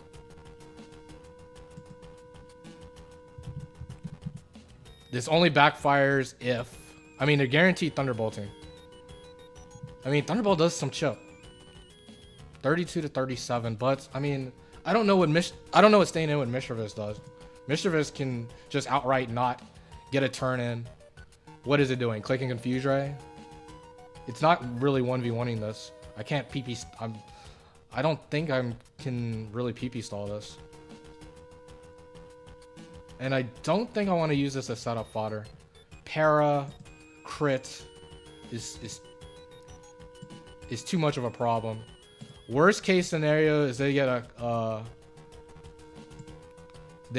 full para on me and then crit afterwards. Then I just lose Metagross for no reason. That'd be devastating. But I think I gotta play the odds.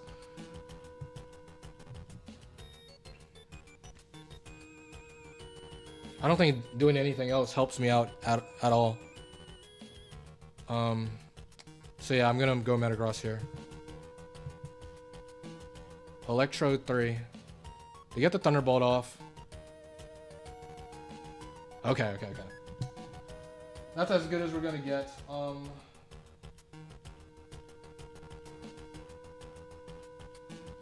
Now, actually, there's a very high chance to go for Thunder Wave here. So there could be a greed option of double team and then a slow rest. But that risk hacks to where I don't like that. I don't think that's necessary. Maybe we need the Resto Chesto for something else. I think I'm just going to kill this.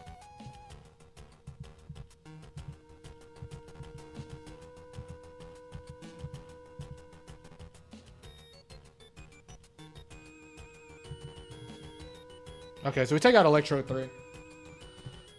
Alright, man. I mean, it's a 33% chance. Even higher than that, 34, 35% chance. We're running into either Entei or Suicune.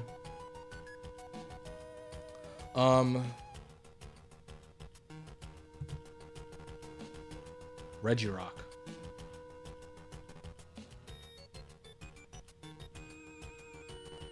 Regirock.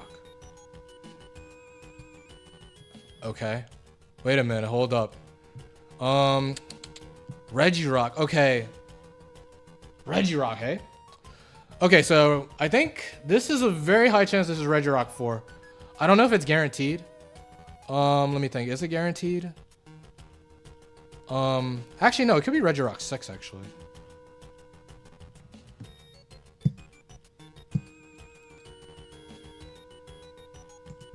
Well, I mean, it's guaranteed not Regirock 2. It's not Regirock 2. It's not Regirock 5. It can't be Regirock 1 either, because it can't be any high risk, high return move. 3. 3 chances are pretty low, because 3 likes to do a lot of other crap. Because it has Curse and Rest. It has to be. It's very likely 4 or 6. 4 has double team. 6 has psych up. I think, pretty sure psych up is a prep move. Let's see what the algorithm has to say. We took out Electrode with Metagross.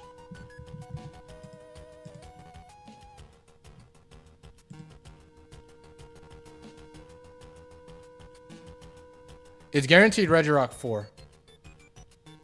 Guaranteed Regirock 4. It's guaranteed Regirock 4.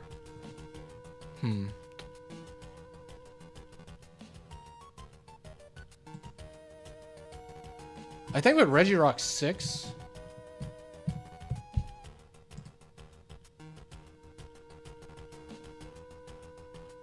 Oh no, oh Regirock 6 has Explosion. It can't be Regirock 6. And then 3 clashes with like too many Resto Chesto Pokemon. So it can only be 4 Pokemon in the back.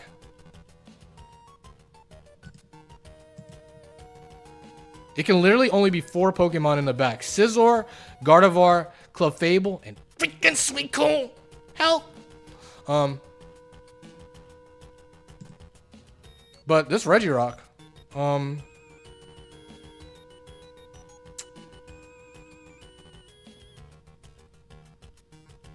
in fact, we know the exact sets. It has to be a double prep move, which, that's a bit of a surprise actually.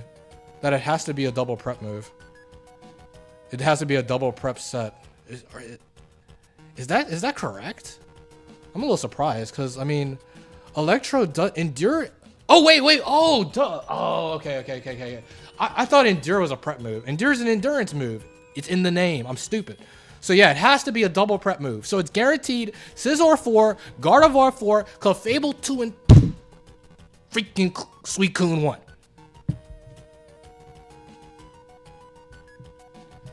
But we got to deal with this Regirock 4. How are we beating Regirock 4?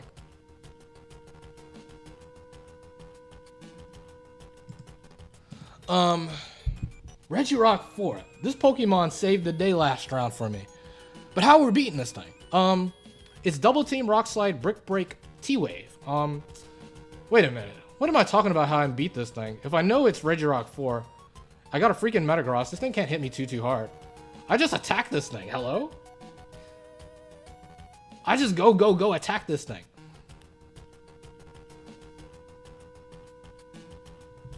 This thing wants to Thunder Wave me.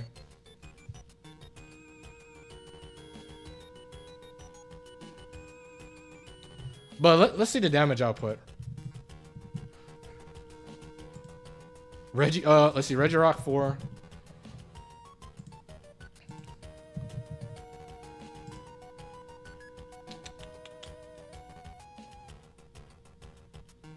Mash. 64 to 76, but missing is devastating. Missing gives it a pretty much a free double team.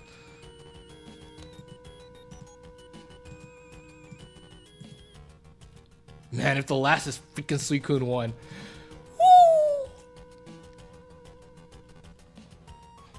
Woo! Cause like we should be we beat the other we literally beat the other 3 Pokemon. Scizor 4 cannot beat Salamence. Clefable 2 shouldn't win. It has no recovery. It can't even hit Metagross hard. Gardevoir 2's only attack is Psychic. Same deal. Can't hit Gardevoir 2 too well. But Suicune 1 can just win the game.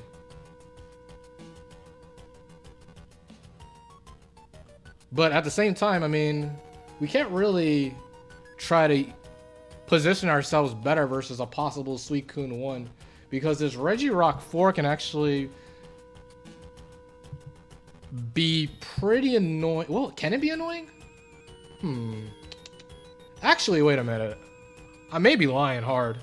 Because, I mean, at the end of the day, well, Earthquake, I mean, Mash does 64 to 76. Earthquake is a 3-hit KO. But, I mean, I only have 10 Mashes, 10 Earthquakes. If it gets double teams up, I mean, with Earthquake's never going to be a 3-hit KO. I mean, if I'm gonna hit mash, I gotta be hitting mash right now. In fact, should I mash? Because I mean, is there a reason to save mash? It's useless versus Suicune.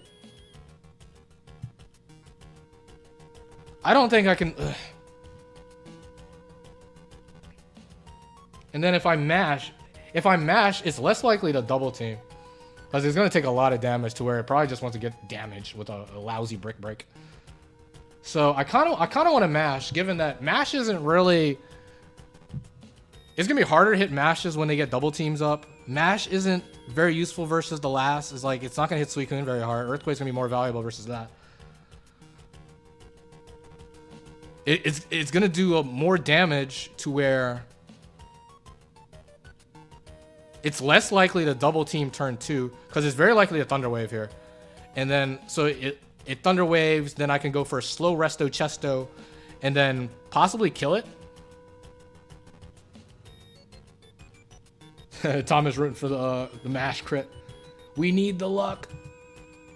I think I like that. I do, yeah, I still got my Chesto. This is my best chance to hit before it even gets double teams under its belt. I'm going to do it. It's not even that bad if I miss. Okay, we hit. Nice. Raise, raise, raise, raise, raise. No raise. Okay. Okay, this is a big turn. Big turn, big turn. Get the rest off. They do brick break. Yes, yes, yes, yes, yes, yes, yes, yes, yes. Okay. We get the Resto Chesto off. Okay, okay, okay, okay. Sweaty ruler time. Is this an earthquake range?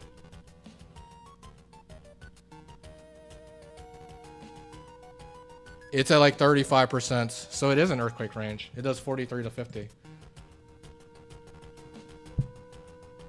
I think we definitely kill this. But freaking Suicune 2, Suicune 1. I don't know what to do versus that.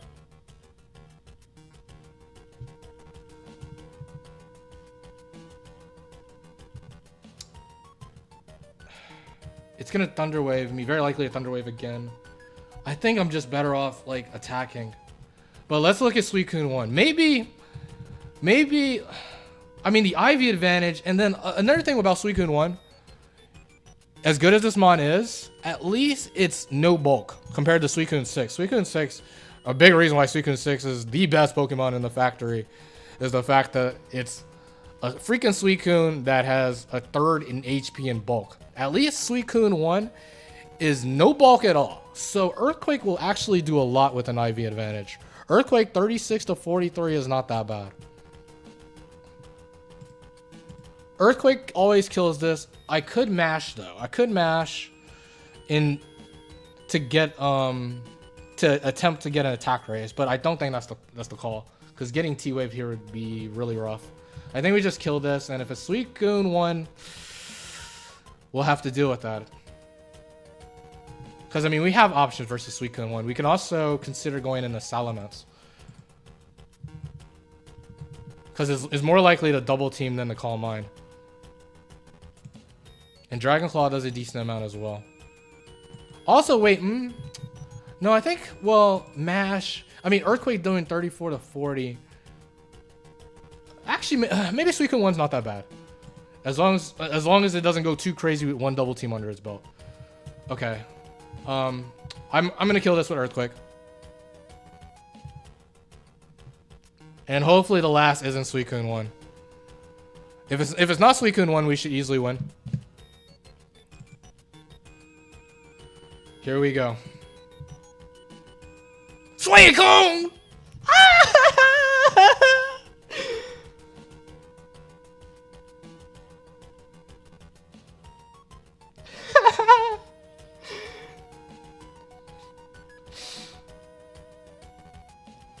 Okay, it's Suicune. Hello, it's Suicune freaking #1. The Pokemon I've been worried about from the start.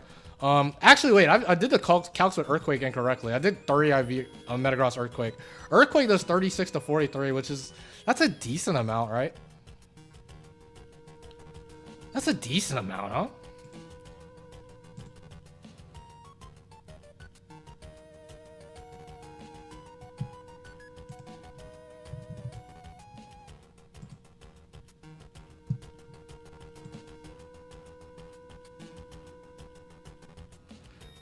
No, I want to attack this. Now, okay, by attacking, if I hit, they're very likely to double team. I attack it 36 to 43. That's a good chunk. That means they're very likely to, like, maybe just attack me.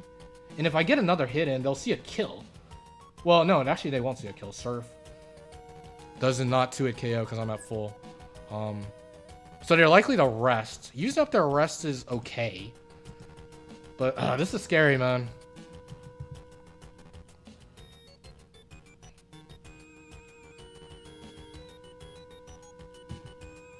Mischievous Paralyzed sucks specifically for this situation. Granted, I mean, Mischievous was slower, right? Yeah, Mischievous is definitely slower. Mischievous is like 200 something. I mean, I have to Earthquake. Yeah, Vaporeon 3. No.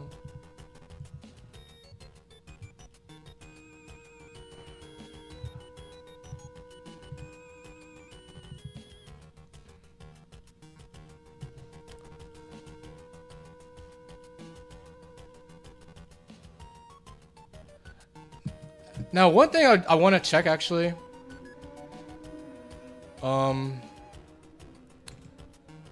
Pain Split. Can Pain Split miss?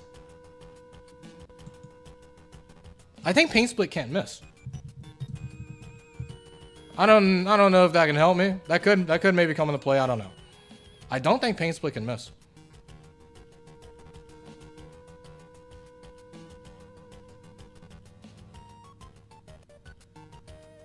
Yeah, Pain Split can't miss.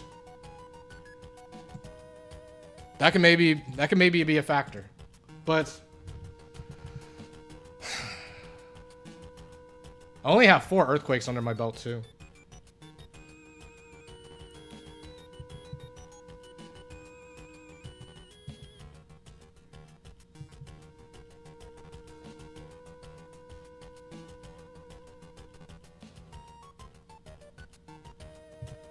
I'm gonna Earthquake here and go from there. Double team. Alright, we hit. That did nothing. It didn't do enough.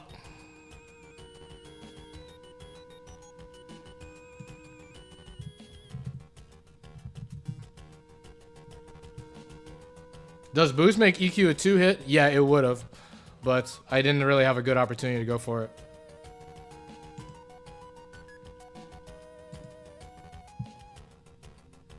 Yeah, that is huge that we hit. I mean, crit kills.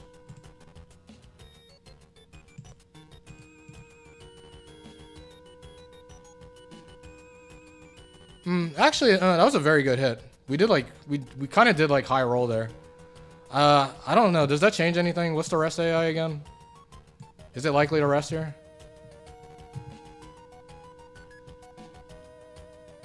That looked like max roll, man.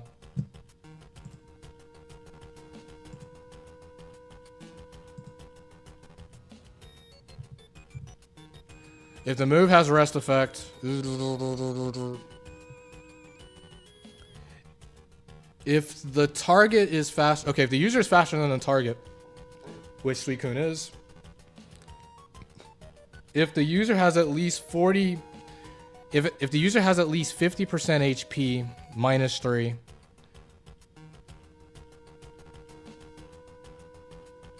Okay, so it's not likely to rest here, right? It only likes to, when it's faster, it only likes to rest when it's under 40.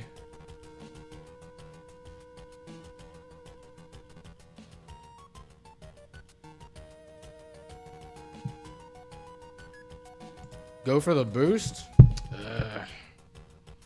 Now, since we got, it's likely to just attack me here. It's a little unfortunate that Metagross didn't take any damage. Because Surf is not a 2-hit KO.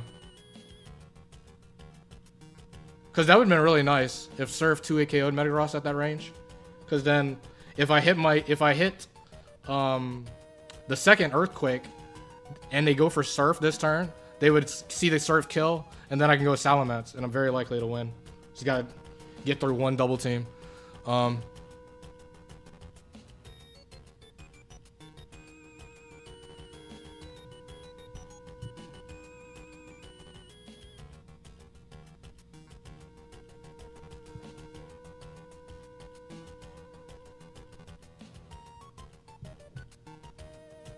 Huh.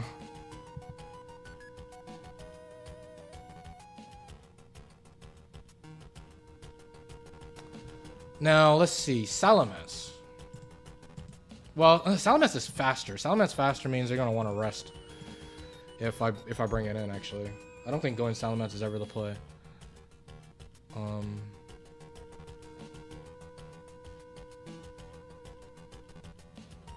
Is Mash the play? Does Mash really do anything? I mean, I'm very likely to miss Mash. But, let me see. If I'm very likely to miss Mash... But, missing Mash... Is missing Mash even that bad?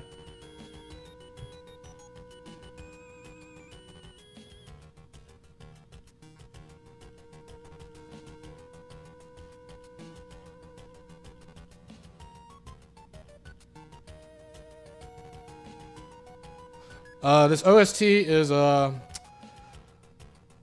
Heavy Rain theme in Pokemon Ruby, Sapphire, Emerald. Like, I'm kind of seeing Mash a little bit, because, I mean, Earthquake, they're going to rest afterwards, and that doesn't get me much. I only have 3 Earthquakes left. Because, like, okay, with the damage I got, it's less likely to double team. It's most likely to Surf me. Because, like, okay, if I miss, Surf doesn't kill, then I can Earthquake. Let me see. So, like, it's, like, that damage output, that was practically perfect high roll, right? 43%. So, yeah, let's say, like, 42% or whatever. So, it's at 58%. If I hit an Earthquake, Salamence will kill a Dragon Claw. So, like, okay, like, if I hit...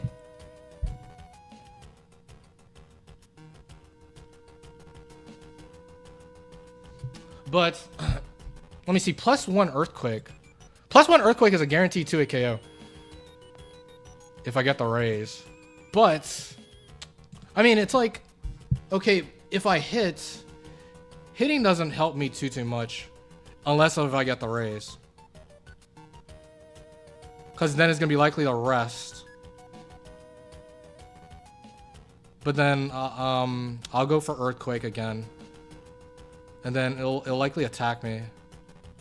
But then, I mean, getting this thing to rest before it even gets more boost is a good thing. Yeah, EQPP is at 6. I only have 3 left. I think... is Mash right? I think Mash is right. Because EQ doesn't... The only upside of EQ is that I can crit right here.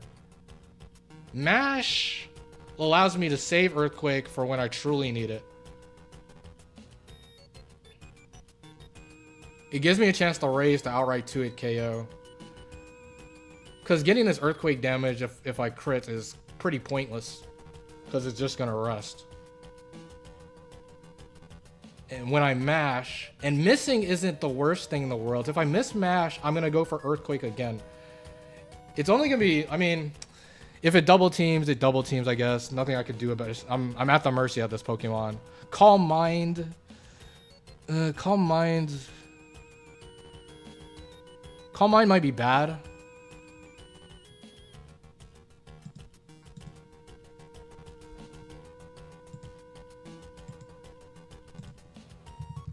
If it Calm Minds, how much does Dragon Claw?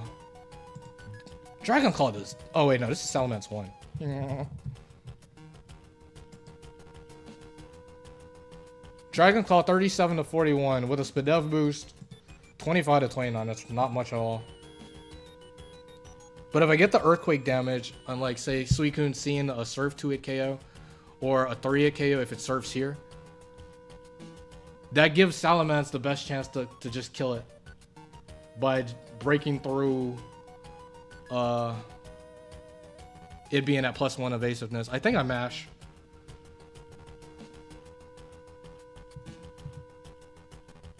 Is there a mischievous angle?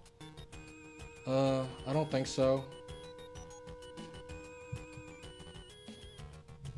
I'm gonna mash.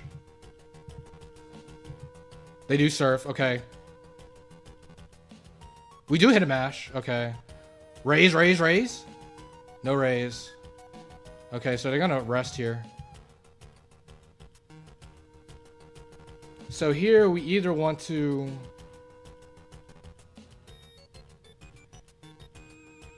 I think I do want an Earthquake.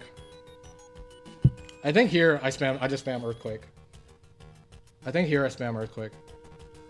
But we absolutely need to hit these next two Earthquakes. They're gonna rest. I used up my chest though. Resting does nothing for me. That man.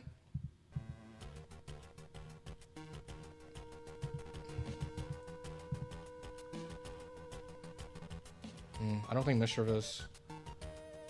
I don't think Mischievous does anything. It's Para too.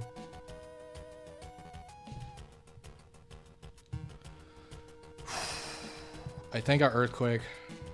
I think I just Earthquake. By getting this, if I get this Earthquake off, they're likely just gonna attack again.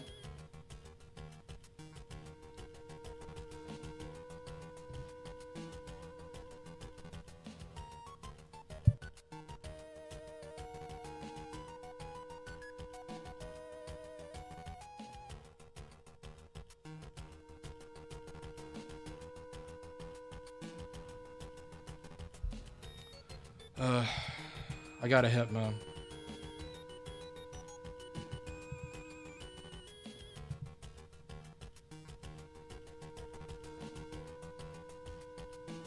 Come on. Okay, we hit. Ooh, big hit. Okay. This is a second. We need to hit this one. We're Earthquaking for sure. Because if they surf, they'll just kill me with surf. And then if we hit the Earthquake and the Salamence Dragon Claw kills. We need to hit this one. They surf, okay. Yes, we hit. Okay. Salamence, it's up to you, buddy. Salamence. Actually, isn't the play just go Salamence right now? The play is to go Salamence right now. Why sack this? There's no need to sack Metagross yet.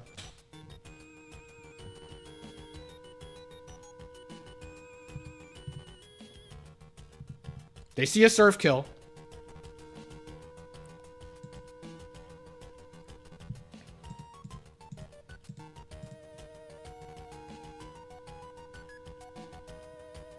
It's not like surf crit is whatever. Yeah, there's literally no reason to sack this Metagross. This Metagross can still finesse. They see a surf kill always, so they're always surfing. Salamence.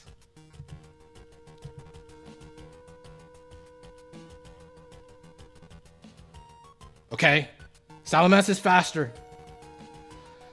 It's all up to you, buddy, Salamence. The thing is, though, even if we miss,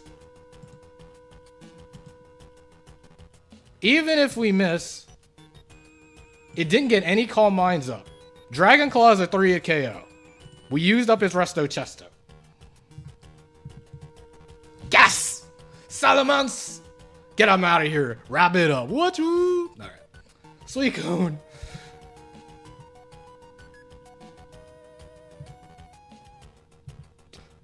Ah!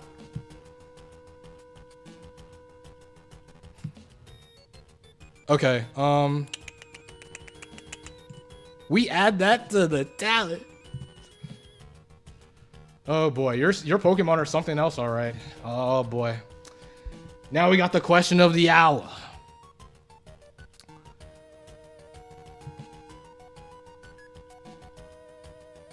It's Noland time.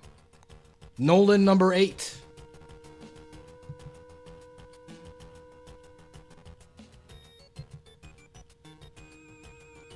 Do we swap for Suicune 1? It's a Suicune 1. However, it's a 3 IV Suicune 1. That matters a lot. See, if this was Suicune 6, it would be a no-brainer for sure. But Suicune 1, a 3 IV Suicune 1? Like, The big issue with Suicune 1 is that it's no bulk. So the fact that it's no bulk versus these perfect IV Pokemon may be a genuine issue.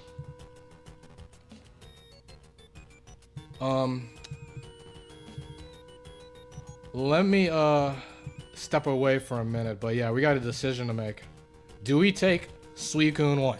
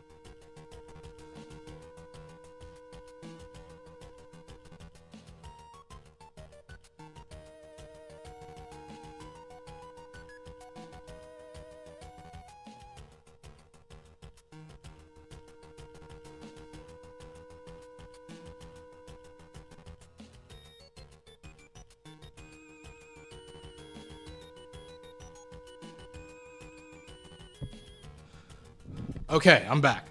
Huge question. Do I take Suicune 1? If I take Suicune 1, Metagross is perfect. Metagross 3 is perfect. Salamence is already 3 IVs. I had to swap that out. I swapped Houndoom out for that.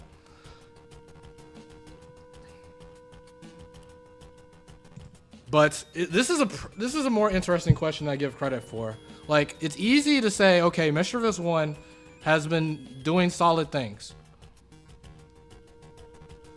And it does have perfect IVs. But we're facing perfect IV Pokemon. So Mischievous 1 is more likely to be more fraudulent. Is more likely to be fraudulent here.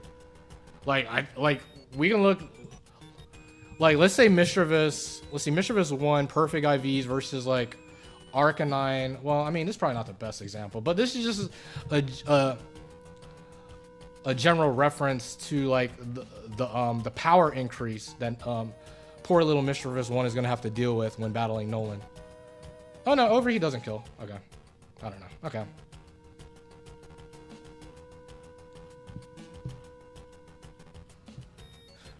Yeah, it's not a tank, but I mean, it has a great defensive typing, and it's literally full Fizz Def. This thing will live pretty much in any non-super effective attack. Thunder Wave has been very nice for Metagross. Confuse Ray is an emergency out. Suicune.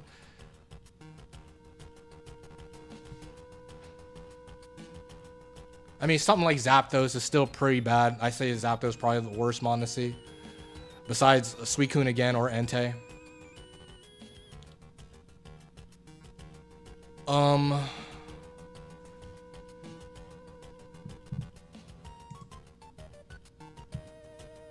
Also, let me see. I'm gonna have to get the Noland music soon, so I might as well get that set up. Part of me is actually thinking of keeping, hilariously, this Mischievous 1. Is this the right call? Because, like, Electrics are pretty bad, man. Mischievous... Suicune's just going to get outsped and O-code by Electrics. Zapdos is atrocious. At least, Mischievous can tank a hit in Thunder Wave trade. That's a big deal.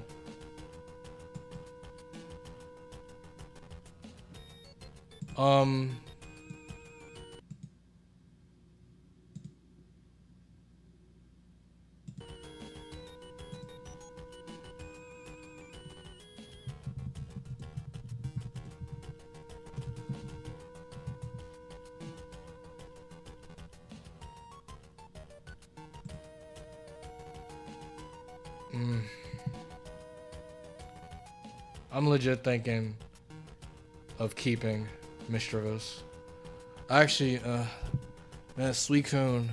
3 IV Suicune 1. I have great fear for 3 IV Suicune 1. Great fear. It's just gonna get blown up by a lot of stuff.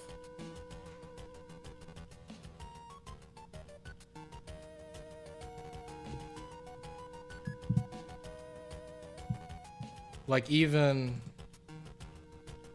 say like, okay, Suicune 1 speed tier. 269 versus perfect IV Pokemon now. Let me say, let me get the buddy. Let me get another buddy. Boom. Buddy, get the speed calculator. Open level, round A+.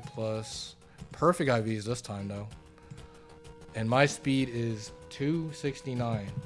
There's a lot of crap that outspeeds me.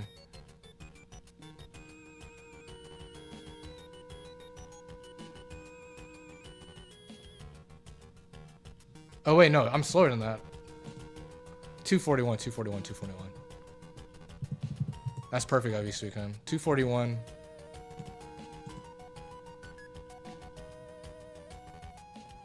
Like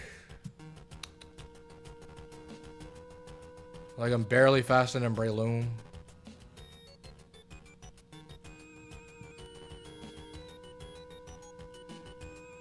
Like I'm slower than a no-speed Tauros, slower than all the Lotties.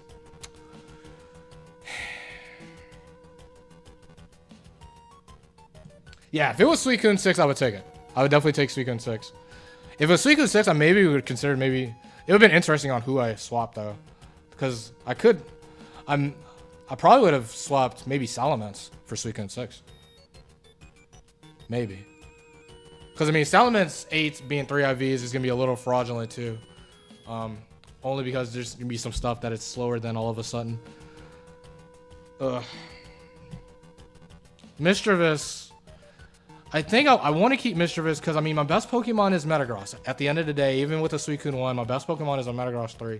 And I think with the Mischievous 1 support, Mischievous is going to give Metagross the best chance to win.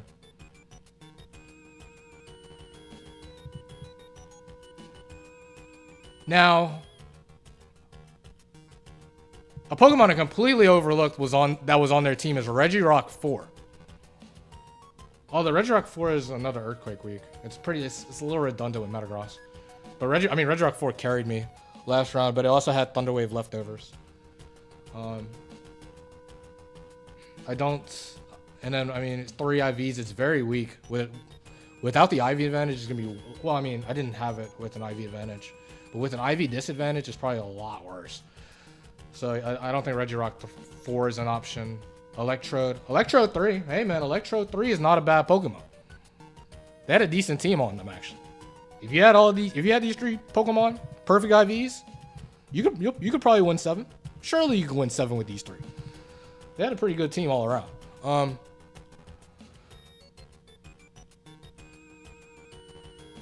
I think I'm gonna not swap for the Suicune 1. I'm too afraid of 3 IV Suicune 1. It's not fast enough. It has no bulk. It makes my electric weakness a lot worse.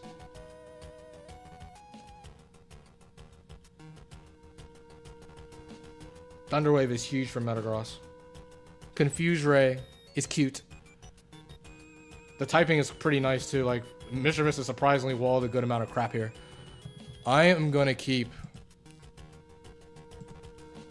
Might as well have the dock open instead of the buddy. Buddy's useless here. Is Mischievous bulkier than Suicune? Let's check it out. With perfect IVs, Mischievous hits 324, 240, 206. Suicune hits 313, 238, 238. So, defensively, yes. But it's pretty darn close, actually. Actually, as a whole, Suicune is bulkier. The Suicune spit up is way better. But still, it doesn't matter. The support moves is why we keep in Mischievous and the typing. I think I'm actually keeping Mischievous 1.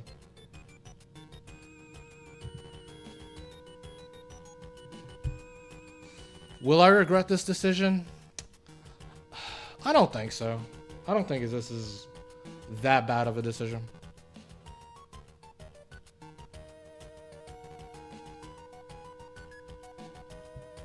All right, I made my decision. We're rolling with the Mischievous 1.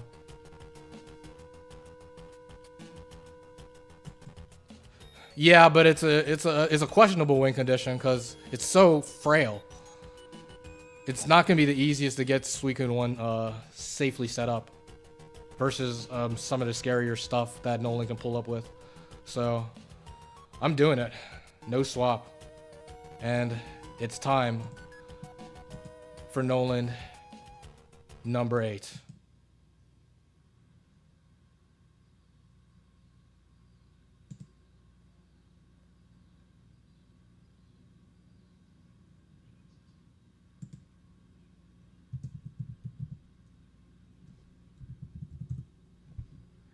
Let me pull it up.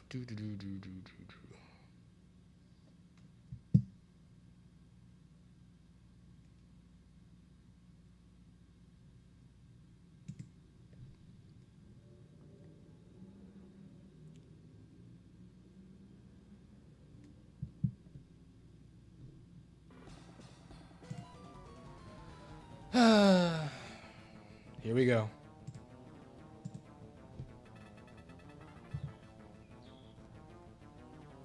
Hey, get a move on. All right. Bring it on. Noland 8. What is the first Pokemon?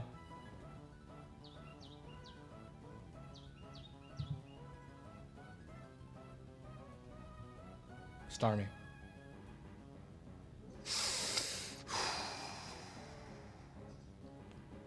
All right.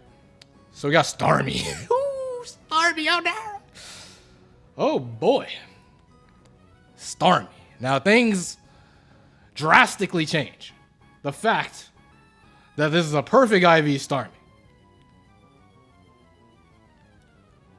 I think the fact that it's a perfect IV Starmie means poor little Mischievous, I think, is 2-8 KO'd. Yeah, 50 to 59.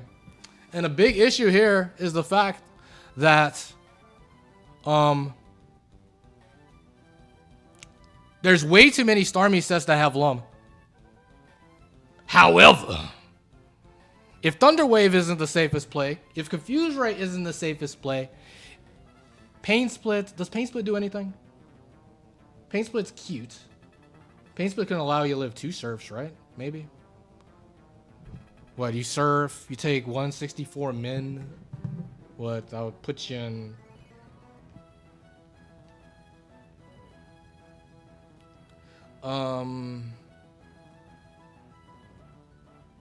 What, 324 minus 164, that'll put you 160. So 261 plus 160 divided by 2. Put both Pokemon at 210. If you're at 210, you can live another surf actually. Pain Split is funny. Pain Split in the ball. Is that better? Because I mean, the cool thing here is that we do have something Mischievous 2 couldn't do. Mischievous 1 has the super effective Shadow Ball, and getting 50 to 59% is valuable chip versus your offensive Starmies.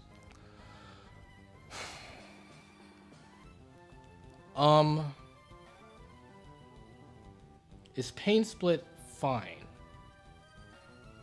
No, we gotta look into Metagross, man.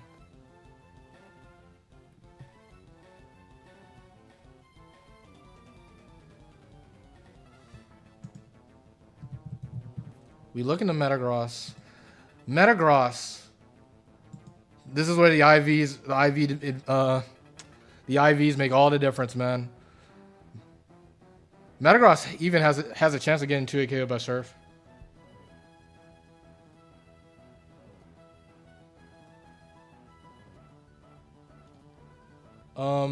Pain Split.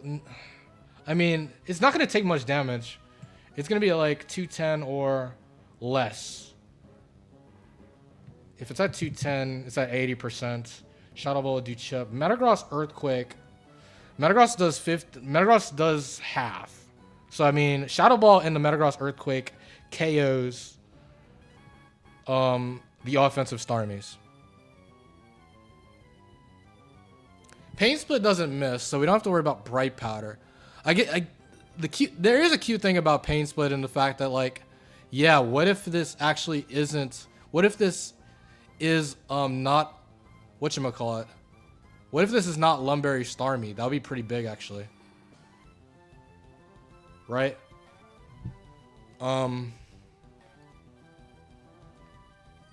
Starmie for his Pokemon. So, okay, we got Mischievous. We're definitely going to do something with Mischievous. We're not switching. You got Starmie. Say Starmie 1. Psychic does a lot. We can Pain Split versus that. Pain Split will allow it to live. If it's Psychics, well, let's see the rolls. Let me look at God Starmie again.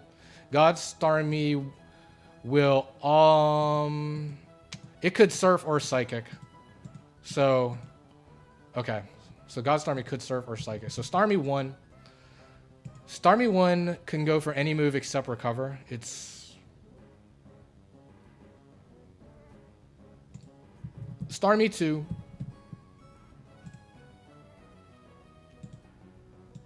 Starmie 2 can go for any move except Recover. If Rain goes up, Pump doesn't kill. But, I mean, if we know it's Rain Dance, then we can Thunder Wave. God Starmie will Surf or Psychic. Starmie 4 will always Psychic. Starmie 5 could Surf, Psychic, or Light Screen. Starmie 6 can do anything except Recover. Starmie 7 can do anything except Recover. Well, no, Starmie 7 will either Psychic or Cosmic Power. Starmie 8 will Surf or Cosmic Power. Pain Split Pain Split may be the play, man.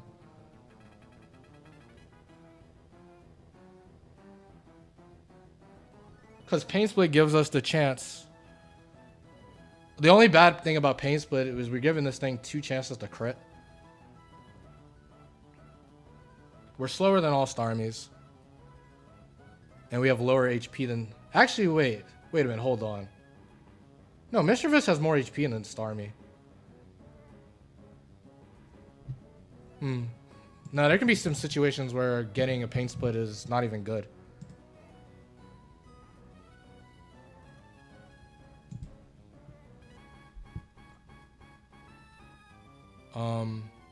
Or it literally does nothing.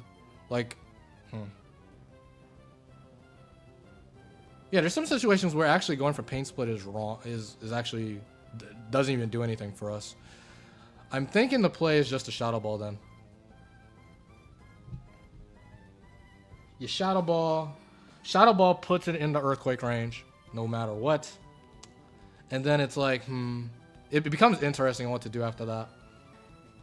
We can sack Mischievous. Or we can attempt to go, say, Salamence. How much will Salamence take from, like, these attacks? Like, this is scary. Like, Noland may have finally gotten me here. Salamence 8 versus, say, Starmie 3. Surf does a lot. 32 to 38. Not. Psychic. 62 to 63 is crazy damage. Like, if they get a good roll, Psychic and the Surf can kill. It can get to a point where I can't even play around this. But I think I need the damage no matter what. Pain Split. I think Pain Split's... Well, okay, let me look at Pain Split again. Because it's like... Okay, is Pain Split really that bad? Even if it doesn't work out? Because, like, okay... I don't get much... Okay, like... It's most likely getting damage on me. Which means Pain Split always gets value. Even for Bright Powder.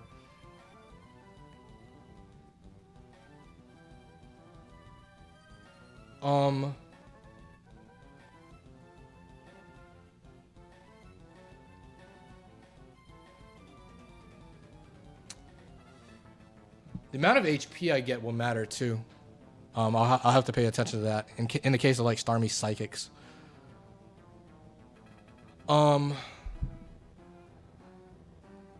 Like, okay, if I Pain Split and it's like it uses Thunder Wave or Rain Dance or whatever, like, do I even care?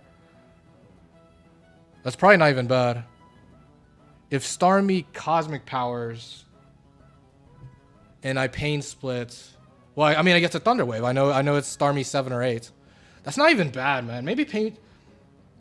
I don't think Pain Split has any. Well, the only downside of Pain Split is getting crit the second turn. That's the real downside of Pain Split.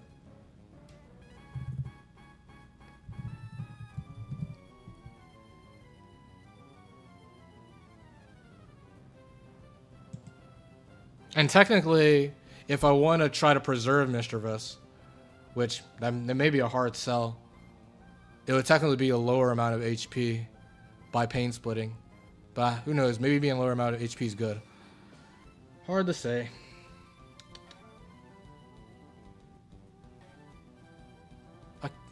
I kind of want a Pain Split, man. Pain Split's the fun play, too. The most important part of the Battle Factory is having fun. It's not like Pain Split is a choke. I mean, like, but it is bad if they crit me second turn.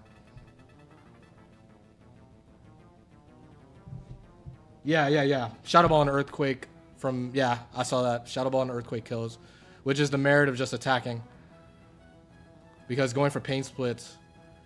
Like, if it's offensive Starmie, it's only taking, like, barely 20 to 25%. Dang, if they crit, though, that's really bad.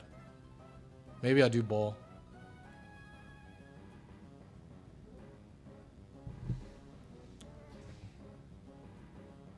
Because there is a good argument that Pain Split is too cute. Because if they get the crit second turn, I kind of just lose. Like, Metagross has a chance of getting 2-hit KO. Well, depending on the Starmie set, of course. We can get bailed out. Metagross facing Starmie 7 or something. But if it's the good Starmie set... Which... I mean... The only Starmie that body bags the entire team is, of course, God Starmie. All the other Starmies... Metagross plus Salamence can tackle to a degree.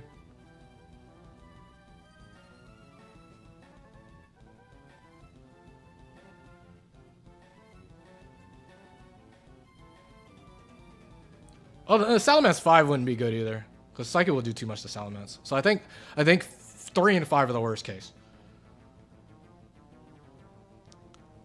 I mean, 8's not that great either, but... So yeah, okay. 3, 5, 8. Shadow Ball. I think I do Shadow Ball. I think that's the safest play. Ensures that I beat it, even though it's going to come down to like, okay, Metagross is going to be at half. I mean, it's still a Metagross with a Salamence in the back.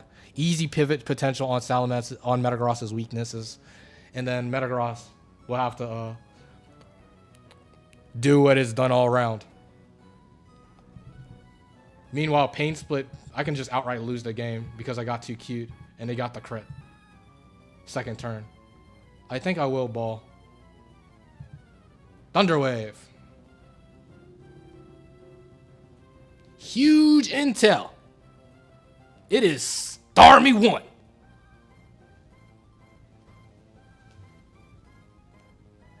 Mischievous. Oh, we're so lucky here. It's Starmie 1. How fortunate is this? It's guaranteed Starmie 1. There's only 2 Starmie sets with Thunder Wave. Starmie 6 is leftovers, though. So Starmie 1, LRXC's secret favorite Pokemon, is Psychic, Confuse Ray, Thunder Wave, Recover. Is this a GG? It's this is not the easiest Pokemon to stall out. Confuse Ray can get nasty, and they could still just Psychic on Metagross. So it's not an easy PP stall here. But this is definitely big. This is the best case scenario. However, what should I do here? Should I Thunder Wave this? If I Thunder Wave this, that maximizes Metagross's chance of beating it. Wait, if I Thunder Wave this, then I go into Metagross. Oh, then it'd be way more easier to PP stall. Yeah. I definitely Thunder Wave this. If you Psychic, that's okay. We can probably PP stall this. And maybe get Pain Split recovery. I think I do Thunder Wave because by Thunder Waving this, I can go Metagross afterwards. And then because Starmie is now all of a sudden slower, it's going to really want to just spam Thunder Wave on Metagross. Which means I can go Mischievous. And then just keep PP stall. If we PP stall all the Psychics and Confuse Rays, the main move we need to PP stall is Psychic. If we stall Psychic, we're good.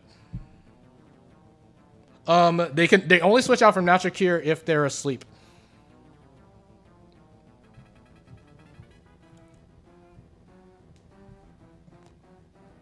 And it's not even guaranteed. I like Thunder Wave here. Let's see if we can get it off. Granted, I mean, we are paralyzed, and it's going to Psychic or Confuse Ray. Psychic will do a lot as well.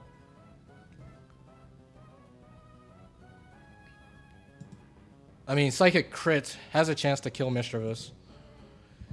Yeah, I have Mischievous 3 on the Calcs right now, but they have the same spread. Psychic Crit has a chance to kill. Very good chance to kill, actually.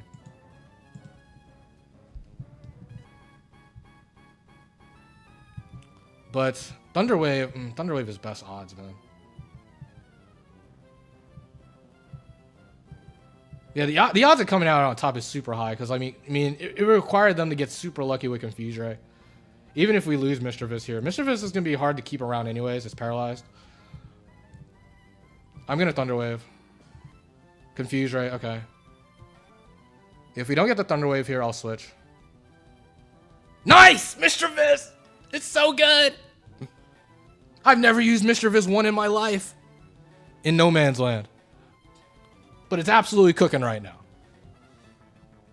Alright, so it's guaranteed using Psychic here. Shell Bell out the way. They don't have a Shell Bell Mon in the back. Oh, the other guy? The other guy is Dave. He finished hours ago. Dave did defeat Noland 8, so he is still on pace, and his streak is still ongoing. 21 wins away with 168 wins. But this is huge. Mischievous locked in, broke through confusion, broke through paralysis. Mischievous #1. Could Suicune do this? Okay, Metagross is free. Oh yeah, we gotta we gotta count the moves. So we got Starmie 1. It gets a little Shell Bell. Good for Starmie 1. It's used Psychic once. It's used Thunder Wave once. It's used Confuse Ray once. And then its last move is Recover.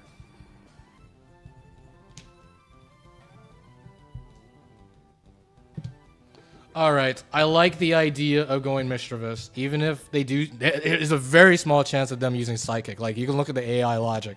I'm pretty sure there's like a 93% chance they Thunder Wave here, because they're slower.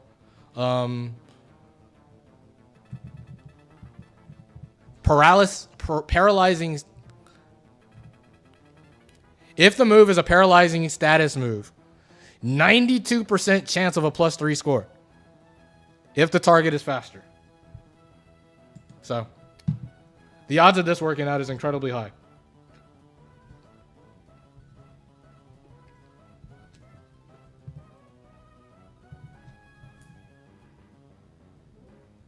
Nice. Thunder Wave.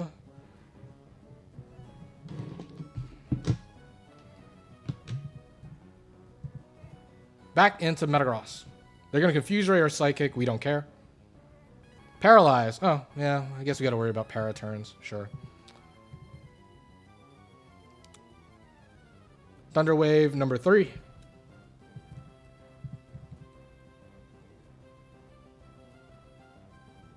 Psychic number 2. Getting some valuable Shell Bill. Para. Now, Psychic damage on Metagross. How much does Psychic do? Oh, it's a double resist. No way Metagross gets 10-hit KO'd. Oh, I'm actually capping. Psychic is a 10-hit KO. Psychic is an 8-hit KO, actually. Which is like, what? Very strong. Despite being a double resist. Okay, I need to give this thing a little credit. But it's okay. I mean, we can obviously rest when need be.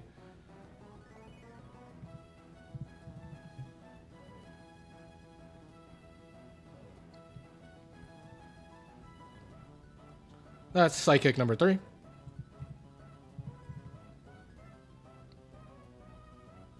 Para.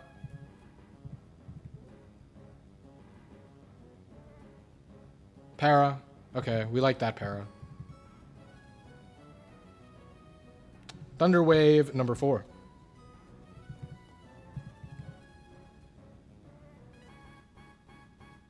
Confuse Ray number 2.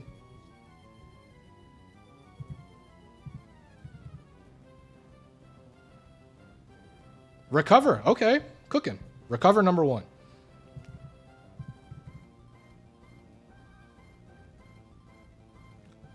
That is Psychic number 4. Now, Crit Psychic. How much does Crit Psychic do? Crit Psychic does 87. So as long as Metagross is at 87%, we have nothing to worry about.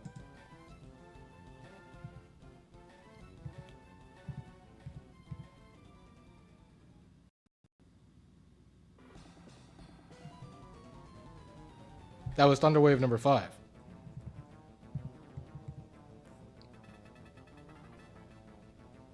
That is Psychic number 5.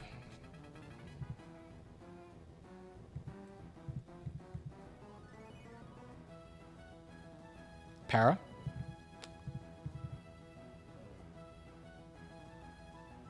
Psychic number 6.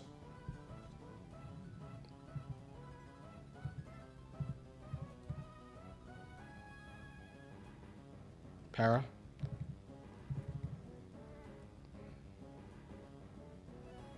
Psychic number 7.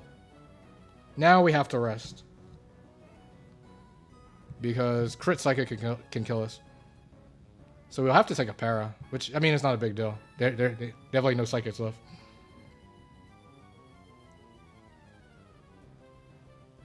Granted, it does mean we kind of have to stay in now. Which is not a big deal. 6 Thunder Waves.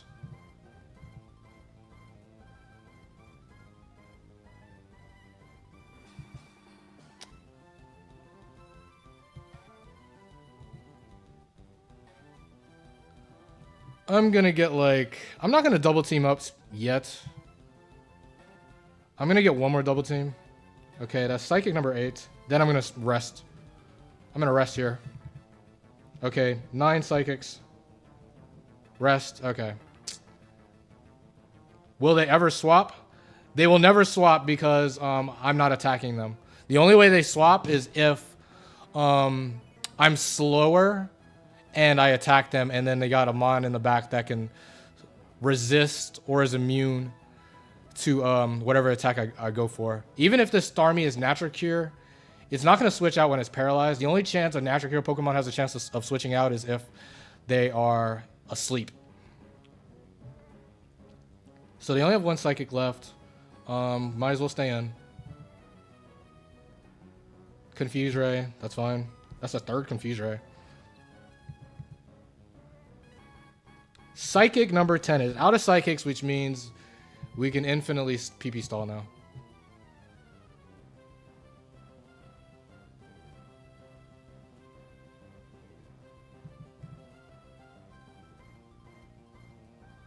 Recover number 2.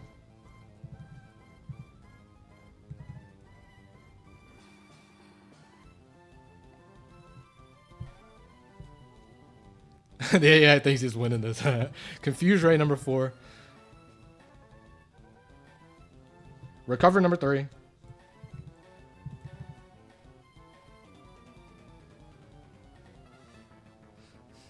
I saw that the Dolphins lost, by the way. Go Dolphins.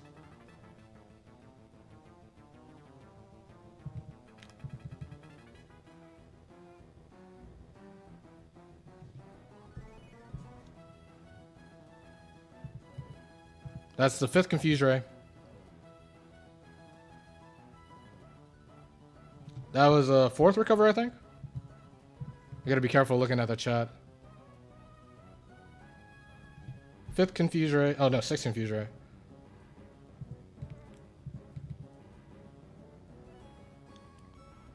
Okay, 5th Recover. Ba, ba, ba, ba, ba, ba. 7th Confuse Ray.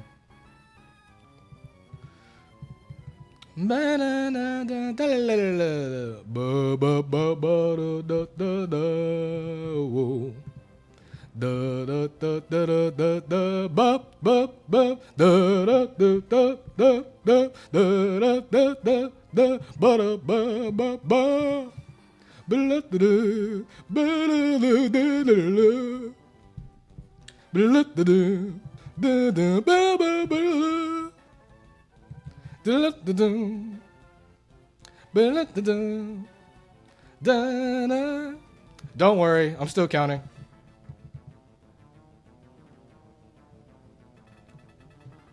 All right, that's the 9th Confuse Ray.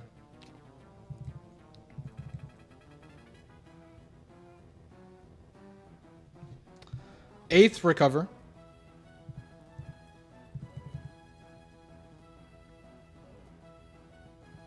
It is out of Confuse Rays.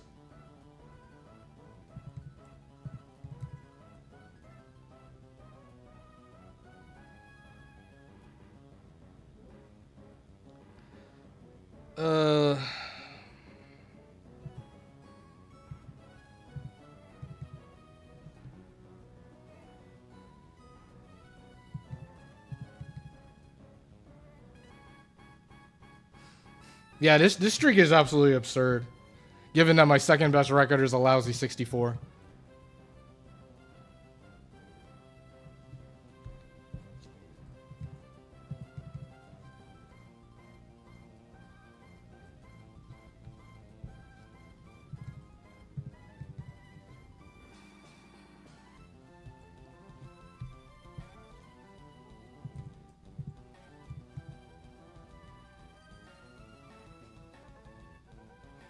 Granted, I mean, that 64 streak was like probably over 3 years ago.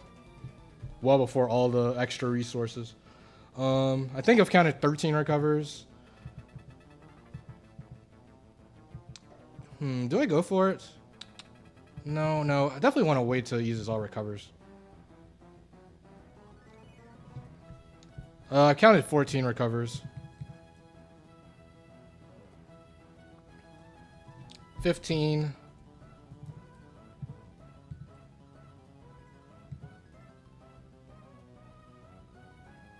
16.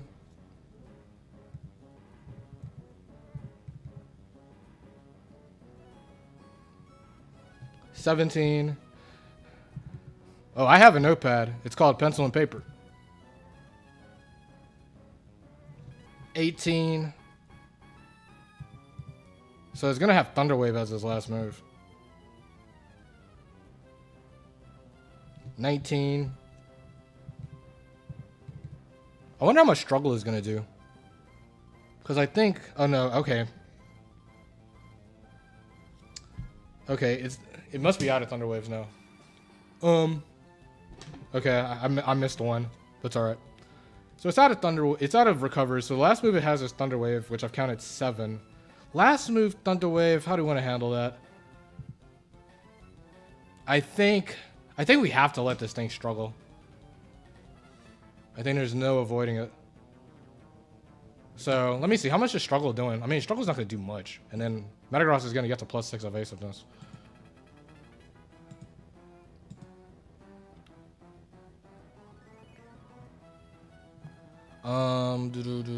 Struggle does 6 to 7%. Chill. Alright. Let's just stall these Thunder Waves once more. No need to waste PP. Like, this is all cute and all. This is very exciting that we are getting the Metagross set up, but we're not out of the woods. Mischievous is paralyzed, so it's going to be hard to get mileage out of Mischievous. And then our last is a 3 IV Salamence. So, if a fire Pokemon pulls up, that's going to be pretty scary. Especially if it's a fire type that is immune to Earthquake. Moltres, Charizard would be a tough sight.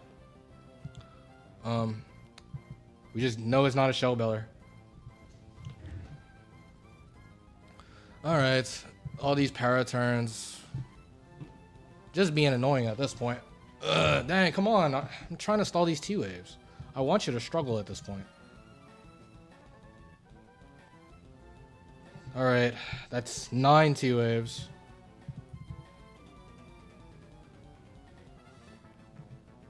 Ten T-Waves.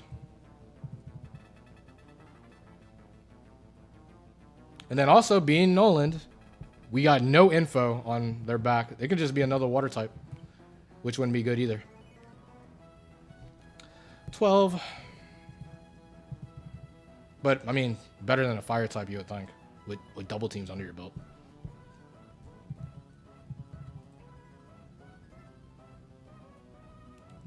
Alright, that's 4. 14, I think. Got a couple more. Para, blah, blah, blah. 15.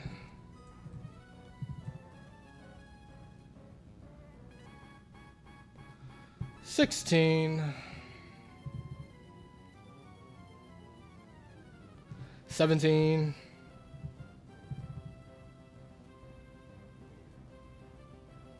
18.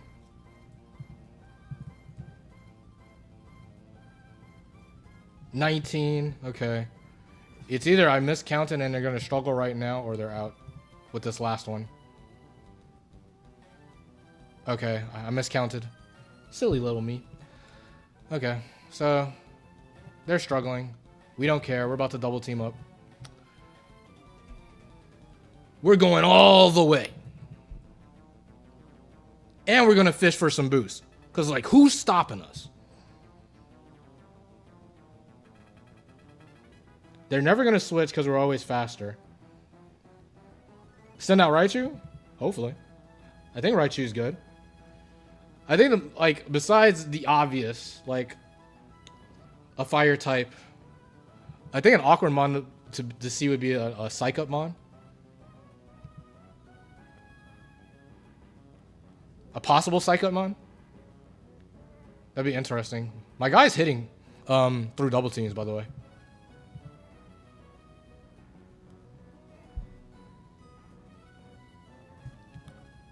All right.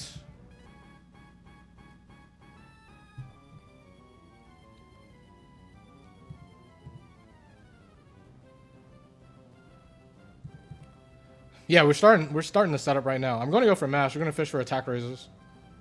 There we go. Metagross is cooking. I want another one. I want another one. Aw. Okay. I'll take +1. I'm not greedy. I'll take 1.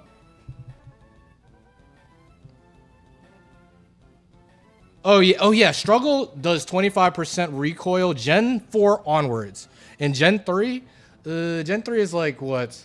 It's like an X amount of your HP, something like that. of recoil damage. So it interacts completely differently. They definitely had to change that mostly because of Wobbuffet leftovers conundrum, among other things. But yeah, it makes struggle a very interesting dynamic in Gen 3 Factory. There's some situations where you actually don't want them to struggle because you can lose. Because they can just infinitely attack you with struggle, and they take no recoil because like they have leftovers to negate the recovery. I mean, to negate the recoil. And then of course we got situations like this where struggling the Pokemon is optimal. So I'm not gonna go greedy. I'm gonna take my +1 attack raise. We're gonna take out the Starmie. Still got 8 mashes. We're gonna use 1 Earthquake. And let's see what Noland is cooking in the back. Alright, man. We would love to see no fire type. Perfect IV Metagross in prime position. Can it do it? Registeel.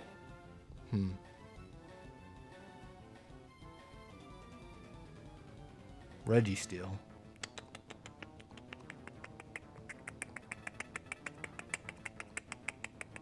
Huh. Okay.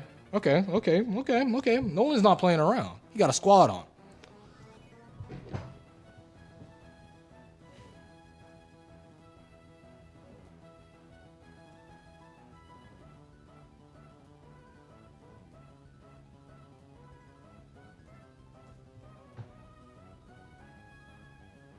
So, Registeel is awkward for 2 specific sets that are pretty awkward.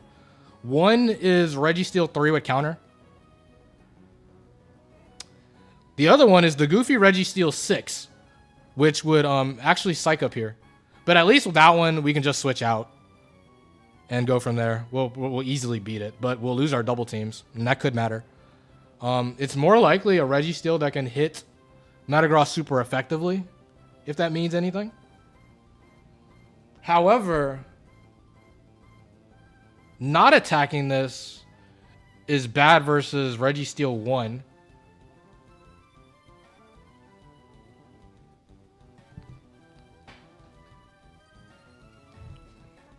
It's pretty interesting, like, Registeel 1. Metagross has a decent chance of, I've used a decent amount of moves, actually.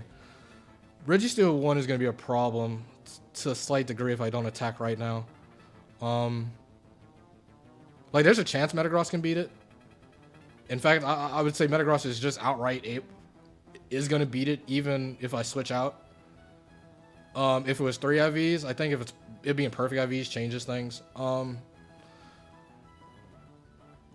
Also, I mean, the double team ones are a bit annoying if I don't attack this. And I mean, I'm at +6 evasiveness. If you're Registeel 3, that's the only one with counter.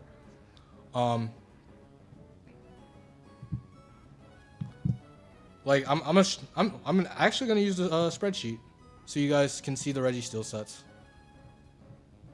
I don't do this every day, because Registeel has a lot going on. A tricky Pokemon to tackle because they come at you in different angles. So yeah, Registeel 1 is God Registeel, Curse, Amnesia, Metaclaw, Resto Chesto. Registeel 2 is the most likely Registeel, as it's the only one that has a super effective move. Thunderbolt, Ice Punch, Earthquake, Aerial Ace. Registeel 3, Ancient Power, Amnesia, Counter Explosion. Registeel 4, Leftovers, Ancient Power, Earthquake, Double Team, Thunder Wave. Registeel 5, Focus Punch, Substitute, Toxic, Double Team. And Registeel 6, Super Power, Aerial Ace, Swagger, Psycho. So, 1 is very likely to Curse. 2 is going to Earthquake. 3, very high chance it counters. I would think. Maybe, I don't know, maybe the Amnesia. But they're probably going to counter. 4, they're going to Thunder Wave nearly always. 5, very high chance they double team. 6 is going to Psych Up. I think they're going to Psych Up guaranteed. So you got Metagross. Metagross fortunately has an attack raise. That matters probably. It probably allows it to 2-hit KO these Registeels. Yes. When without the raise, it's like a roll. So that's good. I think I think I think we're just opening too many doors by switching. I mean, by switching out. Like legit, like Registeel 4 and 5 can be pretty annoying if we let this thing double team for free. Maybe not 5. Well, I mean, it'll definitely be annoying, but not that annoying, actually. The more I'm thinking about it, because I mean, I also have a Salament's flamethrower. But like, why would I turn down this upside of a +6 Metagross when the only way it 100% backfires on this specific turn is 1, it being 1 out of 6 sets Registeel 3, and 2, it's hitting counter through +6 evasiveness. The odds of that not working out for me, the odds of Earthquake not working out for me in this given turn is very low. Surely I just Earthquake here.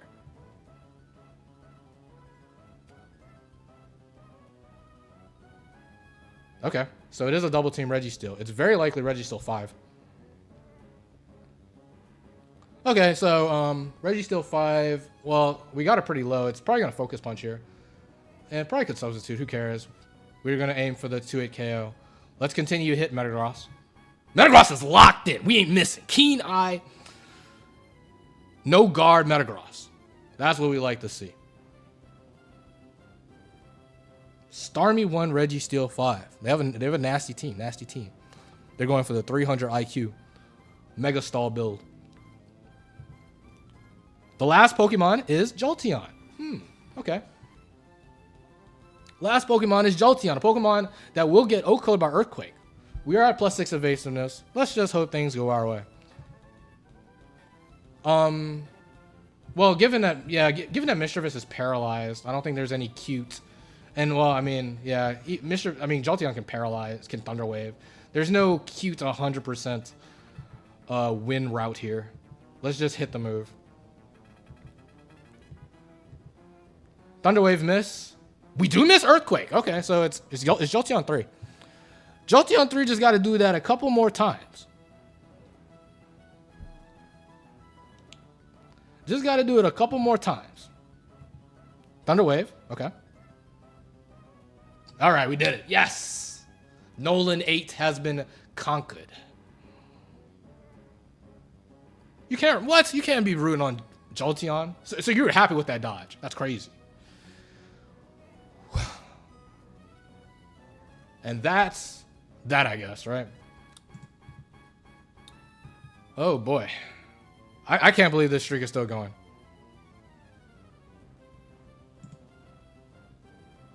But we're getting up there. Definitely getting up there at this point.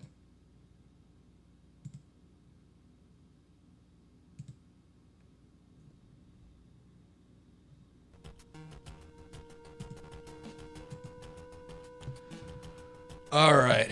I guess we add that to the tally. Round 24 has been conquered. Mischievous 1 Masterclass. Mischievous 1.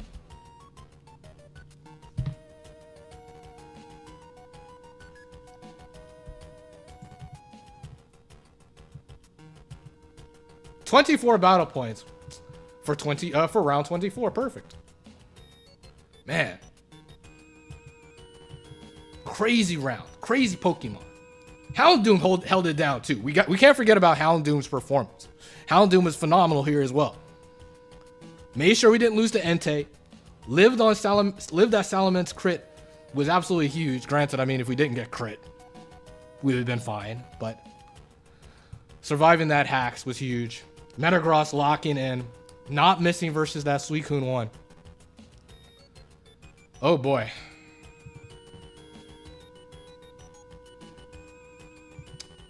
So yeah.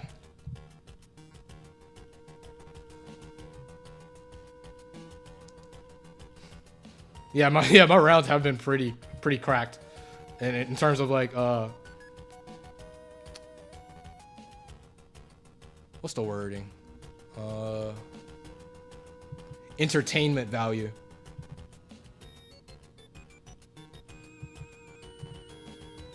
But yeah, let's see. When did I start? I'm hungry at this point, right? That's like 5 hours. So yeah.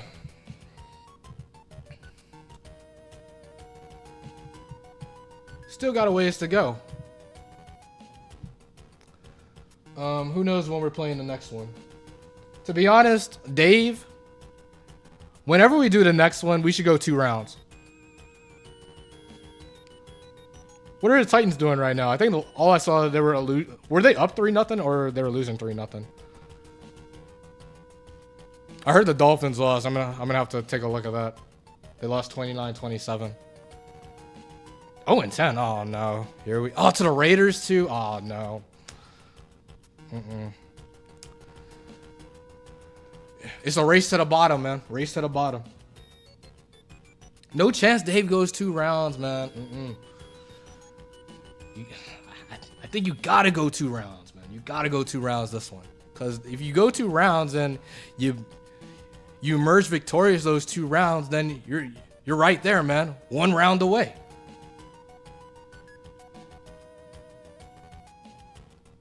But yeah, I am going to end it as I'm hungry, and yeah, I gotta catch up on some stuff, and I will be watching Lions Chiefs tonight. That should be a good game, right?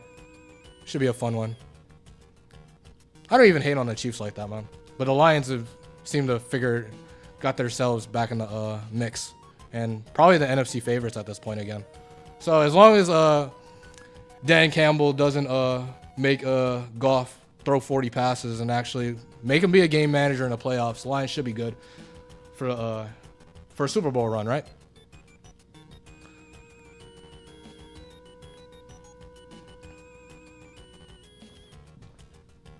So yeah, thanks to everybody who watched and stuck around, and who knows when we're gonna continue this. But until then, I'm gonna have to call it.